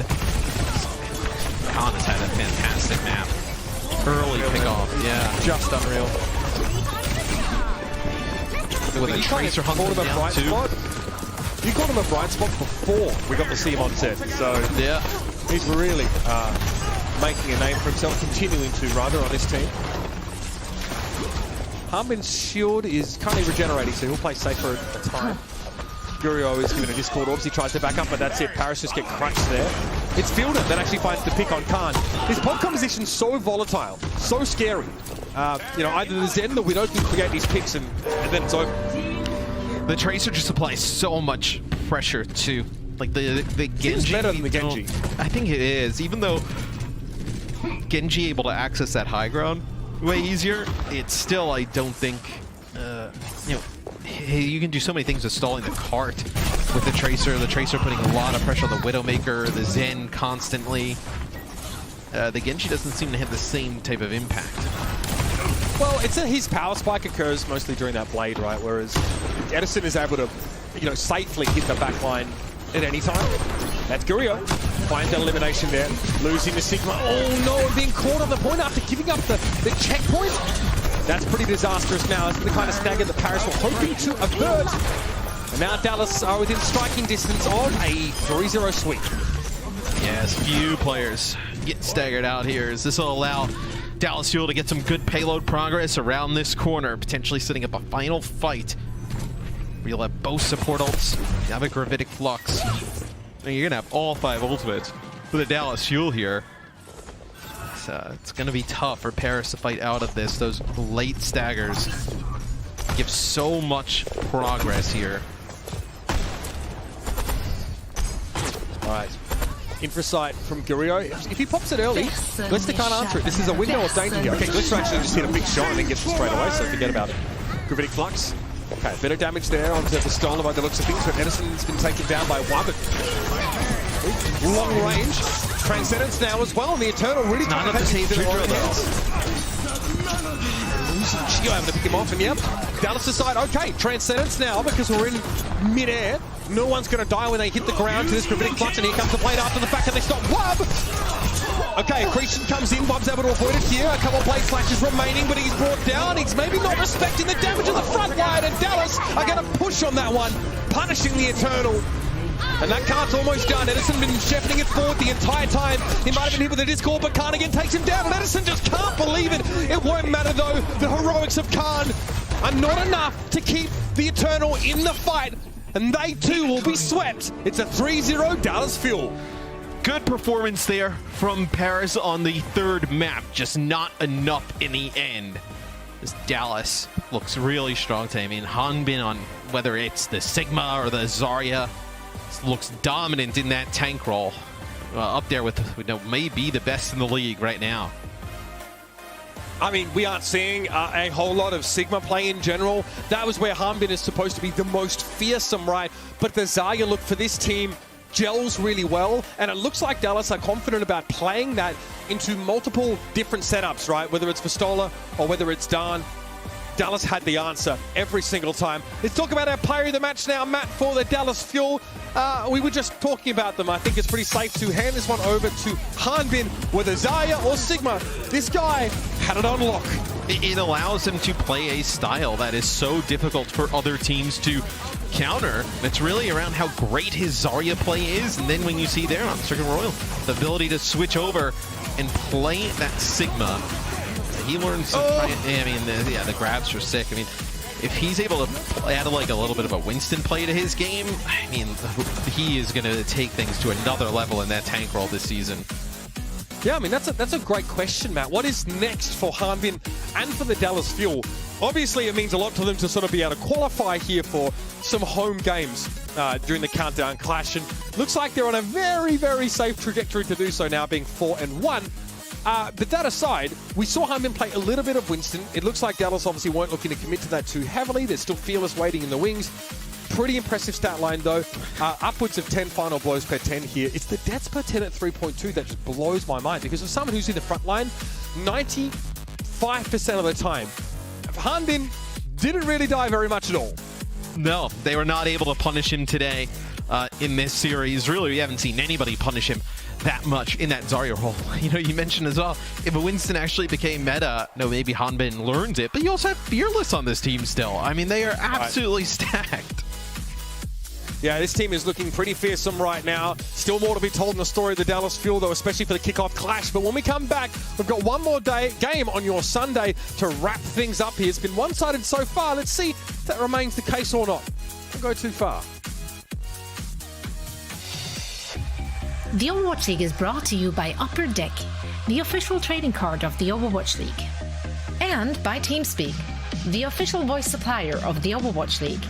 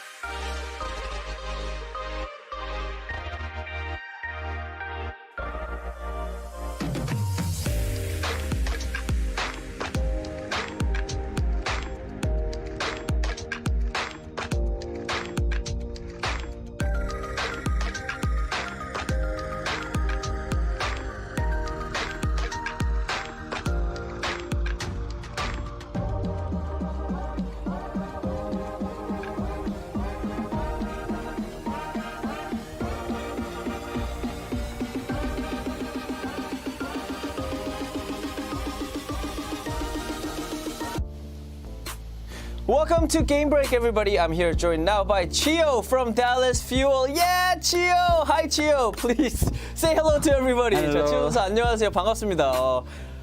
Yeah, introduce yourself. 자기소개 시작. 저는 이번엔 댈러스 퓨얼의 메인 힐러를 맡고 있는 치오라고 합니다. Hello, everybody. My name is Chio, and I play main support for the Dallas Fuel team. All right. I mean, this was a quick 3-0 for the Dallas Fuel, and I do want to ask because you're one of the few players that recently joined the Dallas Fuel team as a rookie player. Were there any added pressure because of that? Because I mean, Dallas Fuel last season and even this season, they're one of the stronger teams that we have in the league. 첫 번째 질문은 아무래도 달라스 팀이 저번 시즌부터 굉장히 좋은 모습을 보여주고 있고 지금 좀 강팀 중에 한 팀이라서 이번에 달라스 팀으로 오게 되면서 좀 잘해야 된다는 그런 압박감이나 그런 긴장감 같은 게 좀 있으셨나요, 치유 선수? 조금의 압박감은 있긴 했는데 그래도 저희 T1 선수들이 다들 이제 많이 잘한다는 걸 아니까 다른 팀 들어간다 생각한 거 비교하면은 좀 덜한 것 같아요, 압박감이. All right. I mean, I did feel a little bit of that pressure, but I know that all of my teammates are super good players. They're really talented players. So if I had to go into another team, I think I would have felt a lot more pressure to perform. But right now, I'm in a good team, so I do feel a little bit, but not as much. All right. And also, Johnny reinforced it, told me that you and Chorong from Toronto Defiant, a lot of people are saying that you guys are one of the best rookie main supports that we have in the league, and there's a lot of talk about that. Who do you think is better? Do you think you're the better main support, or do you think Chorong is better than you, and why? 두 번째 질문은 지금 저희 또 여기 미국 중계진 한 분이 저한테 얘기를 해주셨는데 초롱 선수랑 또 이제 또 치오 선수 두 분이 지금 많은 팬분들이 얘기하기에 둘이 좀 지금 우리가 지금 가지고 있는 루키 신인 서포터 메인 힐러 중에서 되게 제일 잘하는 두 명이다라는 얘기가 많다고 하더라고요. 치오 선수가 보실 때는 누가 더 잘하나요? 치오 선수인가요? 아니면은 초롱 선수인가요? 그냥 둘 다 비슷하게 잘한다 생각하는데 저는 아무래도 그냥 둘이 스타일 차이가 많이 나가지고 저랑 초롱 선수랑 그래서 그냥 스타일 차이인 것 같아요. 실력은 똑같은 것 같아요, 제 기준에선. Okay, so Chio says that they are both really good players, but I think they just have different styles. So they're just stylistically different. But other than that, like their skill level is about the same. But I mean, hey, so I mean, you did say there's stylistic differences. So then, can you just explain a little bit more on how you guys play differently? 방금 이제 좀 스타일이 좀 다르시다고 얘기했는데 그러면은 이제 실력 말고 스타일적으로 치오 선수랑 그리고 초롱 선수랑의 좀 이렇게 스타일 좀 이렇게 뭐라 그러지? 차이가 있다면 어떻게 다른가요, 둘이? 초롱 선수는 이제 제 개인적으로는 뭔가 기본적인 걸 조금 포기한 대신에 한 방을 노리는 스타일이고 이제 저는 한 방 같은 걸 이제 포기한 대신에 기본적인 걸 좀 더 탄탄하게 한다. 이런 쪽이라 생각해요.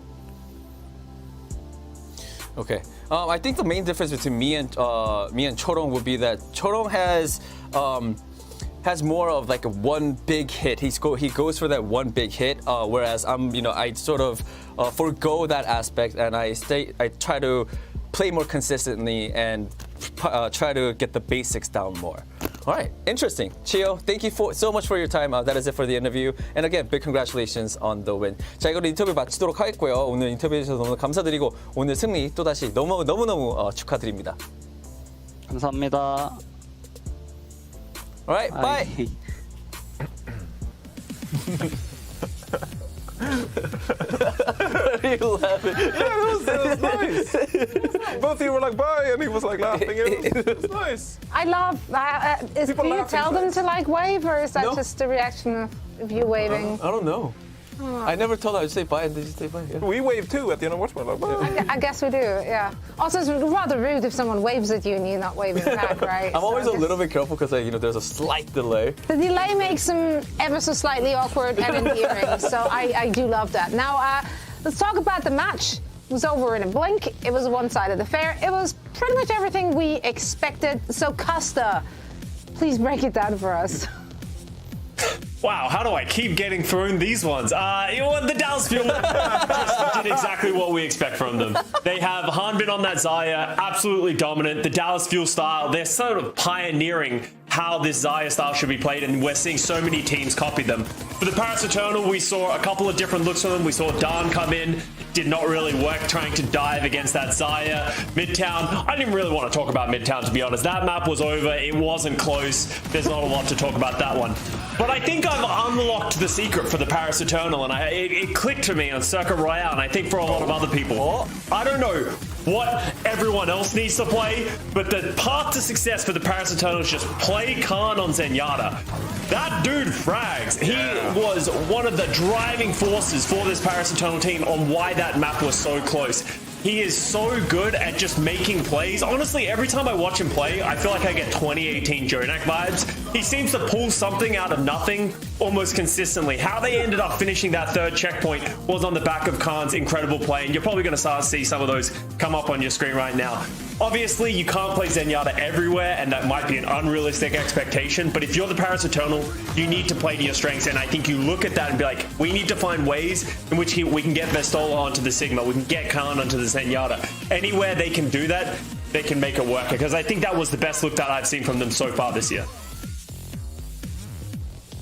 Yeah, no, I absolutely agree. I think sometimes, it's early on in the season and everyone's so itchy to sort of like, oh, this team is good, this team is bad, and like we've had so much expectation of all these teams, but at the end of the day, it's just stage one, right? And right now, this is what the current meta is. You're seeing a lot of Soldier and Tracer, and Soldier's already been changed in Overwatch 2. You reduce the bullet damage a little bit, changes to Visor, etc. So coming to next stage, I mean, we might get a Risa meta, I was about to say. We might get a Reinhardt meta. London will be like a top team. Like that. We don't really know yet. And for Paris Eternal, if you could get into one of those Sigma, Zenyatta consistently, I mean, he can kick now. I was about to say it, and then he can kick.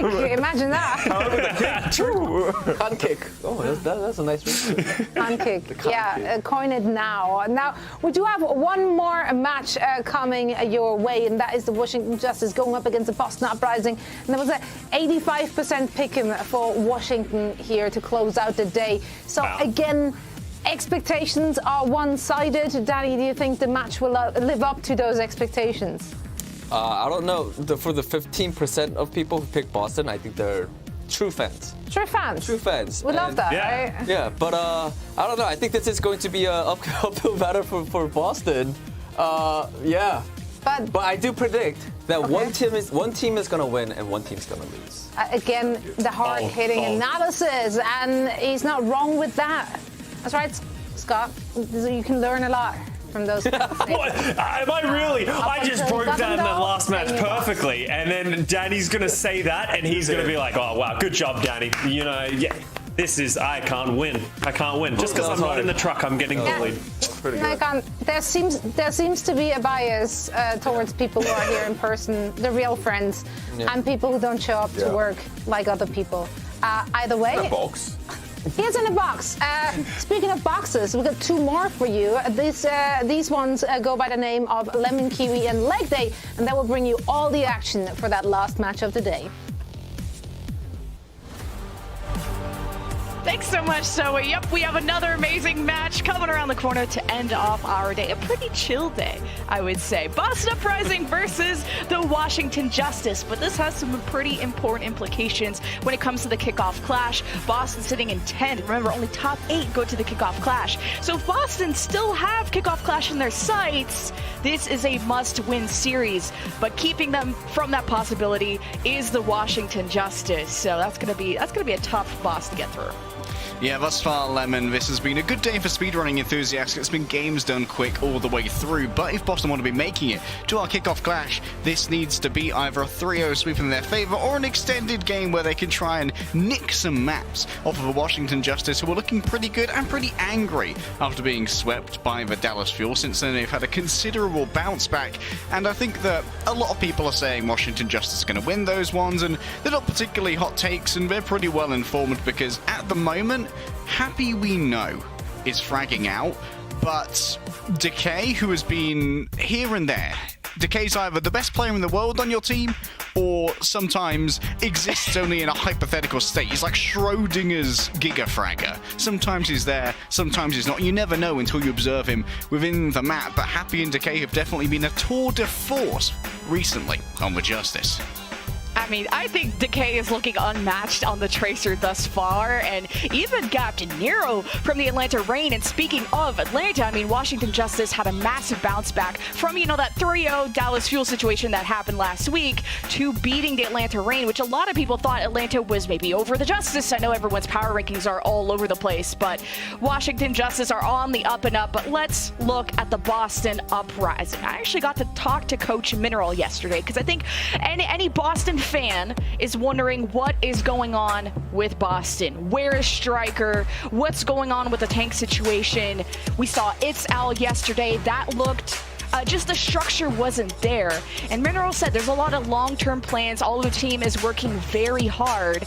And there's a lot of complicated situations happening in the back room, but I'm excited for Punk to be starting. When I spoke to Mineral about their tank situation, he said Punk is the most flexible, communicative, and also just the best leader for this team. And you got to think about how much pressure that puts on Punk. Let's not sugarcoat this, Lemon. Boston Uprising are kind of an organ, a team in crisis right now, when they are trying their best to sort it out. But when it comes to in-game, you have to look towards that spiritual core that will keep your team being able to play at their individual best, even if as a team you might be not as effective as you otherwise would have hoped, and that is Punk. And his flexibility and his reliability when it comes to a skill on both the off and occasionally the main tanks as well has been one of a few things that have kept Boston Uprising in these games. Boston Uprising's only win so far, that one against the 3 Lemon, we cast it. It was their first match against the Vancouver Titans, and we gave Punk the player of the match because he was the standout player in that victory.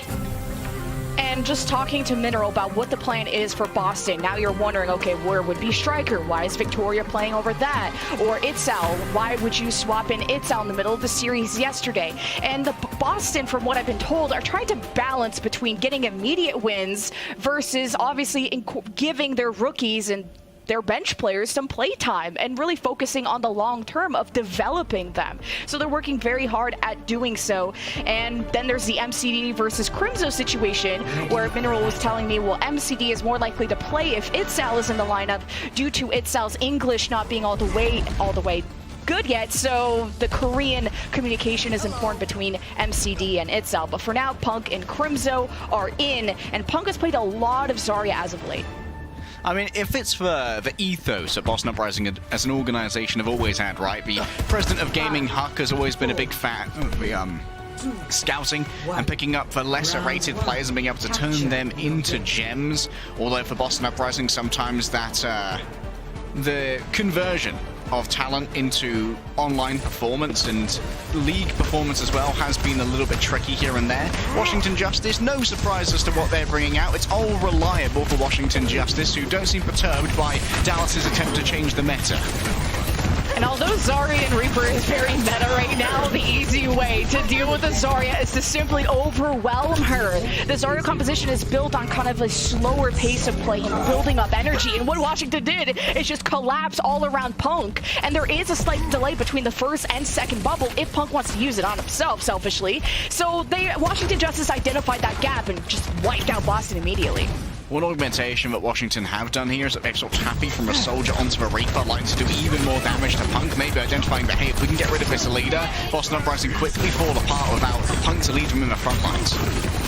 I think Zarya is pretty good also against Tracer. You see that everybody that Decay likes to go after, especially Crimzo, is going to receive a lot more attention from Punk, and I think Punk is going to want to mark who Decay is going after. Speaking of which, Decay is looking for a health pack, looking for some friends. Justice are getting weaker. Happy has been found, and Boston might have given up the point at the start. It's about 40% for the Justice. You have some ultimates for the Justice, but not feeling like they want to turn this 4v5 around.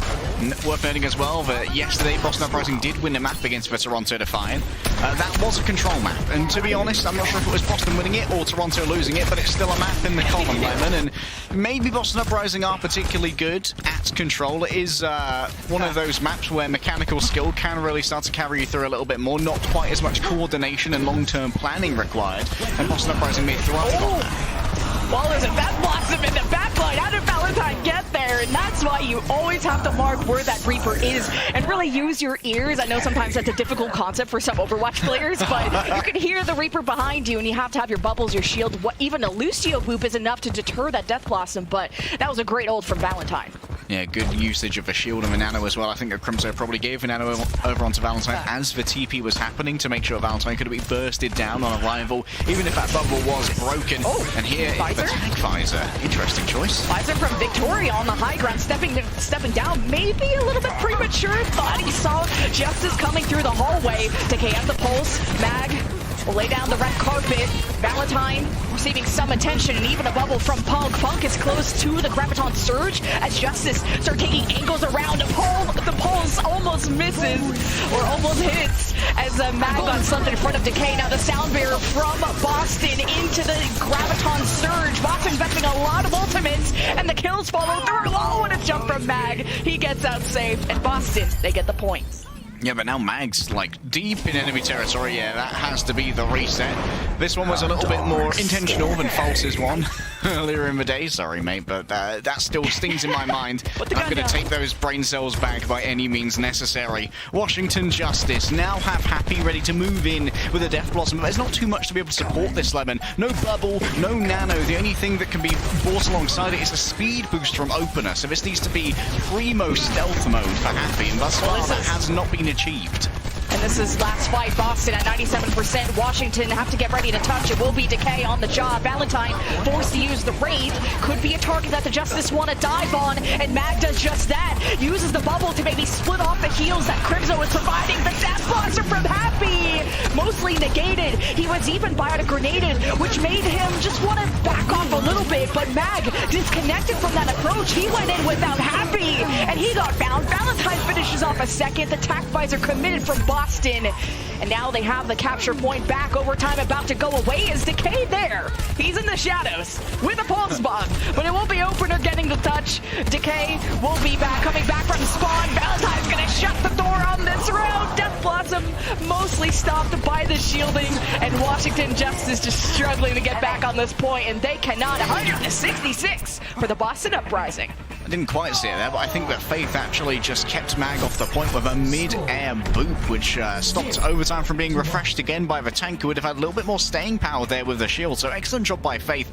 And I think that Washington Justice here might have got, they might have anticipated a little bit more of a happy gappy when it came to the Reaper, because they didn't really have many tools to help enable the Reaper, like you have from Punk being able to bubble Valentine continuously. And I think that may have left them in a poor position when it came to those particular clashes, but maybe a Soldier 76 would have helped better in, or have Mag on the Zarya, which we know might not be in his comfort zone. Speaking of comfort zones, Punk is flexing over once again to the main tank, but we've heard from Boston Uprising that they are prizing the flexibility that Punk brings to the table, while also being able to call supremely well, which is so important on Winston.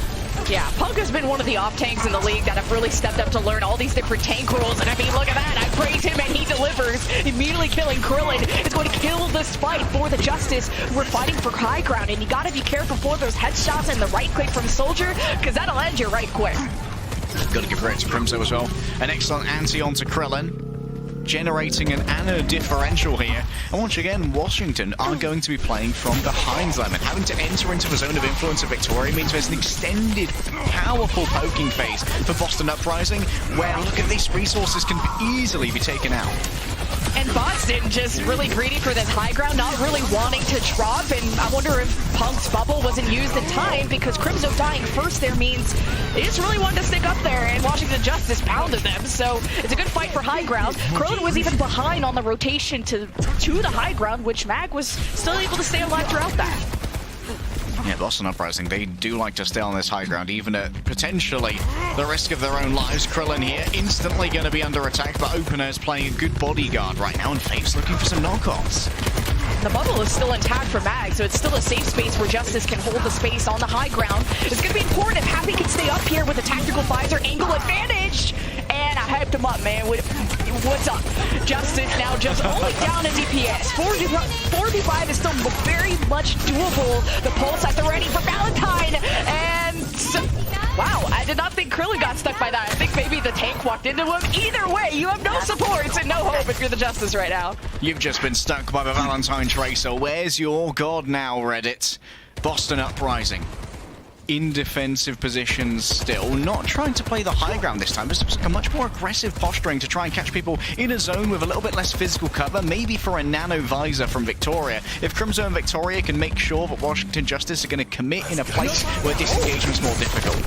I don't think anyone expected this early of a nano visor, and I don't hate it, but Justice have the spawn room door right there, and I guess you force out Mag's Primal, but yeah, Victoria in a little bit too deep. Now Mag, he gets to engage towards the point. Justice are kind of far behind. At least Krillin is in line of sight. Could give Mag the nano if they want to keep this going, but probably want to save this for Happy's nano visor for a serious win con. Now the highway is getting involved. The cars just ran over Krillin and Mag, literally. So now the Justice thought they had to get a counterattack, but I guess not. Quite toxic from Punk. Washington Justice say counterattack. Punk says play in traffic, kids, and two of them go to do so. Mag and Krillin both taken out by that Primal Rage. Remember, this is not a seasoned Winston player we're looking at, and Punk getting some supreme value out of the ultimate against a much more experienced Winston like Mag. Oh, nano visor right in the face of Punk and everyone from Boston heading for the hills. But, I mean, the job is almost done if you're Boston. 99%. Washington Justice use the nano visor. They get the point back. They got a quite big gap to close. And at least they have 2 ults for the next fight.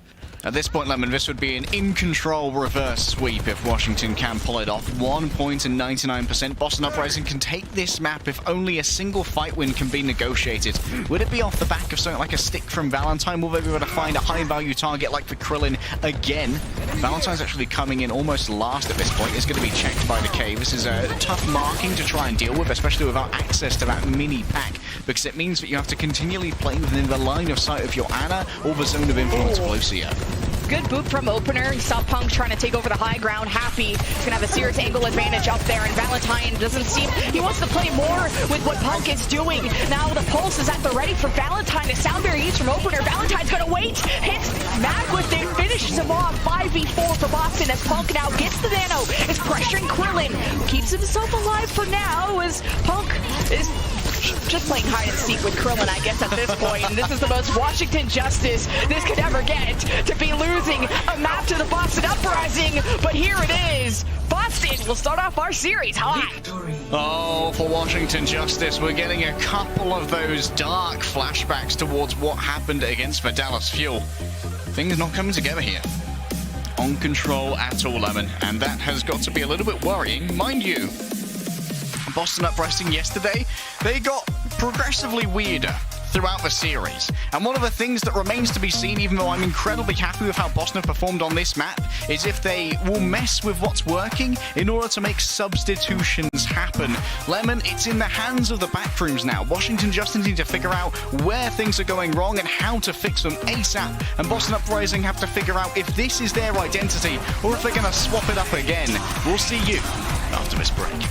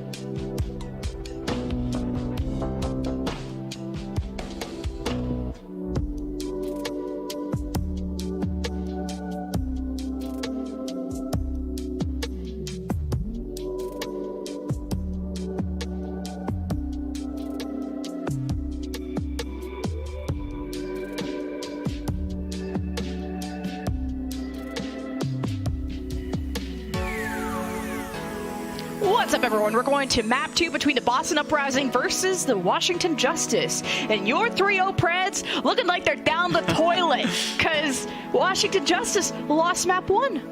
Those 3-0 Preds, Lemon, they are looking busted. And I hear all the Boston fans before this match going, what day will we see Striker play again? There's only one day that matters, mate. That's February 14th, because it was all about Valentine over on Oasis. This guy who's had a couple of doubters over the course of this year achieved a deadlift.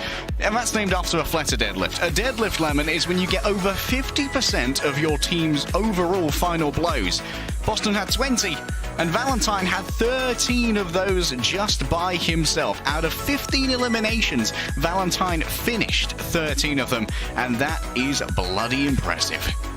Yeah, the Reaper Tracer setup from Boston worked out really well. Of course, just how close range control is in general. And I think Valentine and Punked worked really well together. Whenever I saw kind of Valentine straying away from the pack, he rejoined his leader of the pack, Punk. And I think that cohesion in the very chaotic moments of the fight helped Boston get a few edge them out. While as Happy, there was some choices, you know, the nano tac visor when Boston were coming out of spawn. There were moments where I think Krillin and Mag got hit by cars. I didn't know a play of the game would go to a car today, but I've seen also Psycho on Doomfist. So it's a wacky day of Overwatch, but we're going into map 2. It's King's Row to see if Washington Justice are going to climb back or what's going on.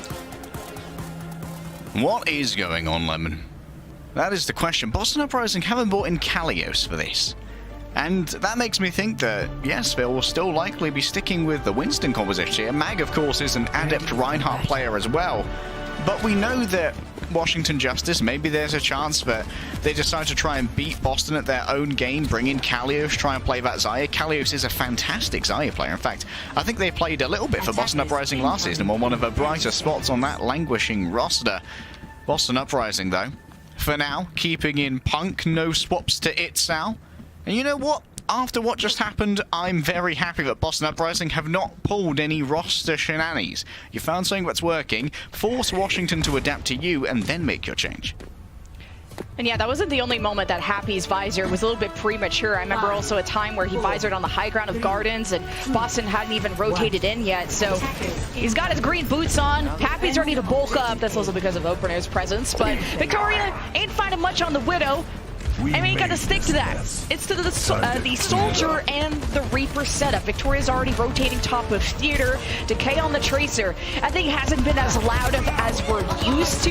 Decay, I think, you know, especially on Gardens, had a lot of his targets bubble. That's mainly Punk who will return on the Zarya. The first dive was already started. Mag, half health. Valentine receiving bubbles. Now, I wonder if Valentine's going to want to TP into the top right, try to put pressure onto someone like Krillin, but goes after Opener and Happy, who really are not fazed by this. See, the real toughie thing here, Lemon, for this Reaper composition on attacking King's Row Point A is you can see where Washington Justice are playing, which is incredibly aggressive, but it also means if you want to join Valentine on one of these dives, you've got to go all the way up one of the stairwells, and that takes so much time. It means that Valentine is essentially solo DPSing anyone who's up there when they make their teleport, unless Faith is alongside them. I'd love to see Valentine not go anywhere where Opener is, because the tiny little platform's very boopable. I'm seeing Krillin look very single, ready to mingle on the other platform. So Valentine thinking Opener and Happy are the bigger threats, and you have to assume that now. Happy is built up towards attack visor. Decay has the pulse spot. Valentine shifts his attention to Krillin, but hasn't been successful at getting an execution. Now the raid is a little bit out of range from the team, and the right click from Happy destroys Valentine. You got a 4-on-4. Krillin will give the nano to Happy. The nano visor. Happy has been woke. Crimzo is molding, but Justice still need a little bit more work before they can move towards the point. Yeah, Boston got exactly what they wanted here. They forced enough of a brawl that Washington Justice started to descend from those high grounds, and that meant that Victoria, Punk, and Crimzo could start to get involved with doing that DPS, and Punk's been rewarded for this by having access to a grab.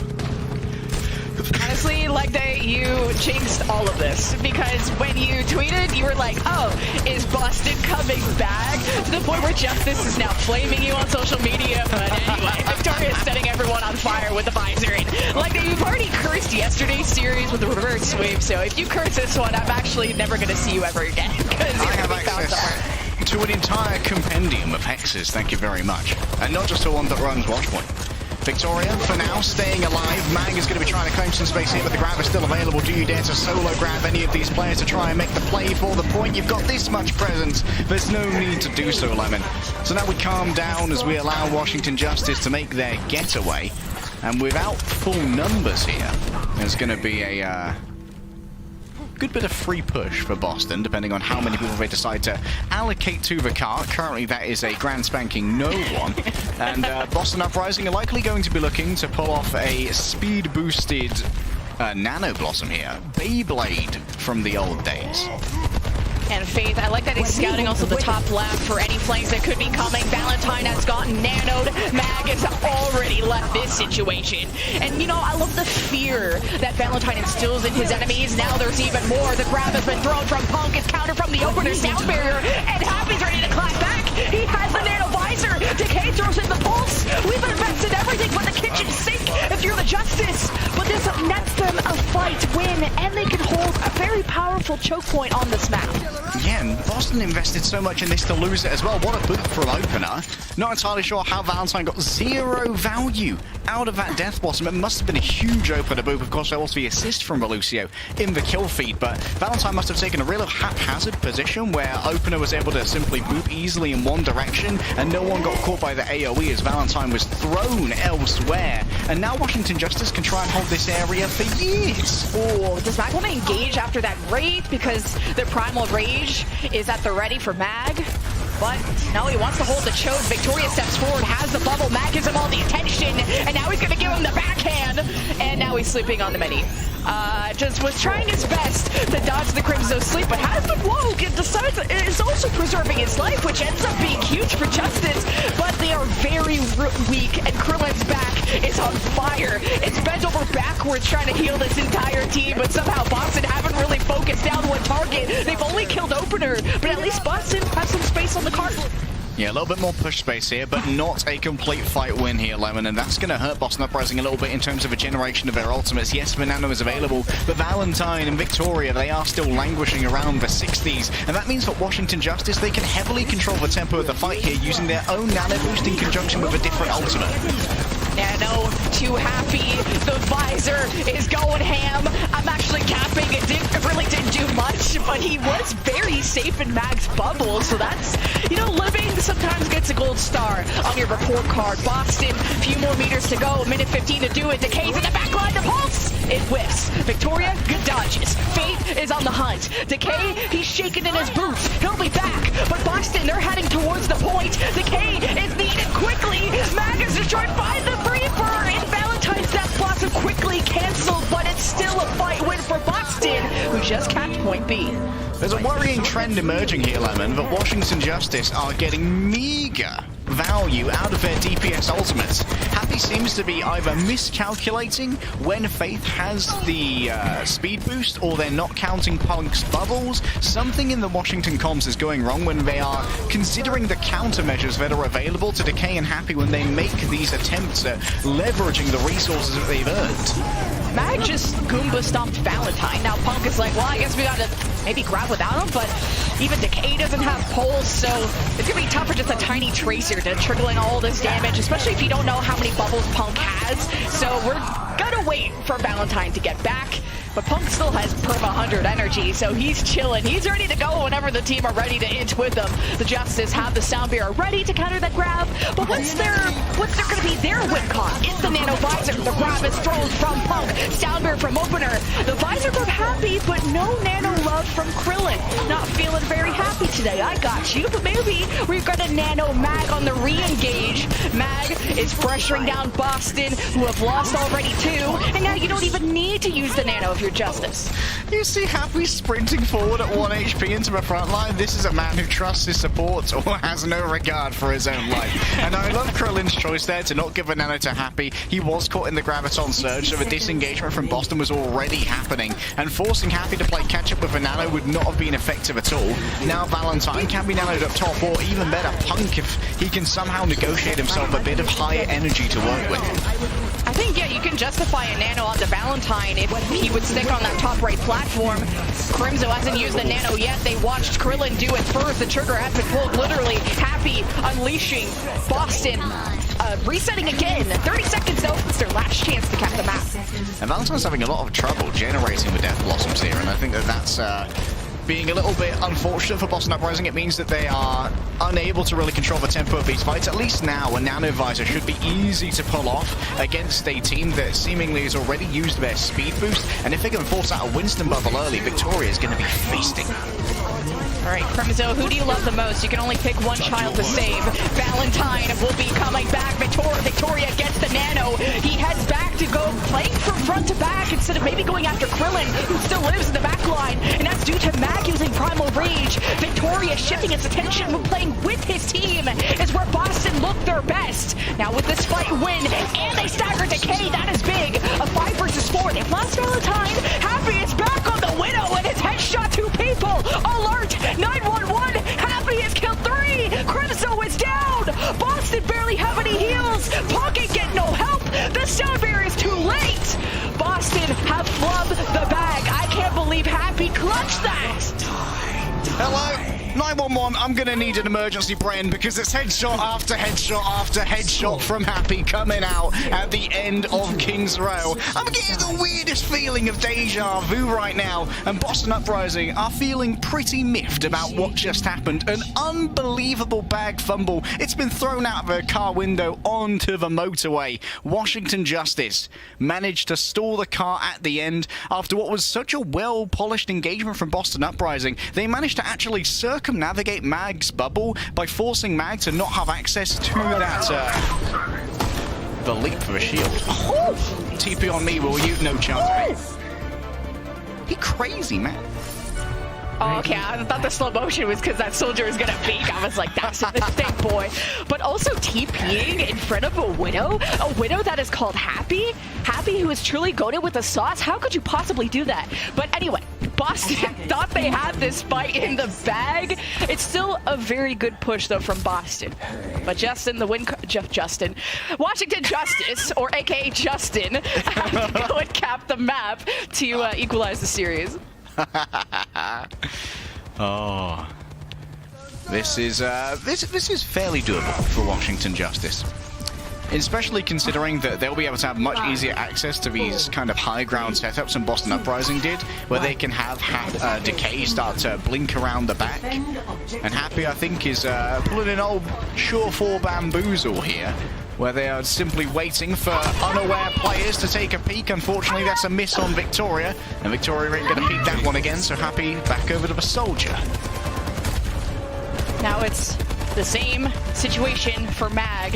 Who are you going to dive? The Lucio guy, he got a mighty boop, and it's going to be hard. Mag drops the low ground, and it's surrounded by Boston.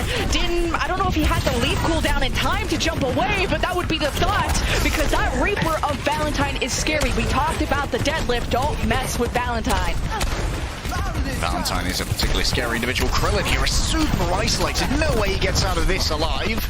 Wait, maybe. Opener. Okay, that's how it should have gone, Lemon. Just a little bit.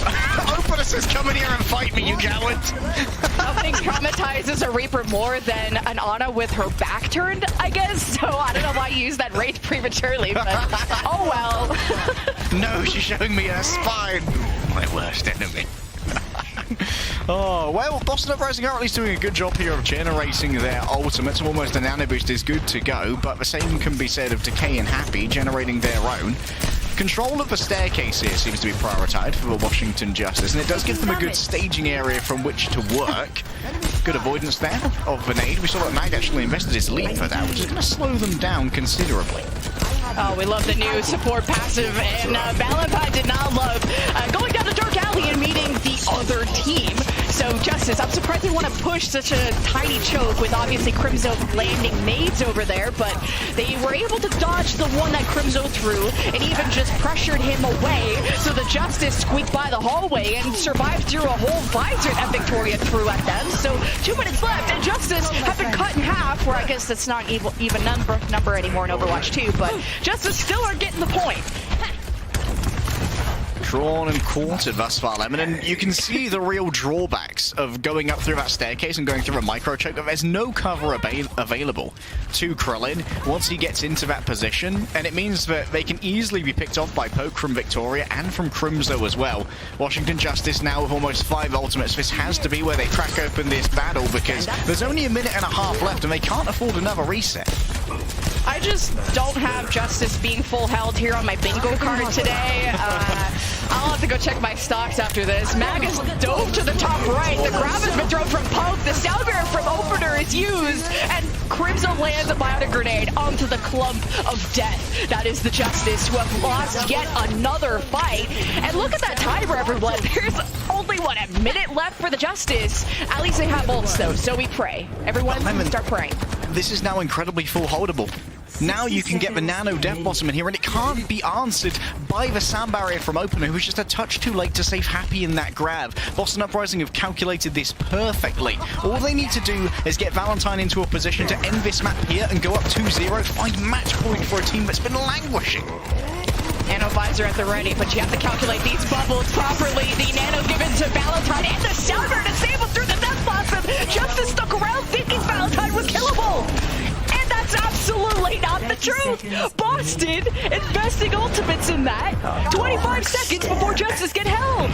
Oh no, not like this, Justin. Never like this. Justin. Yeah, why do they bring in the Washington Justin today? This is not the match that I expected. Victoria almost has themselves a visor here. Decays around the back with the pulse one. Could they be? Look at this, the aggression, Lemon. They don't care. There's no respect. Someone is touching from Justice. It's Decay. Mag has to go back and Primal to peel for his backline, and even through the early engage from Boston, they didn't get any kills, so now they're struggling just to rotate back. They've lost Decay on transition, and Opener falls. It's a 5-on-3 for the defense, and Justice, you can't do it like this, my friends, my pickums. Justice, you're trolling. Boston are on series point. Capital D, colon. Boston, where did this come from? This is so well coordinated, the planning is solid. The calls, the overarching strategy, I don't know what happened between yesterday and today. But whatever you did, make sure you do it every single match day, because you are looking bloody spicy. How is Justice gonna 3-0 the rain and then I'm gonna stop asking questions. Whoever is at my bed, wake me up from this dream. I'm gonna see you guys after this break to find out if I'm truly awake or not.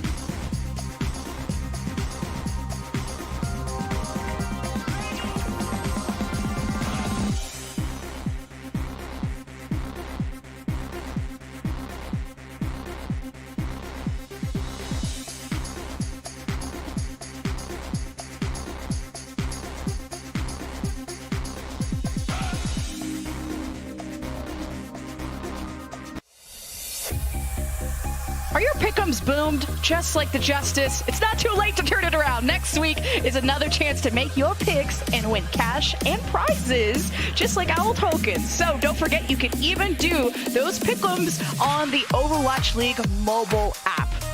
Oh, so fast, so convenient, Lemon. And it also means that Justice can make their pick'ems on their way to their therapy appointment after this. How nice of the Overwatch League to allow that. As we head into map number 3, it's going to be Circuit Royale. And, I hate to say it, Lemon, but I've looked upon this match and I'm kind of boomed at Boston. I am kind of boomed at Boston because we have ourselves some subs. And I know they said they're bringing in MCD and ITSAL together because ITSAL's communication is still catching up in terms of the English, so they like to play with MCD, and MCD comes in on matches where they perform better on a map-by-map basis. But we are going to Circuit Royale, and they are bringing in their Winston player for Circuit Royale instead of the off-tank player who's been leading them to victory very well, and we've seen quite a bit of success for off-tanks like Sigma on Circuit Royale. So I'm not entirely sure what to make of this, Simon. Maybe at this point Washington Justin are just so boomed that they are gone. No, I refuse to believe this is for Justice. This is for Justin. My brain is decaying at this point. I mean, we also did, there's a long-term and a short-term plan, and you have to balance that whenever you're incorporating rookies, so you can't just leave ITSAL on the bench. I mean, that's so freeload to get paid salary just to not play, so we gotta give him some time, and the best time to do it is when you got a 2-0 cushion against the Justice. And that's where my biggest question is Boston still looking at the Kickoff Clash qualifiers because they're not in a qualifying position, before this match started, but if they 3-0, I don't know. But Justice also had a substitution, Ilios in, and a lot of times teams bring in their off-tank players to play Sigma. We've even seen some Zarya here, so Justice going for a new look. I'm definitely with you, Lemon. You've got to utilize your bench. I just don't think that bringing in the main tank for Circuit Royale is a good idea. Washington Justice on the other side, probably eyebrow raising. They've just subbed out their Winston player, Mag, to bring in Ilios as an off-tank. Like, yeah, this is what happens on Circuit Royale. But then again, Boston Uprising may want to try and play a faster comp here because they might not want to play Widow against Happy. Mind you, they're in the offensive spawn at the moment, so I'm not entirely just going to be buying into this at the moment. What we do know is that Washington Justice rolling out on the defense, they are very, very pleased to have Happy in his element on the Widowmaker. One of the most prodigious flick scan players that we have ever had in Overwatch League is now going to be potentially able to dig Washington Justice out of this hole somehow. Now that you remind me of Happy, remember what Happy did on King's Row? We could be seeing a whole round of that, or maybe 2. Feeling it, depending on if he's going to want to run that on the offense and defense. Happy versus Victoria. I'm stoked. Victoria has also had some really good showings on Circuit Royale. Now it's the jump. Victoria looking, sees no one. Happy's actually in the top left, so Victoria, still going to commit to this as ITSAL goes on the Winston. So no Sigma for kind of this more paced style of play. Alright, at least Vespedia makes sense in trying to make sure that Victoria has some advantages against Happy, keeping Happy on his toes. Decay is noted in this side room, but does have access to a health pack, so doesn't demand any real resources. Victoria's just being harassed right here, down to 1 HP, but that's okay. Gets out by the skin of their teeth, Lemon, and now Boston Uprising can continue to try and claim this corner, where Washington Justice are playing very hard for these 90 degrees. Well, Ilios almost died. He got every pack in the book from opener, and Justice trying to hold their flank off angles very well, especially the little room on the defense, the left side. That's where maybe Valentine might sneak up on, but we'll see if Valentine can even close the gap because Valentine's dead. That's the danger, and why a lot of teams are moving away from the Genji. It's just not as mobile, not as flexible as a Tracer player, Tracer the hero can be, as Decay has just been constantly harassing Victoria, which even if not resulting in a kill, is still annoying the heck out of Victoria. Yeah, and Valentine on the Genji also demands quite a few resources from MCD to stay alive. Krillin's been picked off here by Victoria, which is a good start, and now Happy's going to be forced to start to seed away some of this ground, at least that is if Ilios can be overwhelmed. He's in a pretty compromised position right now, but Open is doing their darndest. Why have you nanoed? Why have you done this? For vibes. Honestly, vibes, going for the third kill. Whose choice was this? Who's responsible? I want names, addresses, and numbers because I'm calling your parents. Well, you know what? Uprising, they get to move, so shut up, Leg Day. So, they're out of their spot. And that, just winning a fight is a smile on the Boston Uprising fans' faces and maybe even players. But Victoria versus Happy, there's also a difference of supports because of the Brigida kind of blocking some of this line of sight. Meanwhile, Kalios is grabbing Gravitic Surge, not Gravitic Surge, Grab Flux, there we go. Got nothing, along with my brain getting nothing on that word. Victoria gets nipped by Opener. Boston may be weakened as Intel has to buy time with the Primal Rage, and the Justice might have to back away. Man, Intel takes so much damage from Retracer with a Discord orb as well. You are so happy if you're Decay. It's Pulse Bomb after Pulse Bomb here, maybe looking to get Intel low to finish him off. And you can see with Decay is just laser focused on the Winston right now. Go and have a cuddle with that Pulse Bomb, mate. Well, Decay hyper-focused on the corner of that wall, and then got slapped, which is pretty much a death sentence in this game. Minute 14 for the Boston Uprising. I feel like Victoria's gotten a few more picks over Happy, and even through, you know, the Brigida shield that I was talking about before. Now Boston have been completely reset, and this is a good place for Kalios to hold the corner. Yeah, Krillin allows for trance as well, which is super important because the Nano Blade's coming up and Boston Uprising only have a couple of seconds remaining, which means that their opportunities to try and force fish trance are going to be heavily limited. And it's time I have to trade his life for that. That's a really annoying order right there. Ooh, Victoria, the headshot into Decay. That is hard to hit. Decay is so thin. But Boston are down 2. Even we're nanoing Victoria now because we just think he truly is the queen of this map. But Boston now have to reset again, and that Nano got them nothing. Bro, what is going on? MCD's nanos in this game have been about as timely as Neville Chamberlain saying this is peace in our time in the late 1930s. It is not ideal.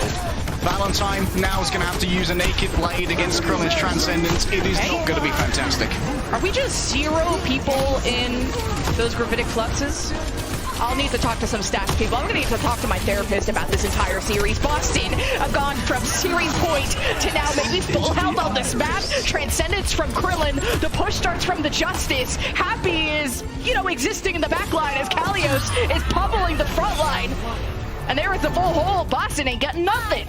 Alright, and Valentine also there went to Blades and was supported by an anti-nade, which actually turned off the healing on the Brigitte, which meant that she could not receive a Transcendence healing, and Valentine, having gone up against a half-health anti-healed Brigitte, decided, you know what?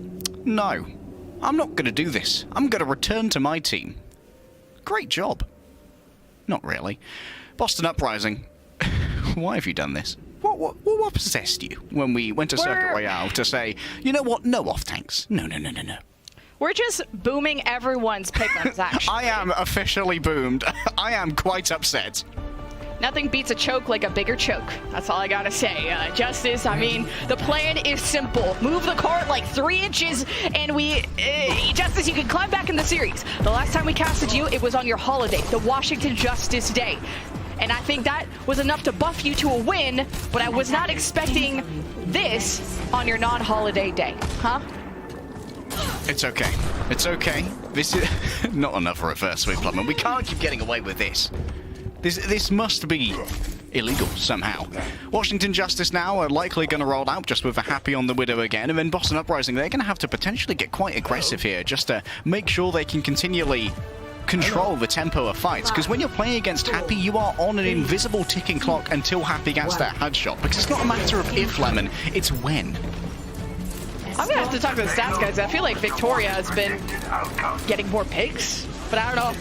It's a different round. Victoria is now on the defense, which means just better positioning, more space, more options. Happy sees nothing. The defense not on the bridge. They're holding close as Itzel, jumps in, gets flailed by Opener, and that's just a layer of difficulty that Itzel is going to have to work through. Now we're hoping they just look more cohesive with Itzel after the Dorado that we saw, but Itzel goes into a small room and almost gets body blocked and killed as Kalios maybe was baited, question mark? And he gets filed from MCD. And Justice will have to reset.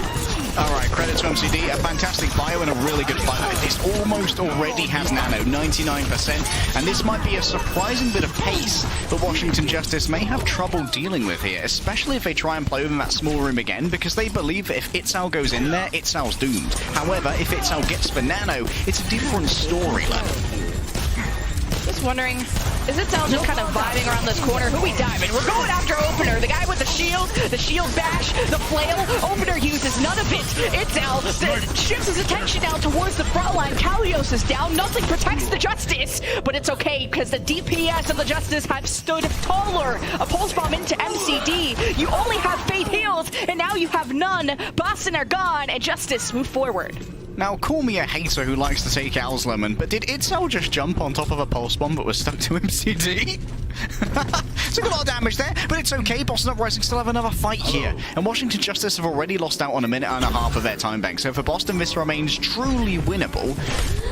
However, Decay taking a little bit of additional damage. Itzal can be the tank in the front line with the Primal Rage, and well, he's going to have to be now. He's gone so deep in. The fact that Decay is even taking body shots for Victoria. I mean, Victoria has headshot him before, only a few more meters over the Justice, and you have a Transcendence. You could just overpower the defense.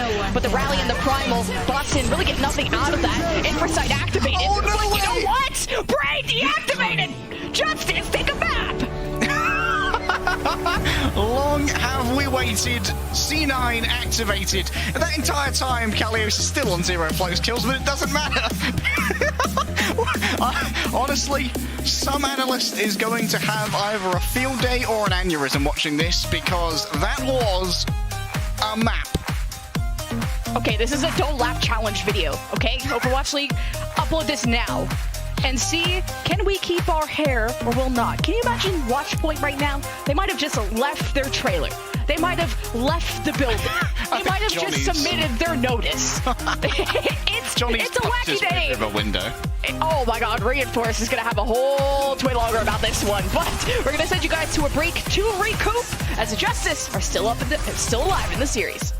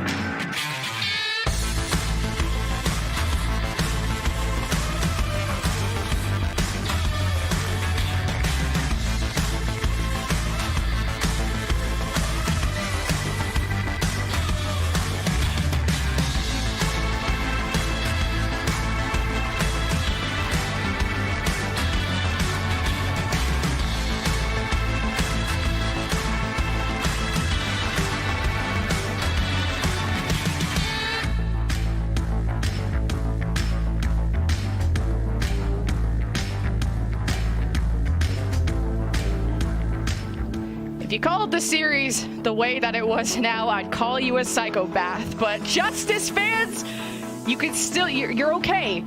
There's a map that was won. There was a C9 that happened. Brains were deactivated, but we go to New Queen Street with the substitutes that are happening. And maybe Leg Day will keep his luscious vertical hair back intact. Leg Day, bring us through it.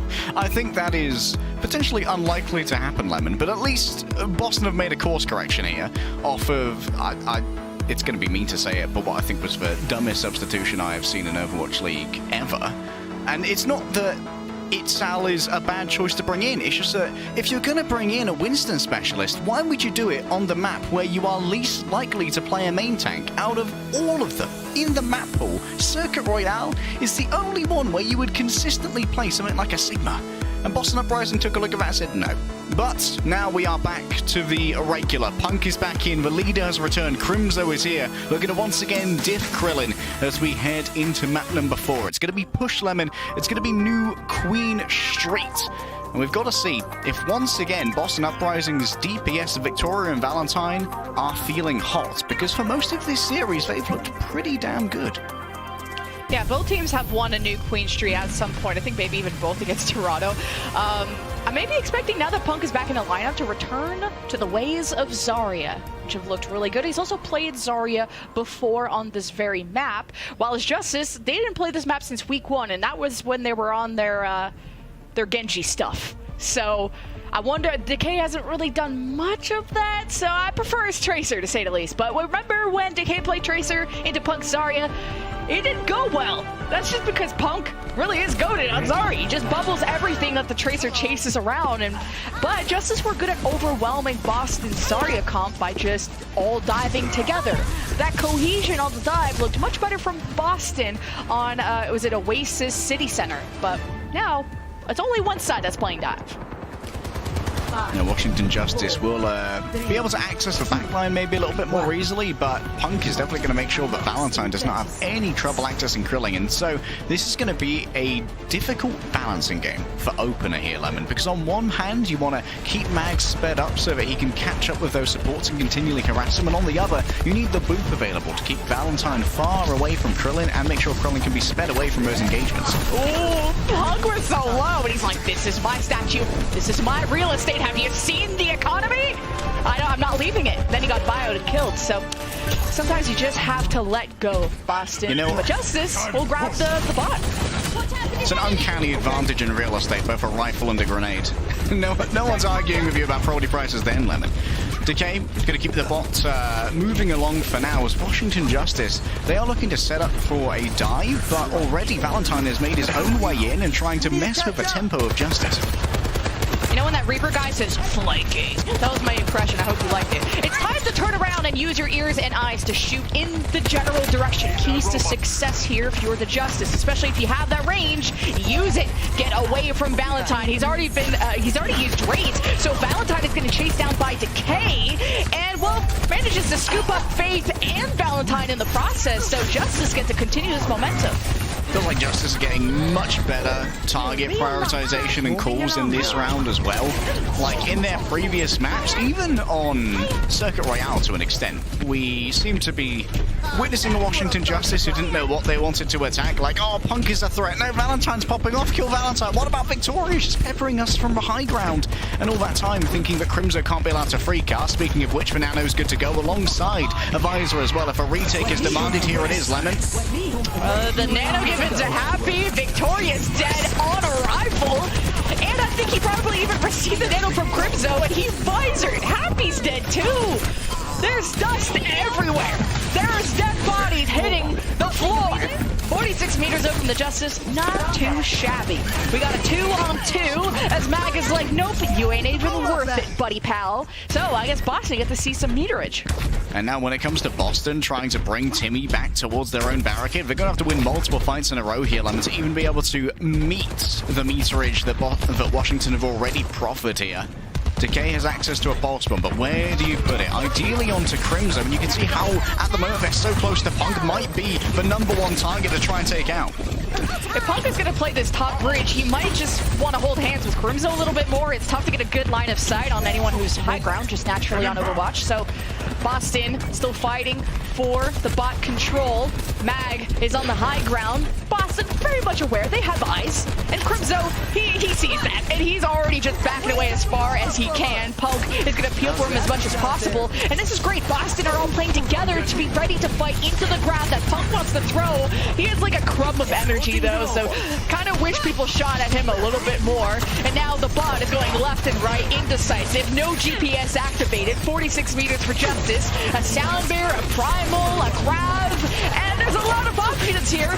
We're just in a very relaxed state of mind. No one really wants to fight. Justice are over on the statue side. Boston are approaching Punk. Sees Mag in his face, ready to throw the grab. It's the sound bear first from Fate. They engage in. Mag escapes. He slept. Great shot by Crimzo. Now the Nano is given the Happy, who gets grabbed, and my spaghetti's on the floor. The spaghetti has been spilt, Lemon. That is a certified Mamma Mia moment. And that's going to be Timmy reaching the barricade. Oh, the Nano Visor here might be a bit more of an investment than I was counting on, because now Boston Uprising have literally nothing for the next fight, and Happy is going to have a free, an unperturbed visor from the high ground. He's going to be moisturized, got his goggles on, in his lane, fragging out. Washington Justice now, though, they have to try and figure out where they wish to take this fight, because they don't want to be eclipsed in terms of meterage, and have some room to try and bring Timmy back towards their own barricade for later push. If Boston win this fight, they may very well take a lead. Valentine is sleeping.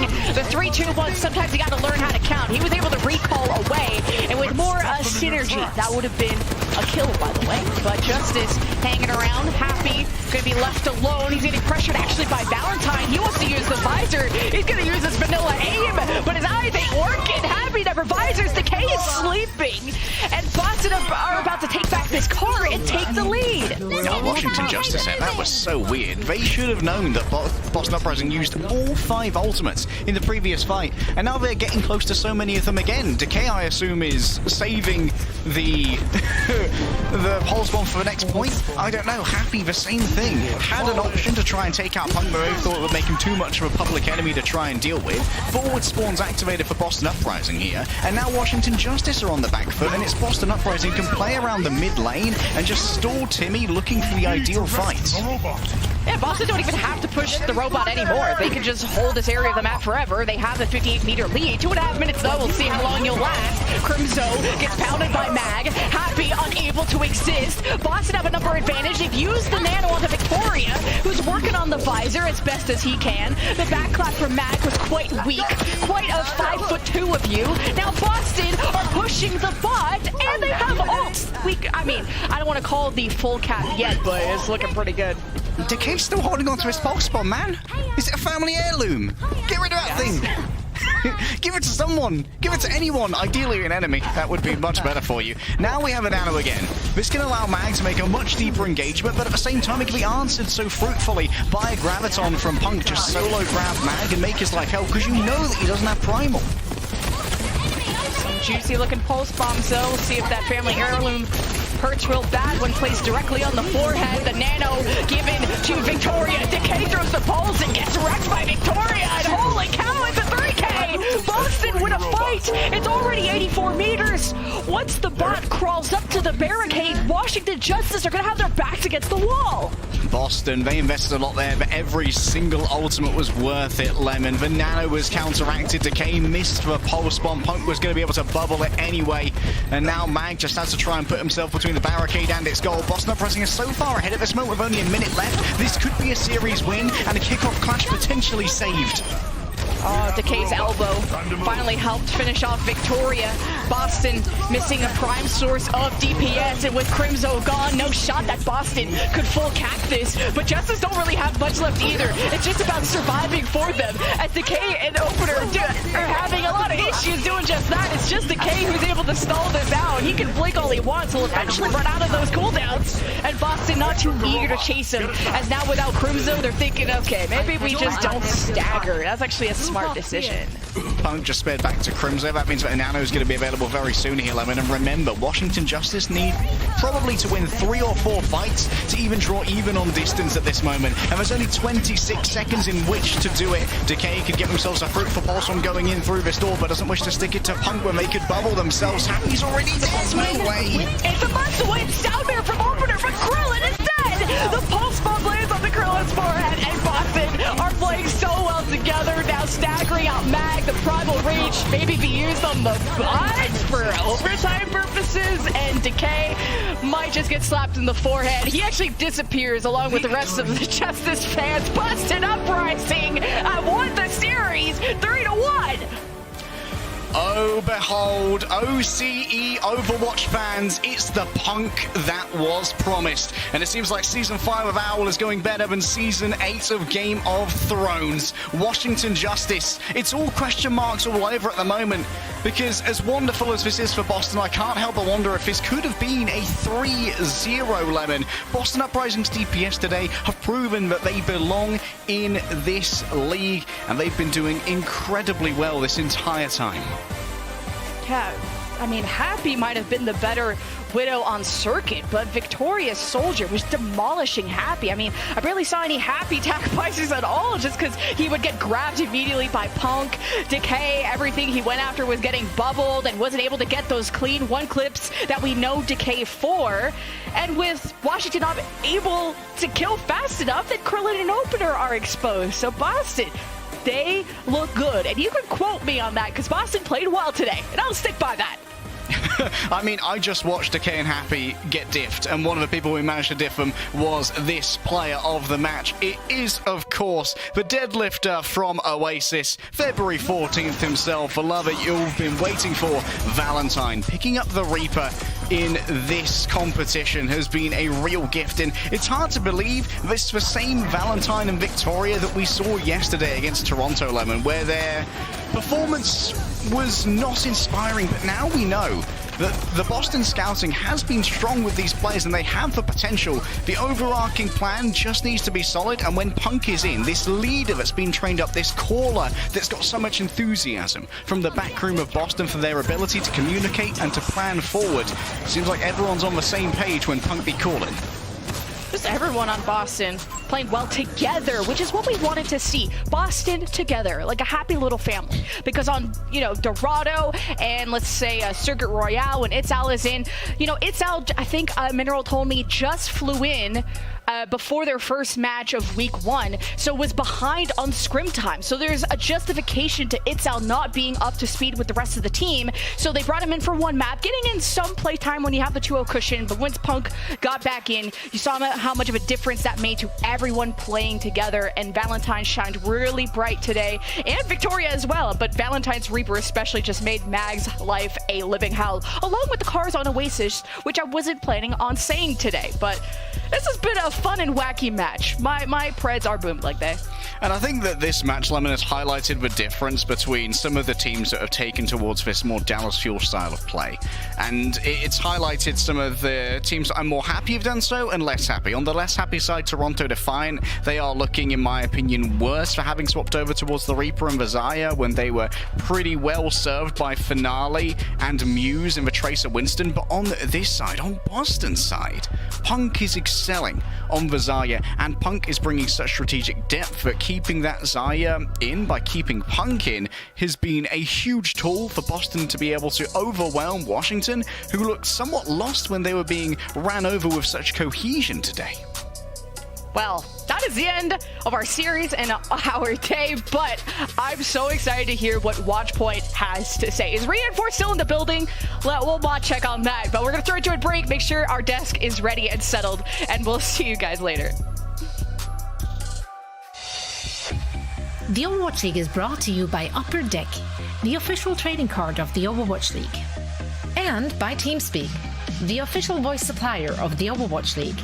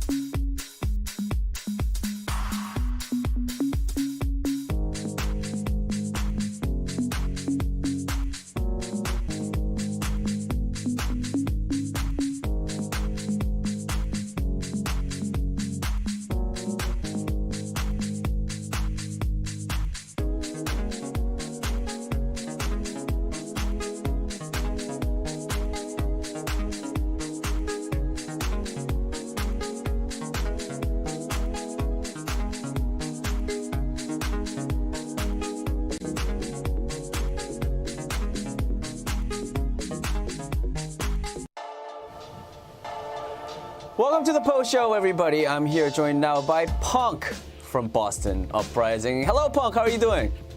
Hello, everyone. I'm doing very well, thank you. I mean, you look very, very happy. That match was something. Yeah, I'm just gonna be honest. I don't think a lot of people predicted that Boston Uprising was going to win this match. I think it was 85% of our viewers voted for the Washington Justice, and the rest 15% were on the Boston side. But today, you guys were the victors. How'd you guys get it done? I mean, we're a professional organization. We've had some stuff going on behind the scenes, but to come out today and perform like that feels really, really good. Shout out to Johnny. Yeah. Alright. I mean, I do have to say, you guys looked phenomenal today. I mean, and also, you guys played yesterday as well, and I honestly think you guys look like a totally different team. Like, did you guys change anything after yesterday's match? Like, was there any talks that went on, or was it just the fact that you guys are a professional organization? In just about in a day, you guys are completely different. Like, what happened?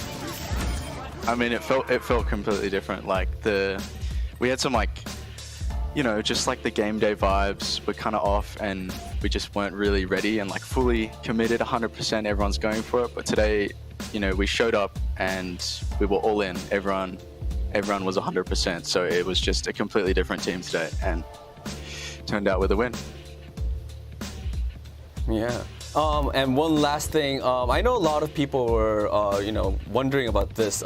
You guys tend to make a lot of substitutions mid-game and trying to sub in a lot of other players as well. What's the strategy behind that? Is there any specific reasoning for substituting a lot of the players that you guys have? Yeah, I think to answer some of those questions, it's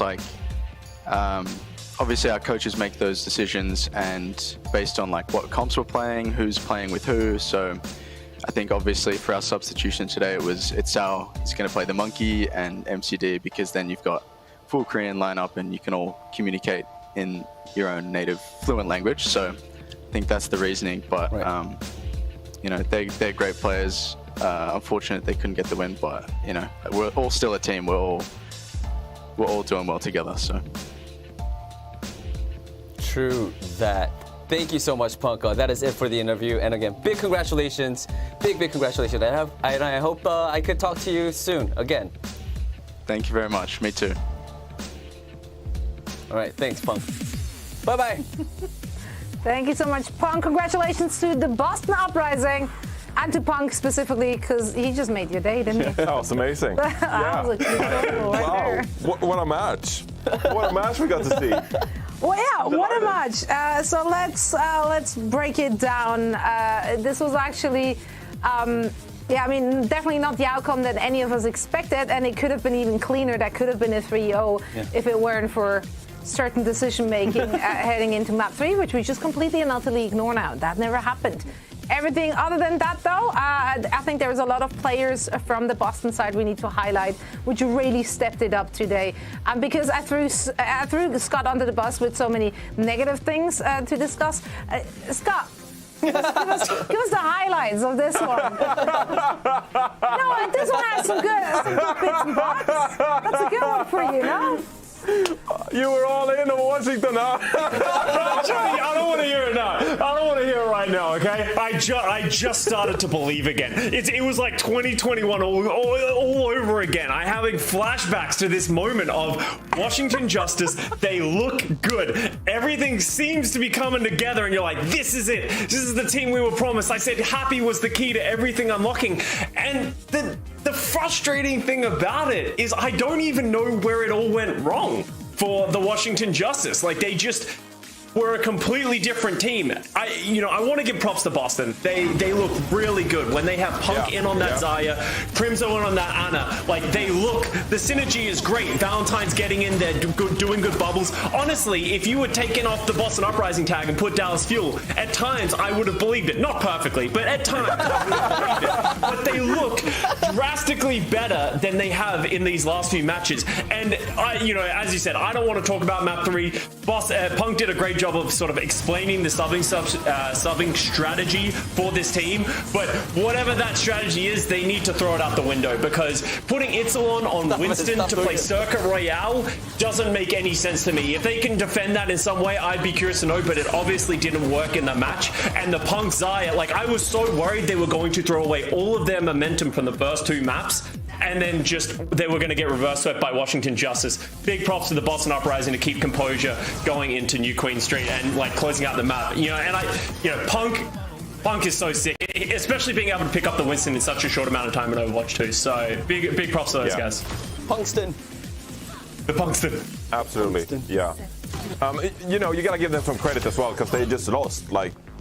And they come back here and you look, they look revitalized, like Punk mentioned as well, come in completely different game. And, they swapped over and started playing the Zara composition. It really benefits them. Punk is like a great off-tank in that regard, and he knows that pick, and them being able to play around that as well. It's a style that several teams have picked up, and I think we're going to see some teams benefit from moving over to this Zarya, and others who perhaps rely too much on Winston, they might perhaps fall in the rankings if Zarya becomes a more permanent kind of pick. And for the Washington Justice, I don't want to oversimplify things, but this was like the Washington Justice we know and love. They're super passive. And so when we look at them versus Atlanta Reign last week, they look amazing, because they can just sit back, they can abuse the fact that the Doomfist has to engage, place a defensive Winston bubble, play around it, poke them down, and just run them over, right? But against the Boston Uprising, you can't play defensive Winston into a Zarya, because the Zarya is just going to slowly take your space. It's slowly just going to poke you away, and you can't get any of these Zarya bubbles out. You can't get the Reaper Wraith form out, and the Washington Justice just get slowly run over. So they got to figure out some proactivity, because the passiveness is not working for this team, and it hasn't now for about 2 years. I'm oversimplifying a lot, so I apologize for that. But that's a general thing of it. At this point, I'm a little surprised, though, that there seems to be just a few teams who don't quite understand how to approach such a Zarya Reaper come. At this point, we've seen a lot of teams picking it up, and if you have a team with Punk in it, you can rest assured they're probably going to opt for such a composition. So you should have something in your back pocket prepared for that and engage accordingly. Alas, that was not the Washington Justice today. So unfortunately, they had to collect an L on this one. And so did all of our Preds. So huzzah, we're all in this together. Now, it felt like a short day, but it felt like a long day. Everything was very confusing, and the most confusing part was to pick a favorite moment out of that. So we were on an emotional roller coaster that we just couldn't do it. Yeah. It was just not possible. Yeah. However, there was still something that Reinforce wants to get off his chest, I've been told by first of all, best of the day, I think everyone would say Boston winning there that was pretty good. Yeah, that was an amazing match outcome. Yeah, amazing. But, when we're watching the matches, and I was thinking to myself, between all the analysis and stuff like that, why is Symmetra teleport out of spawn like a thing for damage players? I don't get it. How are we 6 years into Overwatch and it's like a chore that all damage players just have to teleport their team out of spawn for 2 seconds? Is this what keeps you up at night? Position advantage? Why is this a thing? Why can't we just speed boost out? Why do all damage players have to hey guys, you guys go forward and I'll swap the damage. This is such an unnecessary thing to society. We as a society don't need it. Why is this a thing? Why can't we just speed boost out of spawn and be we're on the 6? We're a team, we push one. No, one guy gets left behind and I have to catch up. Why? Why does this exist? It's faster, Johnny. I don't get the purpose. No, you gotta do it, because if you don't do it, the other team will do it, and then you're slow. What is it? What are you trying to say? You're kind of saying it's why don't we all just play Reinhardt? And then, Johnny, you can unretire and we can all play Reinhardt. It's because it's not good. Neutralize the battlefield. No one needs it. No one needs to do it. The speed boost, both teams five on each team clashing, and it's perfect. Why does a DPS player have to stay in spawn and Symmetra teleport out the others? Every control bank. Why? It's so pointless. Why are we doing this as a game? Is this the nature? I'm not entirely sure, actually. But I feel like the nature of today's games gave Jonathan too much time to think about these kind of things. So I guess that was our rant of the day, and I, for one, really appreciate those. And yeah, maybe someone's listening. It's so Yeah, maybe someone's listening. I'm sorry that they did that to Can we just speed boost out to run out like normal people? Like, why do you have to teleport? Can I cheer you up? Can I do something to cheer you up? Like a look ahead at APAC matches. Oh yeah, let's do that. Let's do that. So how about that? I like APAC. Yeah, and we're going to start on Thursday with the APAC matches since they have a little catch up to do. Now we are going to kick things off with Philadelphia Fusion and the Seoul Dynasty. Afterwards, the Chengdu Hunters will face off against the Hangzhou Spark. And then the last match of the day will be played out between the Shanghai Dragons and the Guangzhou Charge. But fret not if you're looking at those PT times. I understand it's a little early. However, since we're not going to be broadcasting on Thursday, we're back on Friday. That means that right after they're done with their first run through, they're going to have a rerun. So you can watch the Encore and don't even have to wake up all too early. Right. Just for you.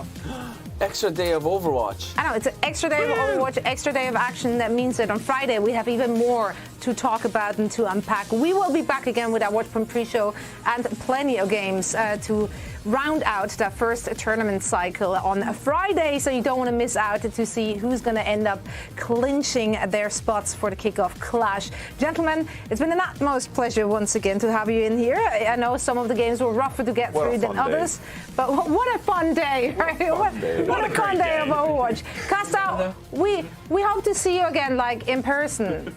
You know, on Friday, okay? Everyone's staying inside until Friday, and then we're all going to hang out. We're going to cram into that desk or truck together, and we're going to all hold hands, and it's going to be great, okay? It took us 4 weeks. It took us 4 weeks to get all four of us to get. Unless, no, stop it. No, we're like, everyone gonna keep safe. We're gonna see each other on Friday. Save the date. It's gonna be great. Thank you all for watching. We will be back again on Thursday with the APAC matches. Don't want to miss it. Goodbye.